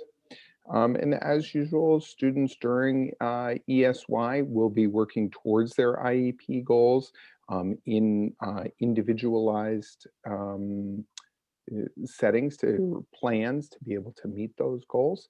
And we look forward to making sure our kids are making progress on their goals. We will also, for ESY, be offering both a remote and an in-person option. And so we look forward to planning that and making sure we're able to make sure students and families feel safe in terms of reaching their IEP goals. Next slide. Also, we do want to note that we will be adding another service this summer, which will be, we're going to partner with Catapult Learning to provide what we're calling a Summer Learning Academy. And again, this is only for students who have been deemed eligible for compensatory services. And that is after a meeting with COAS and IEP teams to determine their eligibility. And that students during this time will be able to work towards their ELA, math, and other IEP-driven goals. So we look forward to making sure that students are able to meet their needs on that as well. Thank you. And I think now I turn it over to Marcia. Thank you so much, Ethan, and a pleasant good evening to everyone here tonight. I'll start by talking a little bit about the Learn and Earn initiative. In the summer of 2020, the City of Boston's Office of Workforce Development launched Learn and Earn in response to the pandemic and the decrease in summer jobs for our young people. And while this is definitely not a new concept, this particular model involves the student taking an actual college course offered through 4 institutions: Bunker Hill Community College, Roxbury Community College, Benjamin Franklin Institute of Technology, and the Urban College of Boston. The plan is to continue with this model in the summer of 2021, with the goal of serving a minimum of 150 students, mainly rising 11th and 12th grade students. Students will have the opportunity to earn up to $300 per week for 6 weeks of coursework, equaling 25 hours of time on task. The broader goal here really is to support post-secondary transitions for students who may just be the first in their families to go to college, and with some career and academic exploration and some additional time and focus on financial aid planning, it can really get them closer to achieving their post-secondary goals. So this will all be part of the overall summer experience. These courses will be taught by a college faculty on a weekly schedule and fall into what we call dual enrollment, which means that students are earning credit towards their high school completion as well as towards their college completion. These credits will be considered a Mass Core elective on their transcript and will help to meet their high school graduation requirements. Next slide. The Boston Private Industry Council, who many of you know as the PIC, works tirelessly to really secure private sector placements, internships, as well as service industry jobs for Boston Public School students. And they've been doing so for many, many years. They are our trusted provider and partner in this space. And they also place BPS students in subsidized positions with our community-based organizations and nonprofit agencies. And what makes the PIC so critical right now and throughout the years is their career specialists actually work across our high school campuses, preparing our young people throughout the academic year for both after school and summer work opportunities through a series of career development and connecting activities. Last summer, almost all PIC placements went virtual, with the exception of some service sector jobs that were still available in person to our young people. And there were decreased in opportunities as a result, and mainly due to the crossover into the world of remote work and learning. This summer, however, we are excited that the PIC is projecting to have around 1,650 job placements earmarked for Boston Public School students that will be a blend of in-person as well as remote. And they have created a new student-friendly job application process that opens up this month. Next slide. And in addition to the PIC, these 4 job placement intermediaries that you see here offer opportunities to Boston students citywide, not just Boston Public School students. So through the ABCD, YOU, YEE, and MLK scholars, Boston high school students will have access to a wealth of job opportunities in the public and the private sectors. Students will be able to build their leadership skills, financial literacy, and give back to their communities in meaningful ways through these work opportunities. The Mayor's Office of Economic Development is actually planning to convene these intermediaries next week to work on the collective strategy to get students connected. And BPS representatives from our Office of High School Support, our School Counseling Division, and our engagement team will be part of these ongoing meetings and will work together to remove application barriers that our students may have faced in the past.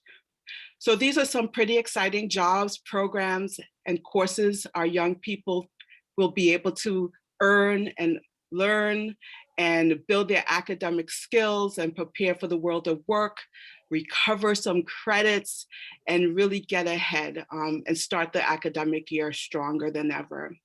So that concludes our presentation on summer learning. And at this time, I will hand the mic back over to Superintendent Castillas.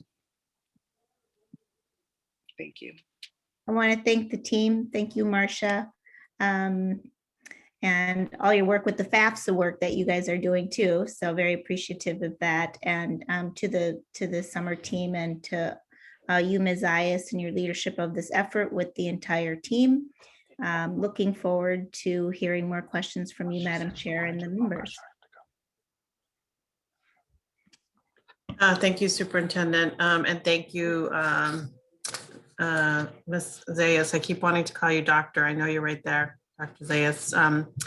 And to the rest of the team. And thank you so much to Chris Smith for coming and talking with us. And also, I cannot remember your name now. I'm sorry.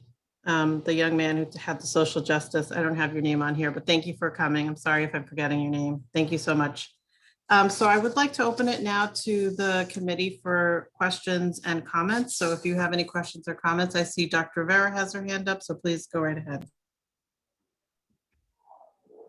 Yes, and thank you to teacher Frank Wilburn for his presentation. It was wonderful. I had a question, two questions related to, again, the COVID kind of protections we're going to continue to have in the summer. So first question is if, are we going to continue doing like pool testing and these other protocols in our buildings that are going to be having programs? And number two, what about the non-school settings, in community-based or, not in BPS buildings, if we're going to have pool testing there? And then are we going to have virtual options? Because I know many families are, going to continue or having that option for this school year to remain remote. Will we have that in the summer? I know those are three questions. Thank you, Dr. Rivera. I don't know about the pool testing. I'll have to get back to you on that and whether we'll be doing that or not. We will have all the other mitigation protocols in place, such as masking and the social distancing, the cleaning, this hand sanitizer. So all of those other protocols will be in place, air purifiers, although we'll be able to open our windows nice and wide and do a lot more outdoor activity. So I will get back to you on the pool testing, whether we'll be able to do that. I do know that some of our credit recovery is online and some of those services, but Ms. Zayas will probably be the one who would be able to give more information in depth about the remote options. Thank you for the question, Dr. Rivera. Yes, we're working on making remote as well as in-person available. We're expecting that many of our families will opt for in-person, and many of our programs will also be available remotely. Just like our schools are really getting accustomed to the hybrid model, we will continue a hybrid model in the summer, but really prioritizing in-person activity for all the reasons that we know are important: physical activity, socialization, and all the activity that we need to be in person for. So that said, like Dr. Cassellius just mentioned, many of our credit recovery options are already available virtually and typically are. So there'll be a mix of opportunities available for families. So there will be, but what about the programs off, that are not on BPS property, or how will there be monitoring of those safety protocols in those programs? Like, will there be a site visit or, and just worried how that's going to be monitored off of our buildings?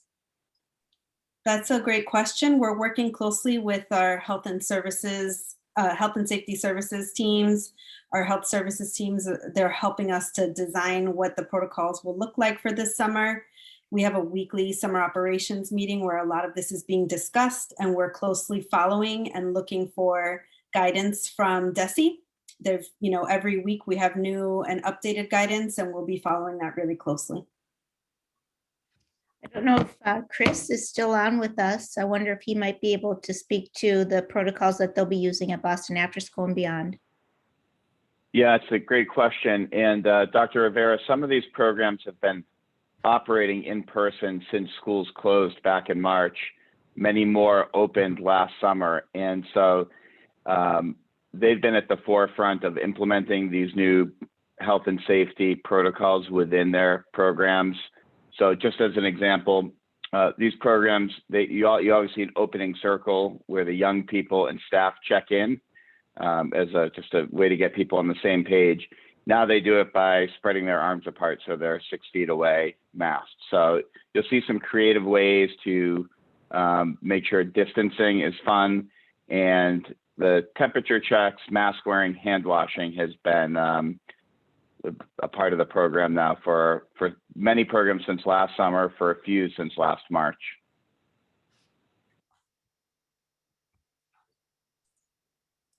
Thank you. Do you have another question, Dr. Rivera? No, I just hope that we can also continue to be vigilant about, the numbers of cases, pool testing. There's going to be a high demand for summer learning. And yeah, I just hope that we'll be able to continue to do the same kind of, rigorous monitoring in the summer programs. So thank you, Mr. Smith. Appreciate it. Thank you. Dr. Coleman? Thank you. An impressive amount of work. I mean, a 60% increase of services, just remarkable, particularly given the pandemic and the partnership with Boston After School and Beyond is wonderful. It speaks well, and nice to know that we're leading the nation in terms of the quality of the program. And so enthusiastic. I know this will take a lot of hard work to get there. So I apologize for asking, moving towards a what could be seen as a negative request. And that I'd love to see all the work that's being done, but I also would like to get a sense of who we're not meeting, right? What's the real need? What % of our kids have needs that could be in the program and are not? And want to have a sense of that delta. I don't want to take away from the great successes, but what we're going, I know it's very hard, but if we can have a sense of the delta between what we're doing and what the need is, and then as we think forward over the next several summers, how we can reduce that size. And so it's just kind of using data to see what we're doing well and not doing well. And I know it's very difficult. These are hard to reach kids, but these are also the kids who are going to have early warning signals, and they're the ones that we just want to track. So it's not I don't want that data to be a gotcha and look what you're not doing.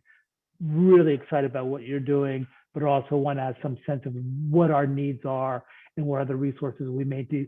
The more resources we need to make those needs. But great work, and kudos to the team on the thoroughness, the integration of multiple programs, the communication across programs, all very impressive.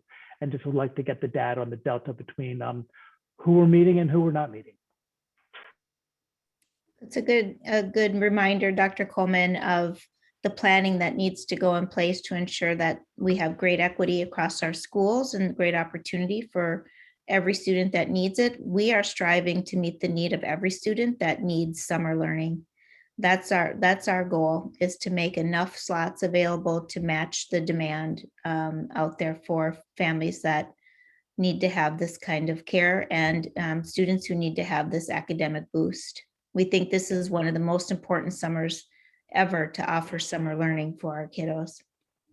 And because we believe you and we know you're working very hard to do that, we also need to be clear about what more resources we may need so you can help fill that gap. So knowing that gap will help us identify resources to meet them. Thank you, Dr. Coleman. Ms. Robinson? Yes, that was pretty much my similar question. I guess the question is, particularly in things like credit recovery, where you have a specific number, if you have more students that go over that number, is there any flexibility of increasing certain programs? I can imagine some really are hard and fast, but did not know what other kind of flexibility there might be if one particular program was really highly sought after by students or families. Thank you for that question. Really excited actually to dive into the data and Dr. Coleman to be able to respond to that question about what else is needed in order to meet the gap. And to your point, Ms. Robinson, how can we ensure that we have the right capacity in every single program so that we can meet student need? It will be a wonderful problem to have if we are overflowing and we don't have enough seats. And we really hope to be able to present that problem to you over the coming weeks as we track registration, once registration is open to families, and we work with our school communities to outreach to every single family and get them enrolled. There are some programs where there are hard limits that are really around the partnerships that we have with industry, with organizations and industry partners around internships. That said, I'll make the plug that our partners at the PIC would want us to make right now. If you're able to take on an intern, we're looking for more opportunities, right? So we need to bring more industry partners to the table to open up those internship opportunities. And then similarly with our school-based and partnership-based camps and other opportunities, it really is a factor of how many educators we can bring on board for this summer. So we're really starting the recruitment process right now. Applications are available. The job applications are up on Talent Ed, and we encourage everyone that has a little space to be able to go ahead and apply and join us this summer. We need all hands on deck. Are we providing transportation, particularly for the youngest students? We are providing transportation. It's one of the aspects that we continue to plan for week over week to make sure, as Dr. Rivera was noting, that the health and safety protocols are in place and that we're well planned in advance to be able to provide that. Yeah, so my last question. So with our youngest students particularly, are we reaching out to specific families, or is it an open invitation for families to self-select and come? Our goal is to reach out to every single family. So we'll be working with our school communities to do that. In terms of thinking about resources, we will be, working with our hub dialer and getting volunteers involved so that we can do that additional outreach that's culturally and linguistically appropriate, that we're reaching out to families when they are ready to talk with us once registration is up and running. Just making it available and open isn't enough. We know that we need to reach out and talk with and voice to voice with each one of our families and explain what the options are, talk them through the registration process, and really hook every single one of our students into the opportunity that's right for them for this summer. Right, and it appears, particularly in the early childhood, some of these seats are for our youngest children who may be entering the district for the first time. Some of the K1 and K2 seats, am I correct? Yeah. Our early childhood program, Solange, correct me if I'm wrong, starts with our K2 students? We have K1, starts with K1. Yes, some of the seats we're reaching out to enrollment we're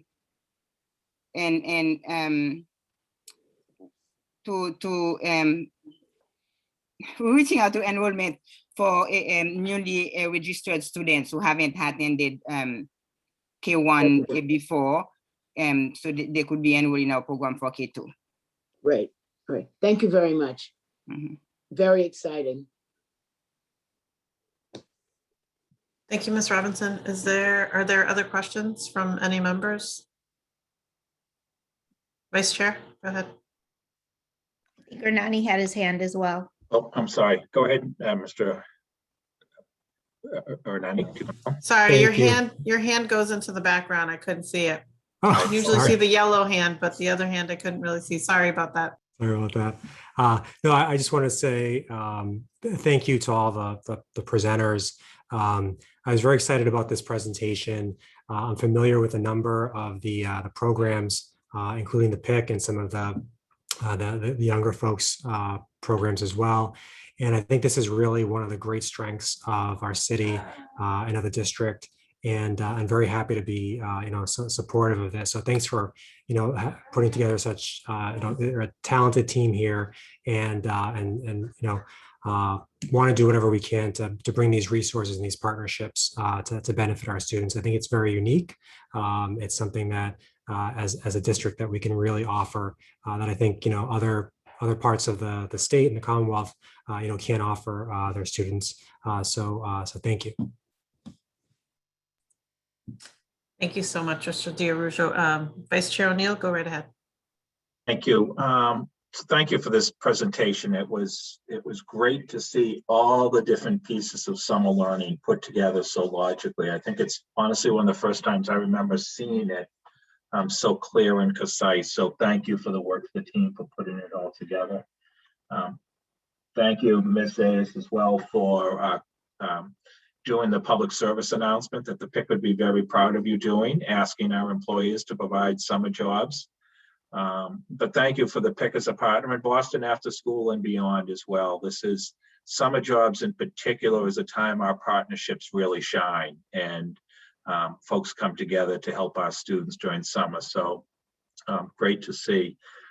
Two quick thoughts. One, particularly around the extended learning time for our students with disabilities.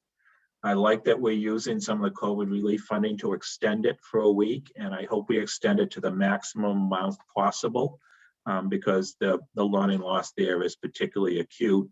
And I'm wondering also, are we offering our students with disabilities who age out during the course of this year an opportunity to take part in the summer program, maybe as equitable services for lost time, so to speak? I'm not sure the proper term to use there, but I'm just thinking of our students who are aging out during the course of this year.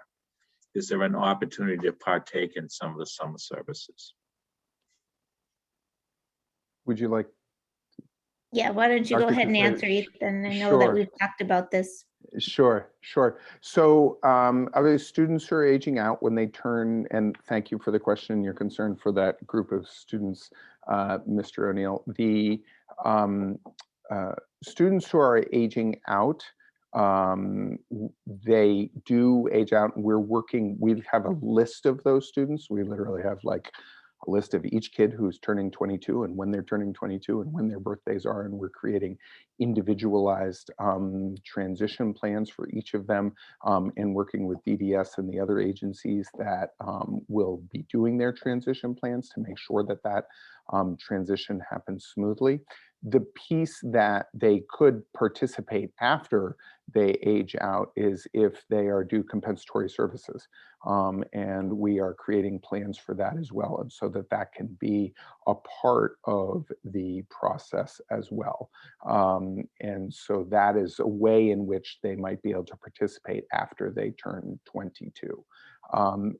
While we're creating those individualized both transition plans and CCS plans. Our primary goal in that is really making sure that their educational needs are being met as well as their adult service needs are being met, and that the two things mesh as they turn 22 and move into their adult services. Excellent, thank you. And thank you for helping with the correct terminology to use it. I was stumbling around to get right. So, got it. Happy to. So you taught me a lot in my visits to the school you used to lead. So thank you for that. Thank you, Mr. O'Neill. Mr. O'Neill, I just want to add right there, something that I also have recently learned in diving into this question with Ethan is that in that transition that we're really planning for student by student with every family very carefully, that in that transition to adult services, if it doesn't happen within a certain time frame, the family actually does lose out on long-term service in their adult services care. So we wouldn't want to overextend BPS-based summer services if it means that the family then loses out on longer-term adult service care. So that's something that really gets talked through family by family, student by student. Excellent point, but I agree the most important part of that is the last point you said, which is that's a conversation with each of the individual families, and that they get informed and that they get to make an informed decision working with the district instead of just the district deciding on their behalf. So thank you for pointing out both points. And And I would just quickly, relatively recently, I think it was in the last 2 years, we've added an assistant director for transitions, and she's been really terrific about following up with each individual family. And so we're able to have those individualized conversations to make sure there's that transition from, you know, the educational needs into the adult services. Excellent, great. And I didn't mean to move the whole conversation to that, but this is an important presentation on summer learning. I just thought it may be a way to help a very small group of students on what they deserve. So, but overall, very, very encouraged by this whole presentation. And I agree with the point that Dr. Coleman and Ms. Robinson brought up as well of, you know, what's the need versus what we're serving. But this is really, really encouraging. Thank you all working on this. Thank you for the question, Mr. O'Neill. If you remember, we also did this for our alternative students last year too, to give them an extra year. So I think it's really important that we think of all populations. Thank you. Any other questions from any other members? Second round. Madam Chair, if you just indulge me 1 second, and I just want to finish the superintendent, your thought of, and particularly this year, for example, when we have this extra funding coming, this is a perfect example of something that we could spend on the short term when the students most need it to make up, and it's not adding something that becomes a long-term spend for the district. Just wanted to finish your thought kind of a little bit out loud there. And it matches on the recovery effort too, right? So this is what the money's there to do, is to invest in helping us all recover. Yep, exactly. Perfect. Thank you so much. I don't see anybody else's hand for additional questions. So I have a couple questions and comments also. Thank you for the presentation. I agree with Vice Chair O'Neill. It's great to see the whole enchilada, so to speak, to kind of understand, you know, the larger universe. And I do want to say that it's been great to see so much participation from the district at the Boston After School and Beyond weekly meetings. I haven't been able to go to all the weekly meetings as much as I try, but I really want to recognize and thank Chris, Mr. Smith, for his efforts in bringing together partners very early on, because it was very chaotic. Nobody knew what was going on, you know, similarly in the district. None of us knows what it's like to go through a pandemic. So I really just want to appreciate the role that you have played in bringing partners together and having partners be able to share information about best practices and helping each other. I got so much out of those calls. My colleagues got so much out of those calls. So I really want to thank you for doing that, and thank again the district, because I think it's all about partnership and how we can work collaboratively together to make sure that every student I think every student needs recovery, but really students who maybe need a little bit more that get priority. So my question is, it wasn't clear to me in the presentation, two things. One is you talked about all students having a plan. So I'm hoping like all students in our district have a plan, and that each school leader has been in touch with families, and that they know what that student needs, and every family knows what options are out there. So that's one question. And then my other question is it self-selecting, or are we looking at, and maybe it goes back to Dr. Coleman's earlier point, are we targeting some students who we've seen who like aren't attending as much or just have kind of fallen off the fray? So I'm just wondering how that works. Thank you for those great questions, Madam Chair. The first question about all students having a plan, our hope and goal and what we're working on constructing right now is a registration system that'll connect to our Panorama system for student success that'll allow us to track an actual plan for every single student. So we're working through the details of how those systems will talk to each other, what the deadline will be for our school-based communities to be in touch with their families, and how the district office and volunteer teams will support them in doing that outreach so that we do have a documented plan for every single child. And that may very well be that, you know, my child will be on, you know, on grandma's summer camp, right? And reading their summer learning, their summer book, and not participating in a structured program, but we'll have that recorded in Panorama so that we'll know, so that we can know that there was a concerted effort and an intentional conversation that happened with that family about what they need, and that we've met that need however possible. Which then connects to your second question about, is it self-select or are we targeting some students? And it's both, right? So we'll be identifying the students that are our highest priority students, like we are right now for our K-6 tutoring and our 7-12 mentoring and tutoring programs that are happening out of school time. Similarly, we will develop that criteria for the students that really are our highest priority for this summer, and then allow for families to opt in to any number of programs that meet their needs. So it'll be both. Mhm. Okay, great. Yeah, I'm glad to hear, you know, I know there's like in the compensatory services, that's a target, but for other students, that's great.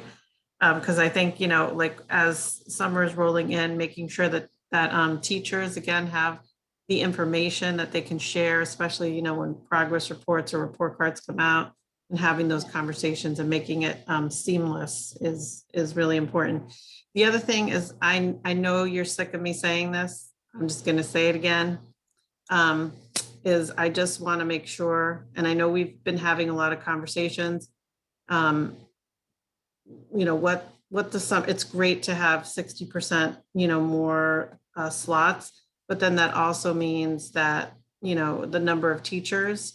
So making sure that we're working together, especially with, you know, the community-based organizations, so that we can also, especially for teachers, you know, like Dr. Rivera's program, for example, that has teachers that need to be ELL certified. So, you know, we want to make sure that there's like a seamless way of making sure that teachers also work in the CBO program. So how we promote the programs will be really important. And then making sure that, because, you know, many community-based organizations actually go into the schools to do recruiting and talk to students. That's, you know, that's not a possibility now. So making sure that there's, again, seamless recruiting of students into programs, because I know programs last summer, again, it was a different kind of summer. I think we're more prepared, but I know that programs were not full in some of the community-based organizations. So I think as much as we can work together, that will be great. And then my last comment is, and I think I've been saying it since I've been on the committee, if you can make sure to also reference Mission Hill is a neighborhood. I don't know what the Fenway Kenmore pieces. I know usually it's Mission Hill Fenway, but if you can just make sure to include Mission Hill because it is a neighborhood, I would appreciate that. Thank you so much. Okay. Again, thank you to your team, Ms. Zayas. You guys are doing some really great work. Thank you, Mr. Smith, for being here. And Mr. Wilburn, I'm sorry that I forgot your name. It was right in front of my face, but you know, sometimes the things in front of your face are the things that you cannot see. So we will move on now. We have a final report this evening, which is an update on the school committee's priority setting process. The committee is pleased to be able to present the goals and measures and share how we've incorporated community feedback into the goals and the guardrails. And at this time, I would like to ask Dr. Coleman, I'm turning it over to him to present the next piece of our agenda.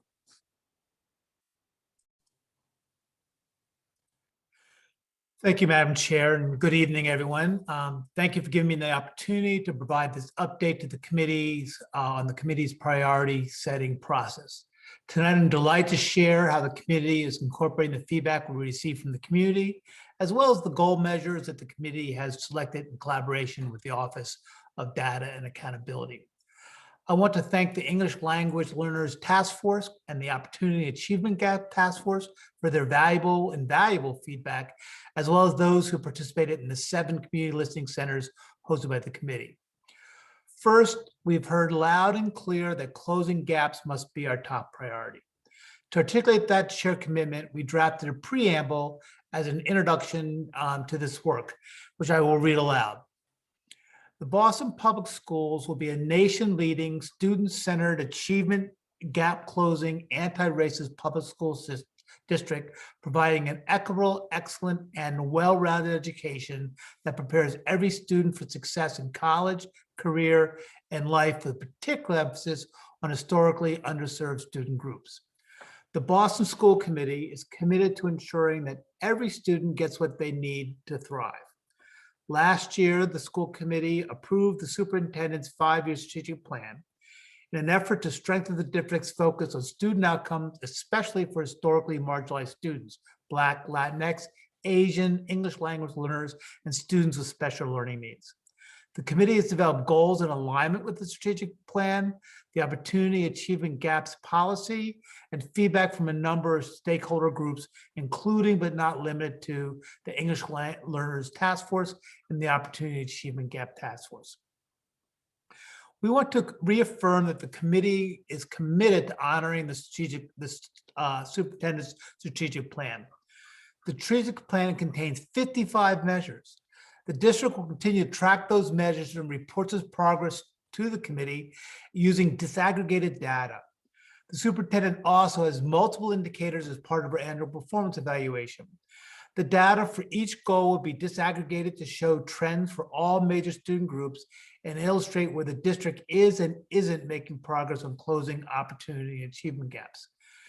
This disaggregation will enable the school committee to understand progress on every goal for key student groups so that, for example, we will know the extent to which BPS English learners are acquiring strong foundational reading skills, demonstrating growth in English language proficiency, thriving in inclusive classrooms, demonstrating mastery across core content areas, and graduating ready for success in college and career.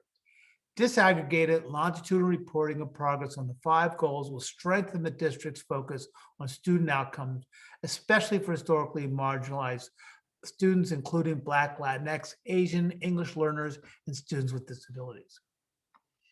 We also want to be clear about goals and guardrails. Goals are student outputs. They represent what students should know and be able to do. The guardrails are adult inputs. They represent non-negotiable community values that must be honored while we pursue the goals. With this in mind, I'd like to take a few minutes to review how the committee incorporated community feedback throughout the document. So goals, the community's vision for what students should know and be able to do. The first goal we have is in terms of early literacy. It's an urgent imperative. Currently, our system has produced disparate outcomes for Black and Latinx students, with 30 and 31% of students respectively meeting or exceeding expectations on ELA, MCAS, and 3rd grade. Our goal is that students will acquire strong foundational reading skills to ensure they arrive in grade 3 ready to thrive in the school. We will measure that by the percentage of K2 students who meet or exceed grade level expectations on the MAP reading fluency assessment at the end of the year. The second goal is for achievement for English learners. The imperative is that our English learners will be able to reach their full potential will not be able to reach their full potential until we provide equal access to high quality literacy education, as we know that student persistence and dropout prevention are tied to literacy. So our goal is that English learners will demonstrate growth in English language proficiency. We will measure that by the percentage of students who are English language learners who demonstrate a student growth percentile on the Access assessment of 50 or higher. The third goal is for achievement for students with disabilities. 30% of students with disabilities are being educated in substantially separate learning environments. Our goal is that students with disabilities will thrive and grow in rich and inclusive learning environments. We'll measure that success by the percentage of students with disabilities with a student growth percentile on the MCAS ELA assessment of 50 or higher. Our next goal is critical thinking with math, science, and literacy. Black and Latinx students, English learners, students with disabilities are not consistently provided access to critical thinking across content areas, as evidenced by the percentage of 8th grade students meeting or exceeding expectations in math. Our goal is that students will be able to critically reason and discern and demonstrate academic mastery of math, science, and literacy. This will be measured by the average MCAS skills scored for 8th grade students in English language arts, mathematics, and science. And once again, we want to emphasize that those skill scores we will report disaggregated by group, by ethnicity, race, English language learners, and learning needs. Finally, the last goal is career and college readiness. While 45% of all students graduate college, career, and life ready, only 39% of Black, 35% of Latinx, 32% of English learners, and 26% of students with disabilities meet that threshold. So our goal is that students will graduate from high school with the agency to direct their future. This will be measured by the percentage of graduates meeting the citywide definition of college and career and life readiness, which includes attendance, GPA, involvement in mass core or advanced coursework, and anywhere and anytime learning. Those are our goals. The next we want to share are the guardrails that we find are non-negotiable community values that must be honored while we pursue the goals. The first is student voice and family engagement. BPS will leverage the cultural and linguistic wealth of students and families by increasing student voice in creating partnerships that recognize their value, assets, and needs. The second guardrail is involvement of community partnerships. BPS will work with community partners to prepare students for unlimited global and local opportunities. The third is equity and opportunity gaps. BPS will implement with fidelity opportunity achievement gap closing practices that are research-based and data-driven at the district, school, and classroom levels. Black, Latinx, and Asian students must have access to standards-aligned instruction by teachers who are trained in culturally and linguistically sustaining practices. Students with special learning needs have a right to be educated in inclusive learning environments. English learners deserve language, accessible, high-quality curriculum and instruction across content areas that will allow them to reach their full potential and cultivate their native language. Native language access is critical for English learners' student success and demonstrates respect for cultures and language of all our students and their families. The next is diverse and effective staffing. BPS will recruit and retain a highly effective, racially and linguistically diverse, culturally proficient workforce that can provide rigorous, culturally and linguistically affirming inclusive curriculum and experiences that celebrate the assets of our students and provides a joyous and positive school experience. And the final guardrail is social, emotional, physical support. BPS will deliver a universal, multi-tiered system of support that addresses the social and emotional and physical well-being of all our students. And very important to us is progress monitoring. Through a series of data and other information, the school committee will closely monitor and evaluate its work related to the proposed goals. This new approach does not change the strategic plan or add new goals or guardrails to the district's work.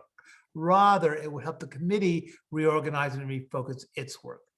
Two sets of measures directly from the strategic plan will be monitored by the committee and will use its meetings to continuously review progress with the superintendent on the goals to ensure that the guardrails are being followed. When BPS departments make presentations to the school committee going forward, the presentation should tie back to at least one of the 5 goals mentioned above. This tight alignment will bring focus to the school committee's work and facilitate shared awareness and collaboration across BPS departments related to the goals.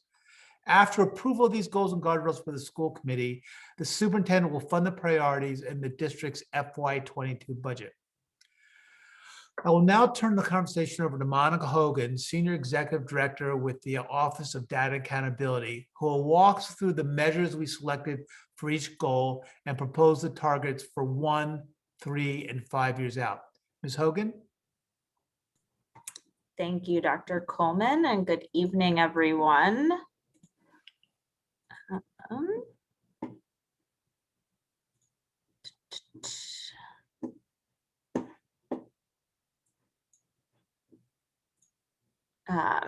So as Dr. Coleman mentioned, following the initial drafting of the goals, the Office of Data and Accountability met with school committee members multiple times to suggest ways in which their draft goals can be measured with available data. We focused on, Dr. Coleman mentioned, 55 metrics in the strategic plan. So wanted to focus on metrics that had already been identified by the district that could align to the 5 areas: early literacy, achievement for English learners, achievement for students with disabilities, critical thinking in math, science, and literacy, and college and career readiness.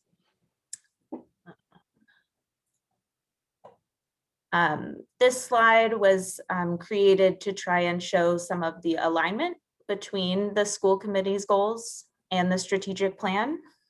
So what you see here, the 5 large circles are each of the school committee's goals, and the symbols surrounding the circles align to the 6 commitments of the strategic plan.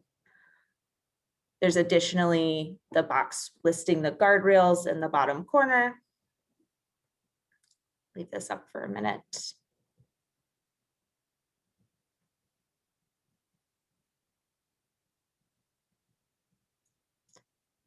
And then there's also an additional visual outlining the guardrails that Dr. Coleman walked us through with some of the language.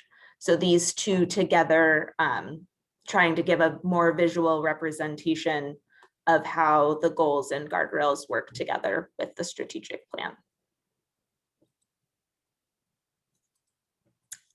So I'll now walk through a little more in detail each of the goals that Dr.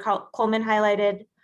So goal 1 is focused on early literacy as measured by the percentage of K2 students who meet or exceed grade level expectations on the MAP reading fluency assessment at the end of the year. So the MAP reading fluency is an adaptive universal screening and progress monitoring assessment available for grades pre-K to 5, which is developed by NWEA, which is an assessment vendor. This assessment measures foundational reading skills, in particular phonological awareness, which is the ability to distinguish letter sounds. This is the only goal in which we do not have any baseline data. And that is because the district changed assessments in 2018.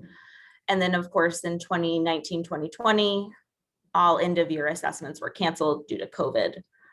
So we do not have any baseline data to set targets with, but following this year's end of year administration, we will review the data and work with the vendor to think about how we might set targets for this measure moving forward. Goal 2 is around English learners, measured by the percentage of students who are English learners who demonstrate a student growth percentile on the access assessment of 50 or higher.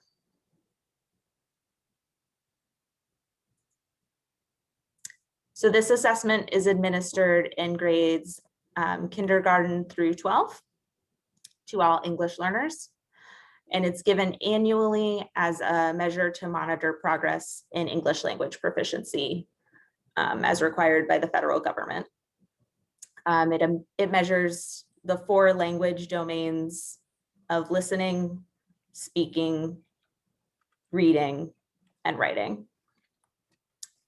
For this measure, we chose a growth measure called Student Growth Percentile, or SGP.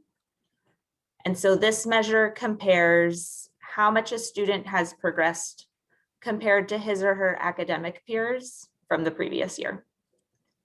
And a growth percentile of 50 is considered typical growth. So we're looking at the percentage of English learners who have an SGP of 50 or higher. You'll see a couple slides that look like this. So the blue bars represent historical data. And the dotted line with the 3 yellow dots represent the target line for 1 year, 3 year, and 5 year targets. We did not set a target for every single year, but instead chose every other year benchmarks. So for this measure, you can see very limited change in the last 4 years of this measure, from 32.7% in 2017 to 33.8% in 2020. And so we have set a 5-year target, which is a 9 percentage point increase to 42.8% in 2025. Goal 3, students with disabilities. This is a measure of the percentage of students with disabilities with a student growth percentile on the MCAS ELA assessment of 50 or higher.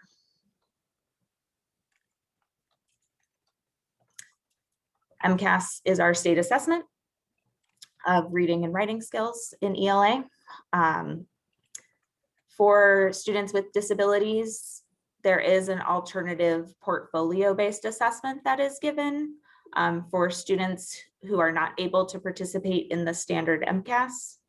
In 2019, approximately 89.4% of students with disabilities took the traditional MCAS assessment. This measure is very similar to Access in that it uses the student growth percentile. So we're again looking at the percentage of students with an SGP of 50 or higher to see that typical growth or higher from year to year. So another similar graph, we only have 3 years of historical data here because MCAS was canceled in 2020 due to COVID. We do see an increase between 2017 and 2018, and we've set a 5-year target of 56.8%.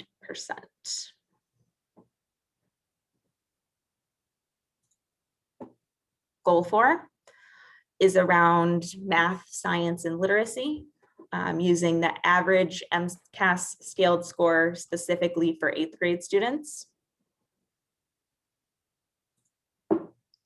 So MCAS is administered annually in ELA, math, and science for grade 8. The scaled score on the MCAS ranges between 440 to 560. A score of 500 or higher is considered meeting or exceeding expectations. An average scaled score of 500 or higher would indicate that on average, students in that group are meeting or exceeding expectations. This measure is a metric that is included in the state accountability system. The Department of Elementary and Secondary Education sets targets for schools and districts for this measure for grades 3 through 8, as well as high school.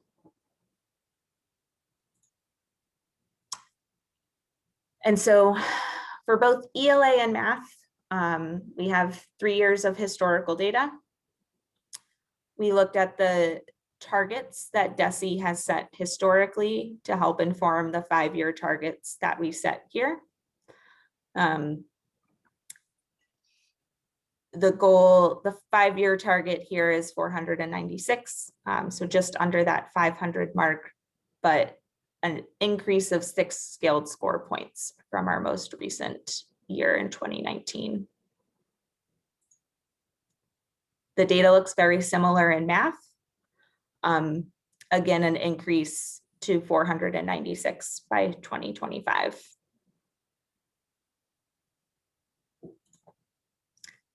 And in science, we only have 1 year of data. That is because the science MCAS assessment recently transitioned to what we call the next generation MCAS. And so that happened in 2019. You'll see the baseline here is lower at 485, but have set fairly aggressive targets to try and get to 498 by 2025.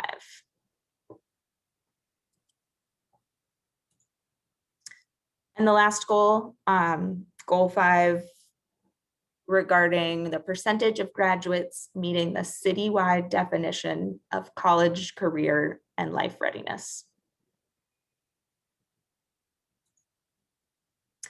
So this citywide definition was developed a few years ago by a cross-sector working group with representatives from BPS, charter schools, private parochial schools, higher education, and our nonprofit partners.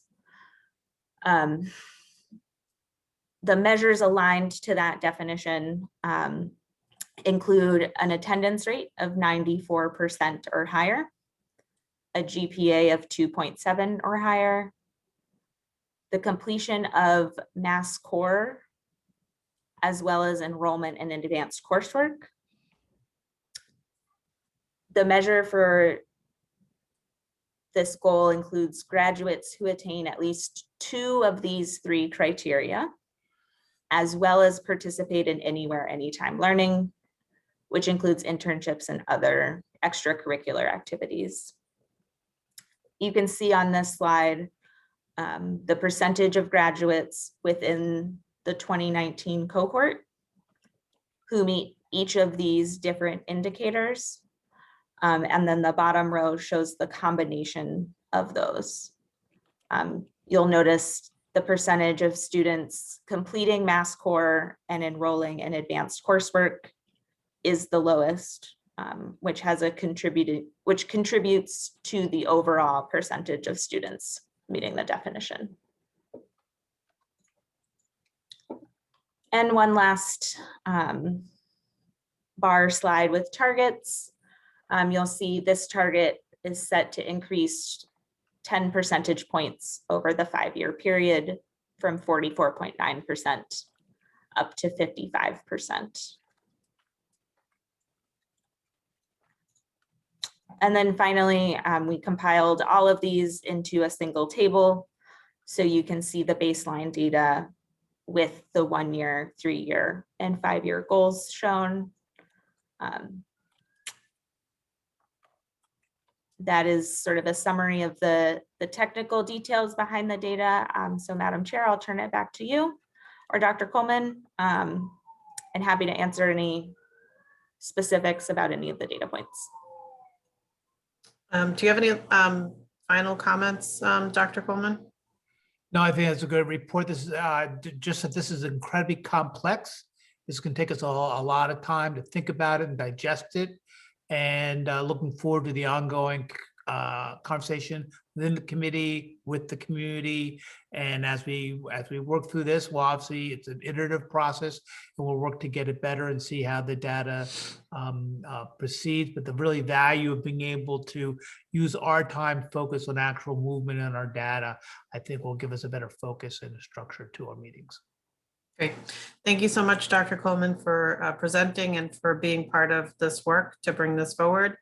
And also want to thank Ms. Hogan. She put in a lot of time to gather all of this information for us for this presentation, as well as district staff, Chief of Staff Mary Dillman and Chief of Equity and Strategy, Charles Granson, who also dedicated a tremendous amount of time over the past couple weeks to support the work of the committee, and also Ms. Sullivan, who never takes a thank you there, but she also had a lot to do. So I appreciate her and appreciate all the school committee members, because all of the meetings that you had, both with AJ from Council of Great City Schools, and then all of the feedback sessions and other meetings that we've had to get feedback. I thank all of you, because I know it's a lot of time.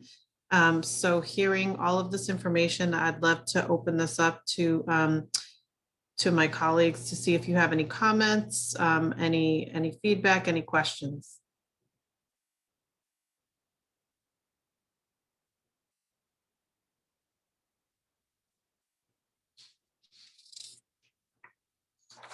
Dr. Rivera, please go ahead.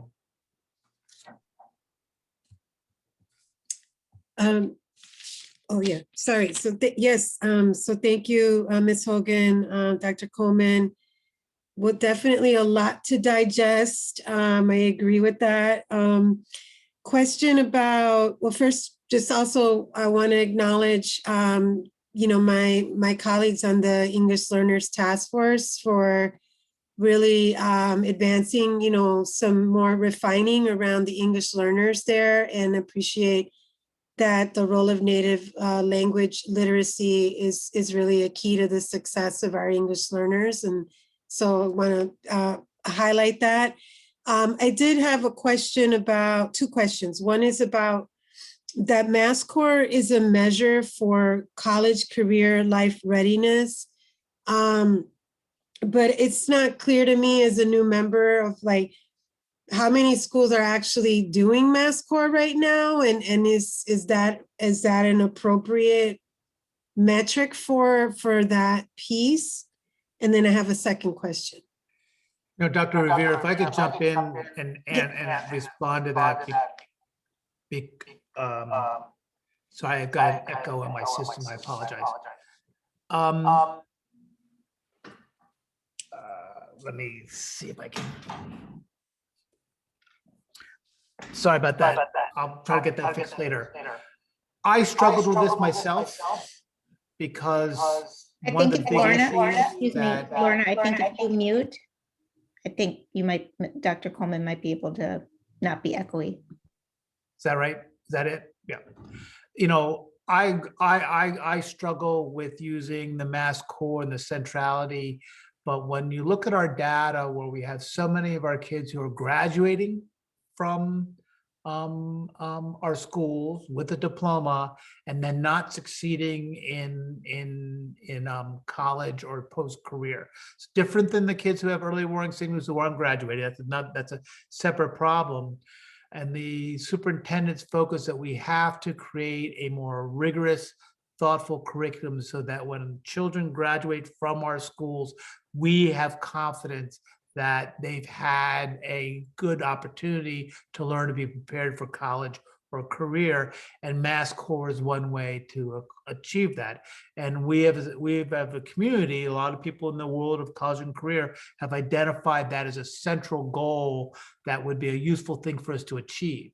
So you're right, we don't have it consistently. So part of putting this into our into the goal system is that we're expecting that we will implement it, and we will hold ourselves and the district accountable for achieving that outcome. So that's why it's there. And from what I am learning, that becomes then a central way to make sure that our diploma actually means something for all our kids who acquire it. And it's a strategy to achieve that. Dr. Casalius, do you want to add anything? No, as you know, I brought Mass Core policy to the school committee previously. Andrea Zayas has been working with the high school leaders as well as other stakeholders within other departments to be able to bring forward the Mass Core policy. So it will be important that we bring that forward and that we pass it. It's very, very important to us setting a standard across all our high schools and what the diploma means. when students leave us, so that they can be successful in college and career. So I'm very supportive of that measure. I think we also have work to do in our attendance policy and how we work with our attendance policy. That needs to be revised as well. We have to revise our athletic policy, which doesn't reflect these similar measures for our student athletes. So there's a number of policies that will need to come before this committee to align to this career and college readiness goal, which I think will help set a really clear pathway forward on what we are saying is the portrait of a graduate in Boston Public Schools. Thank you. Thank you for clarifying that. The other question I had is, again, I don't know if there's a right answer this evening at this late hour, but you know, I see a lot of these measures of success really with testing and standardized testing. And how are we also looking towards more, I don't know, qualitative measures or just sort of other measures beyond testing? Can we be creative about that? And maybe this is a to be continued conversation, but I don't know if you considered other measures beyond testing. Well, that's probably a question for Ms. Hogan in terms of the work that we would need to do around authentic assessments and capture, or maybe using other growth measures with formative assessments, like we're doing with the early literacy measure and looking at the MAP, NWA tests. So, but some of these other measures are the similar and same measures that were held accountable by the state. And so it's really going to be a yin and a yang. You know, we need to still live up to the measures that the state is holding us accountable to. And so balancing that with using more authentic measures is really a key goal that we want to have, but there's a lot of work still yet to be done there. I don't know if you want to add anything, Ms. Hogan. I just add that our team is working on a pilot on developing some performance assessments that can be used district-wide for formative purposes. But we do want to be very careful with taking any sort of formative measures and putting any evaluative weight on them, because then they quickly become accountability measures only, and this sense of compliance of, if I don't do this and my students don't do well, then like what happens to me as a teacher? And that's not how we want to be encouraging teachers to use data in their classrooms. So really trying to figure out what is that balance where we can use measures beyond just standardized tests, but not, you know, turning things into just a compliance exercise. Yeah, and I sorry, go ahead, Dr. Rivera. No, I was just gonna thank her. Thank you. I could be wrong, but I just wanted to add where I could see, you know, that, for example, in the college and career space, that students are doing a portfolio. And so that is like, you know, a way to demonstrate where it's not like, you know, punitive to not do it, because it's great for every student to have that. So I think just being creative like that. But obviously, as Ms. Hogan said, we want to have like the balance of that so that it doesn't become like a accountability measure. Ms. Robinson? Yes, like everyone else, I'm a bit overwhelmed by all of the data and what we need to understand about it. But I wanted us to focus on the early literacy measure, because we talk about measuring the percentage of K2 students who meet or exceed grade level, but we don't talk anything about grades 1 and grade 2, because often we have kids doing well in kindergarten, but by 3rd grade, they're not. So how do we look at those K2 kids as they go to grades 1 and 2, as well as bumping up K2 in the beginning? So explain that a little bit to me. Yeah, so I think in this goal, the focus is on early literacy, and that's why you see this measure. But that doesn't mean that those other measures aren't measured in our strategic plan. So as we shared earlier, there are multiple Okay. measures in the strategic plan, but the one that the school committee has decided to pull out is early literacy, so that kids are getting a great start and Okay. ready for kindergarten. But we will be measuring those other grade levels in. But we in will our be strategic- looking at, otherwise, we will be looking at what's going on in 1 and 2 to make Yes, I sure think that they that- really do get to 3. Yes, target. yes. Okay. And I think that's a really good point, is that you Okay. look at individual criterion race based assessments. So you're looking at the child year to year to year. And Right. that's really important as you look at their trajectory and their growth year to year to year, Mhm. based on their prior year's growth. Yeah. Yeah, because always, I mean, I think we've looked at this before when we're looking at what happens in grade 3 and then looking at the next year's grade 3, et cetera. But a lot of that to me is subjective, because if the cohort is different, Mhm. the goal, I mean, the score may be greater, Right. but it has nothing to do with, how is last year's 3rd graders doing in the 4th grade. So I feel like sometimes I'm not quite sure if the measures are always telling us what we really need to do. Yeah. About, cohorts, since our kids, those cohorts can vary greatly in terms of the composition of them from one year to the next. It's a really good point in how you look at data and, how you Mhm. how you cut the data. And I think another really good point is that we look at this data, all of it demographically. Even if we are calling out EL students in the strategic plan, we'll still be looking at all students. And when we look at all students, we can see the gaps that exist among student groups. Mhm. So that gives us further information about what we need to do to deal with those issues. I don't know if you have anything to add, Monica. So I'd just say, we do give the MAP fluency assessment in 1st and 2nd grade as well. And as you know, in that learning to read phase, the skills that you're testing are really different at each grade level. And so when you combine them together, it sort of gives you a fuzzy picture if you look at all 3 together. So focusing on K2 helps us see how are we launching kids from kindergarten into 1st grade, and are they successful at that point, or where are the gaps already starting to grow at that early point. Right. Thank you.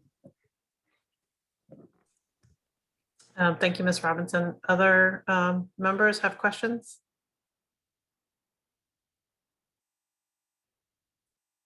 Yes, Vice Chair, go ahead. So first of all, thank you for this presentation. Thank you, Dr. Coleman, for your work on it. I do have a question in the preamble.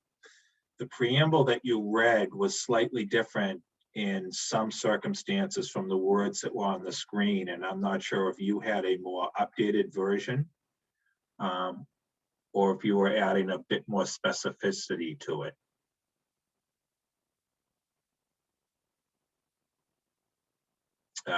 Dr. Coleman, you're muted. Yeah, sorry that it was probably my habitual constant editing of everything I'm engaged in to try to make it clearer. So, Okay. I don't think, were there any substantive changes there? No, or- I thought I actually liked what you were saying out loud, particularly when we were talking about groups of our students. So I just wanted to make sure that that actually got incorporated into the final version. So thank you for that. I do also note, the chair invited me to join a meeting with the ELL task force, and it was an excellent conversation. Really appreciated their feedback, and it looks like it was incorporated a number of points that they were raising. I know the Opportunity Achievement Gap Task Force has also sent us a letter, and a number of the points that they have raised have been in it. And I know the chair is going to be meeting with them shortly to get some additional feedback from them. And we did, as a committee, just receive a letter today from SPEDPAC, and as the chair of SPEDPAC pointed out in public comment to us. And so I want to make sure, I am actually delighted that these various groups that work with us and task forces and others are paying attention to this and are giving us feedback. I actually really welcome it. And so I hope we can take our time and look at the letter from SpedPAC and have, I know, I assume the chair is going to be setting up a time to have a conversation with them as well. And some other groups that have raised their hands, and getting feedback from folks and seeing how, if it either explain what we've done or potentially incorporate some of their feedback as well, is music to my ears, because it is more involvement. And when people get involved and they're paying attention, then they want to help us be successful on these measures as well. So I appreciate the groups that have reached out to us, even though I know we've done a tremendous amount of work on it to date. And the last point I wanted to make is, Ms. Hogan, could you potentially bring your screen back up and go to the college and career readiness one? I know we discussed a little bit about the Mass Core piece.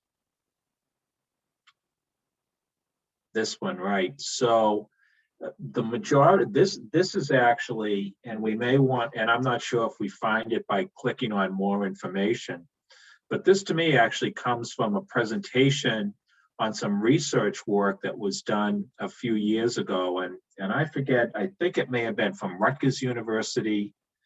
I'm not sure the specific group. It may make sense to footnote it and highlight it of why we chose these, but we have specific research to show that if they obtain at least 2 or 3 of these, then we have a good sense of what's going to happen to them. So I thought it made sense to highlight that this is actually very specifically research-based. Yep, happy to add that in. And it was Bob Balfans did the report for us from, I believe he's at Johns Hopkins right now. Johns Hopkins, okay, great. Well, south of Providence, I was close. But that's a real Bostonian view of the world, right? Combining Baltimore and New Jersey, Princeton, New Jersey, but not Princeton, but in New Jersey, Rutgers. So thank you for that. And I just, because it was so well done, and quite frankly, it opened a lot of our eyes to the work that was in front of us to make our students college and career ready. So would love to see that highlighted. Thank you. Yeah, Mr. O'Neill, one of the things that I also asked the team to do as you look at that slide is that there's a difference between the meeting of the Mass Core and then also the meeting of the advanced placement and the advanced coursework. And they're combined in this measure, but I want to make sure that we report those out separately to you because there are great discrepancies, as we heard some of the students talking about. Advanced placement is not in all of our schools, or they don't have other advanced opportunities for advanced coursework. So we want to make sure we pull that out separately from what's just required under the Mass Core as well. Yeah, great point. Thank you for pointing that out, Superintendent. Thank you, Vice That's Chair. Ms. Robinson, you have another question? No, okay. Any other questions from members? Okay. I just wanted to say that on that last point around the slicing out the advanced work and the Mass Core, I think that what's exciting, the silver lining, if there is one, I mean, nobody wants to go through a pandemic, but I think with all of the technology that we've seen, we can foresee being able to do things, through technology where not every school has to have everything, but all students have access, and I can imagine something like that. Again, I just want to say thank you to Ms. Hogan, Ms. Dillman, Dr. Granson, and Dr. Coleman for all the work on this, and thank everybody. So just in terms of the next steps, our plan is that we will vote on the final goals and guardrails at our March 24th meeting, the same night that we vote on the superintendent's final fiscal year 22 budget recommendation. The committee intentionally scheduled these votes to ensure that the goals and the guardrails would be supported in the budget. And we also will ask the superintendent to operationalize this in the budget and to come back to this body at a later time with a presentation on how the budget will support these goals. And additionally, as all of you know and have heard, there will also be additional federal dollars coming to our district, which may, may be used for some of these goals. I mean, we'll see how, again, there has to be a community process as well around that. But once the goals and the guardrails are fully adopted as a school committee, we will then redesign everything we do to monitor these priorities and focus our work around them. So the next piece of work will be around our agenda setting. So again, this is going to be an ongoing process of goal setting, monitoring, and evaluation.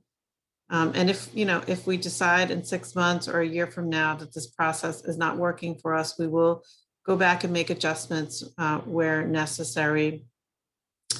Just as the committee is committed to accelerating student growth, we're also committed to growing and learning as a body. So I look forward to reaching consensus on these goals and guardrails so that we can move into the next phase of this work to improve student outcomes and drive real change. And I look forward, as Vice Chair O'Neill said, to hearing from SPEDPAC. And I apologize, I cannot remember the name of the other group, BEAM, and I can't remember who else that we will also be meeting with. So I look forward to that conversation that would, those comments be incorporated back into this document. So we will now move on to public comment. Madam Chair, can I make just one more comment about the goals? I'm sorry. Sure. No, go ahead. I'm sorry, I meant to make the comment before you gave your final remarks, and that is, I already noticed in the preamble as well that it said that the committee would focus on these 5 goals, and that's how you would agenda set. One of the things I remember AJ saying, though, was that if there were legal or policy matters that you had to put on the agenda, I just wanted to make sure that was clear with the public, that there will be other matters brought to the committee outside of these 5 goals, but they're very limited in the fact that they're either mandated legally or by state guidance or something like that, budgetary. Yeah, that's correct. We should add that in there. Thank you for highlighting that. And that is correct, that anything that we have to do in terms of that legal standing or is mandated would come in front of the committee. So thank you. So I'd like to move on now to public comment on reports. Ms. Sullivan. Thank you, Chair. We have no speakers for public comment on reports. Okay, thank you so much. Any new business? Okay, so that concludes our business for this evening. The next school committee meeting will take place on Wednesday, March 24th. Madam Chair, I think Dr. Coleman had his hand up. Oh, I'm so sorry. That's right. No, I did it late. I hesitate to this. I don't necessarily want to bring this up in new business, but I feel compelled to just point out that we've been living in an environment where we're beginning to see the freedom of bullying and hostile behavior at multiple levels, most recently in the governor's office in New York City, where leaders feel it's okay to threaten and cajole people and not work in a cooperative manner. And I think we've heard in presentations to us recently in the community, a freedom to express disagreement with a level of hostility that I find discomforting. And not something that if I was a headmaster of a school, I would want to tolerate. I wouldn't want to tolerate in my classes. And so I don't know what we can do about it, but I hope that we can begin to expect a higher level of civility in conversations as we model for all our students ways in which we can create a more blessed, comfortable community. So I'm just sharing that. I'm concerned by that. You've heard me talk about this before. I don't want to just accept people being upset. Doesn't give them license to be abusive. That's not the way I want children to be raised, my children or anyone to be raised. So I don't have a clear agenda item on that, but I felt compelled to share that. And if we can think forward about how we can create a civic engagement in our area of responsibility, that's a better model for a quality community, I would appreciate that. Thank you, Dr. Coleman. I could not agree more with you. And we should definitely think on how we can move that forward. I don't have the answer either. I think we want to make sure, at least I do in the fall, that we have some training. I've spoken to the Mass Association of School Committees around doing a training for us around norms. And maybe that can be also part of the conversation, the norms that we have with our community, as maybe a way to talk about that. Mr. Tran, you have your hand up. Go ahead. Hi, I'm very sorry to add my 2 cents at this late of the night. I wholeheartedly concur with what Dr. Coleman just raised. You all have received my messages regarding the entire incident. The only thing that I would like to recommend from this point on, in order to deal with any kind of issue similar to what we have already experienced recently, when the committee is issuing a response, I do understand that the response is to be on behalf of the entire committee. I'm only requesting that in the near future, or whenever we need to issue any kind of formal response to any kind of issue, any kind of controversies, please run it by us first. I like to have at least a chance to review it before it is out there, because what we heard today from our past student representative, I believe that a misunderstanding and intentionally or not was raised. So I do expect any kind of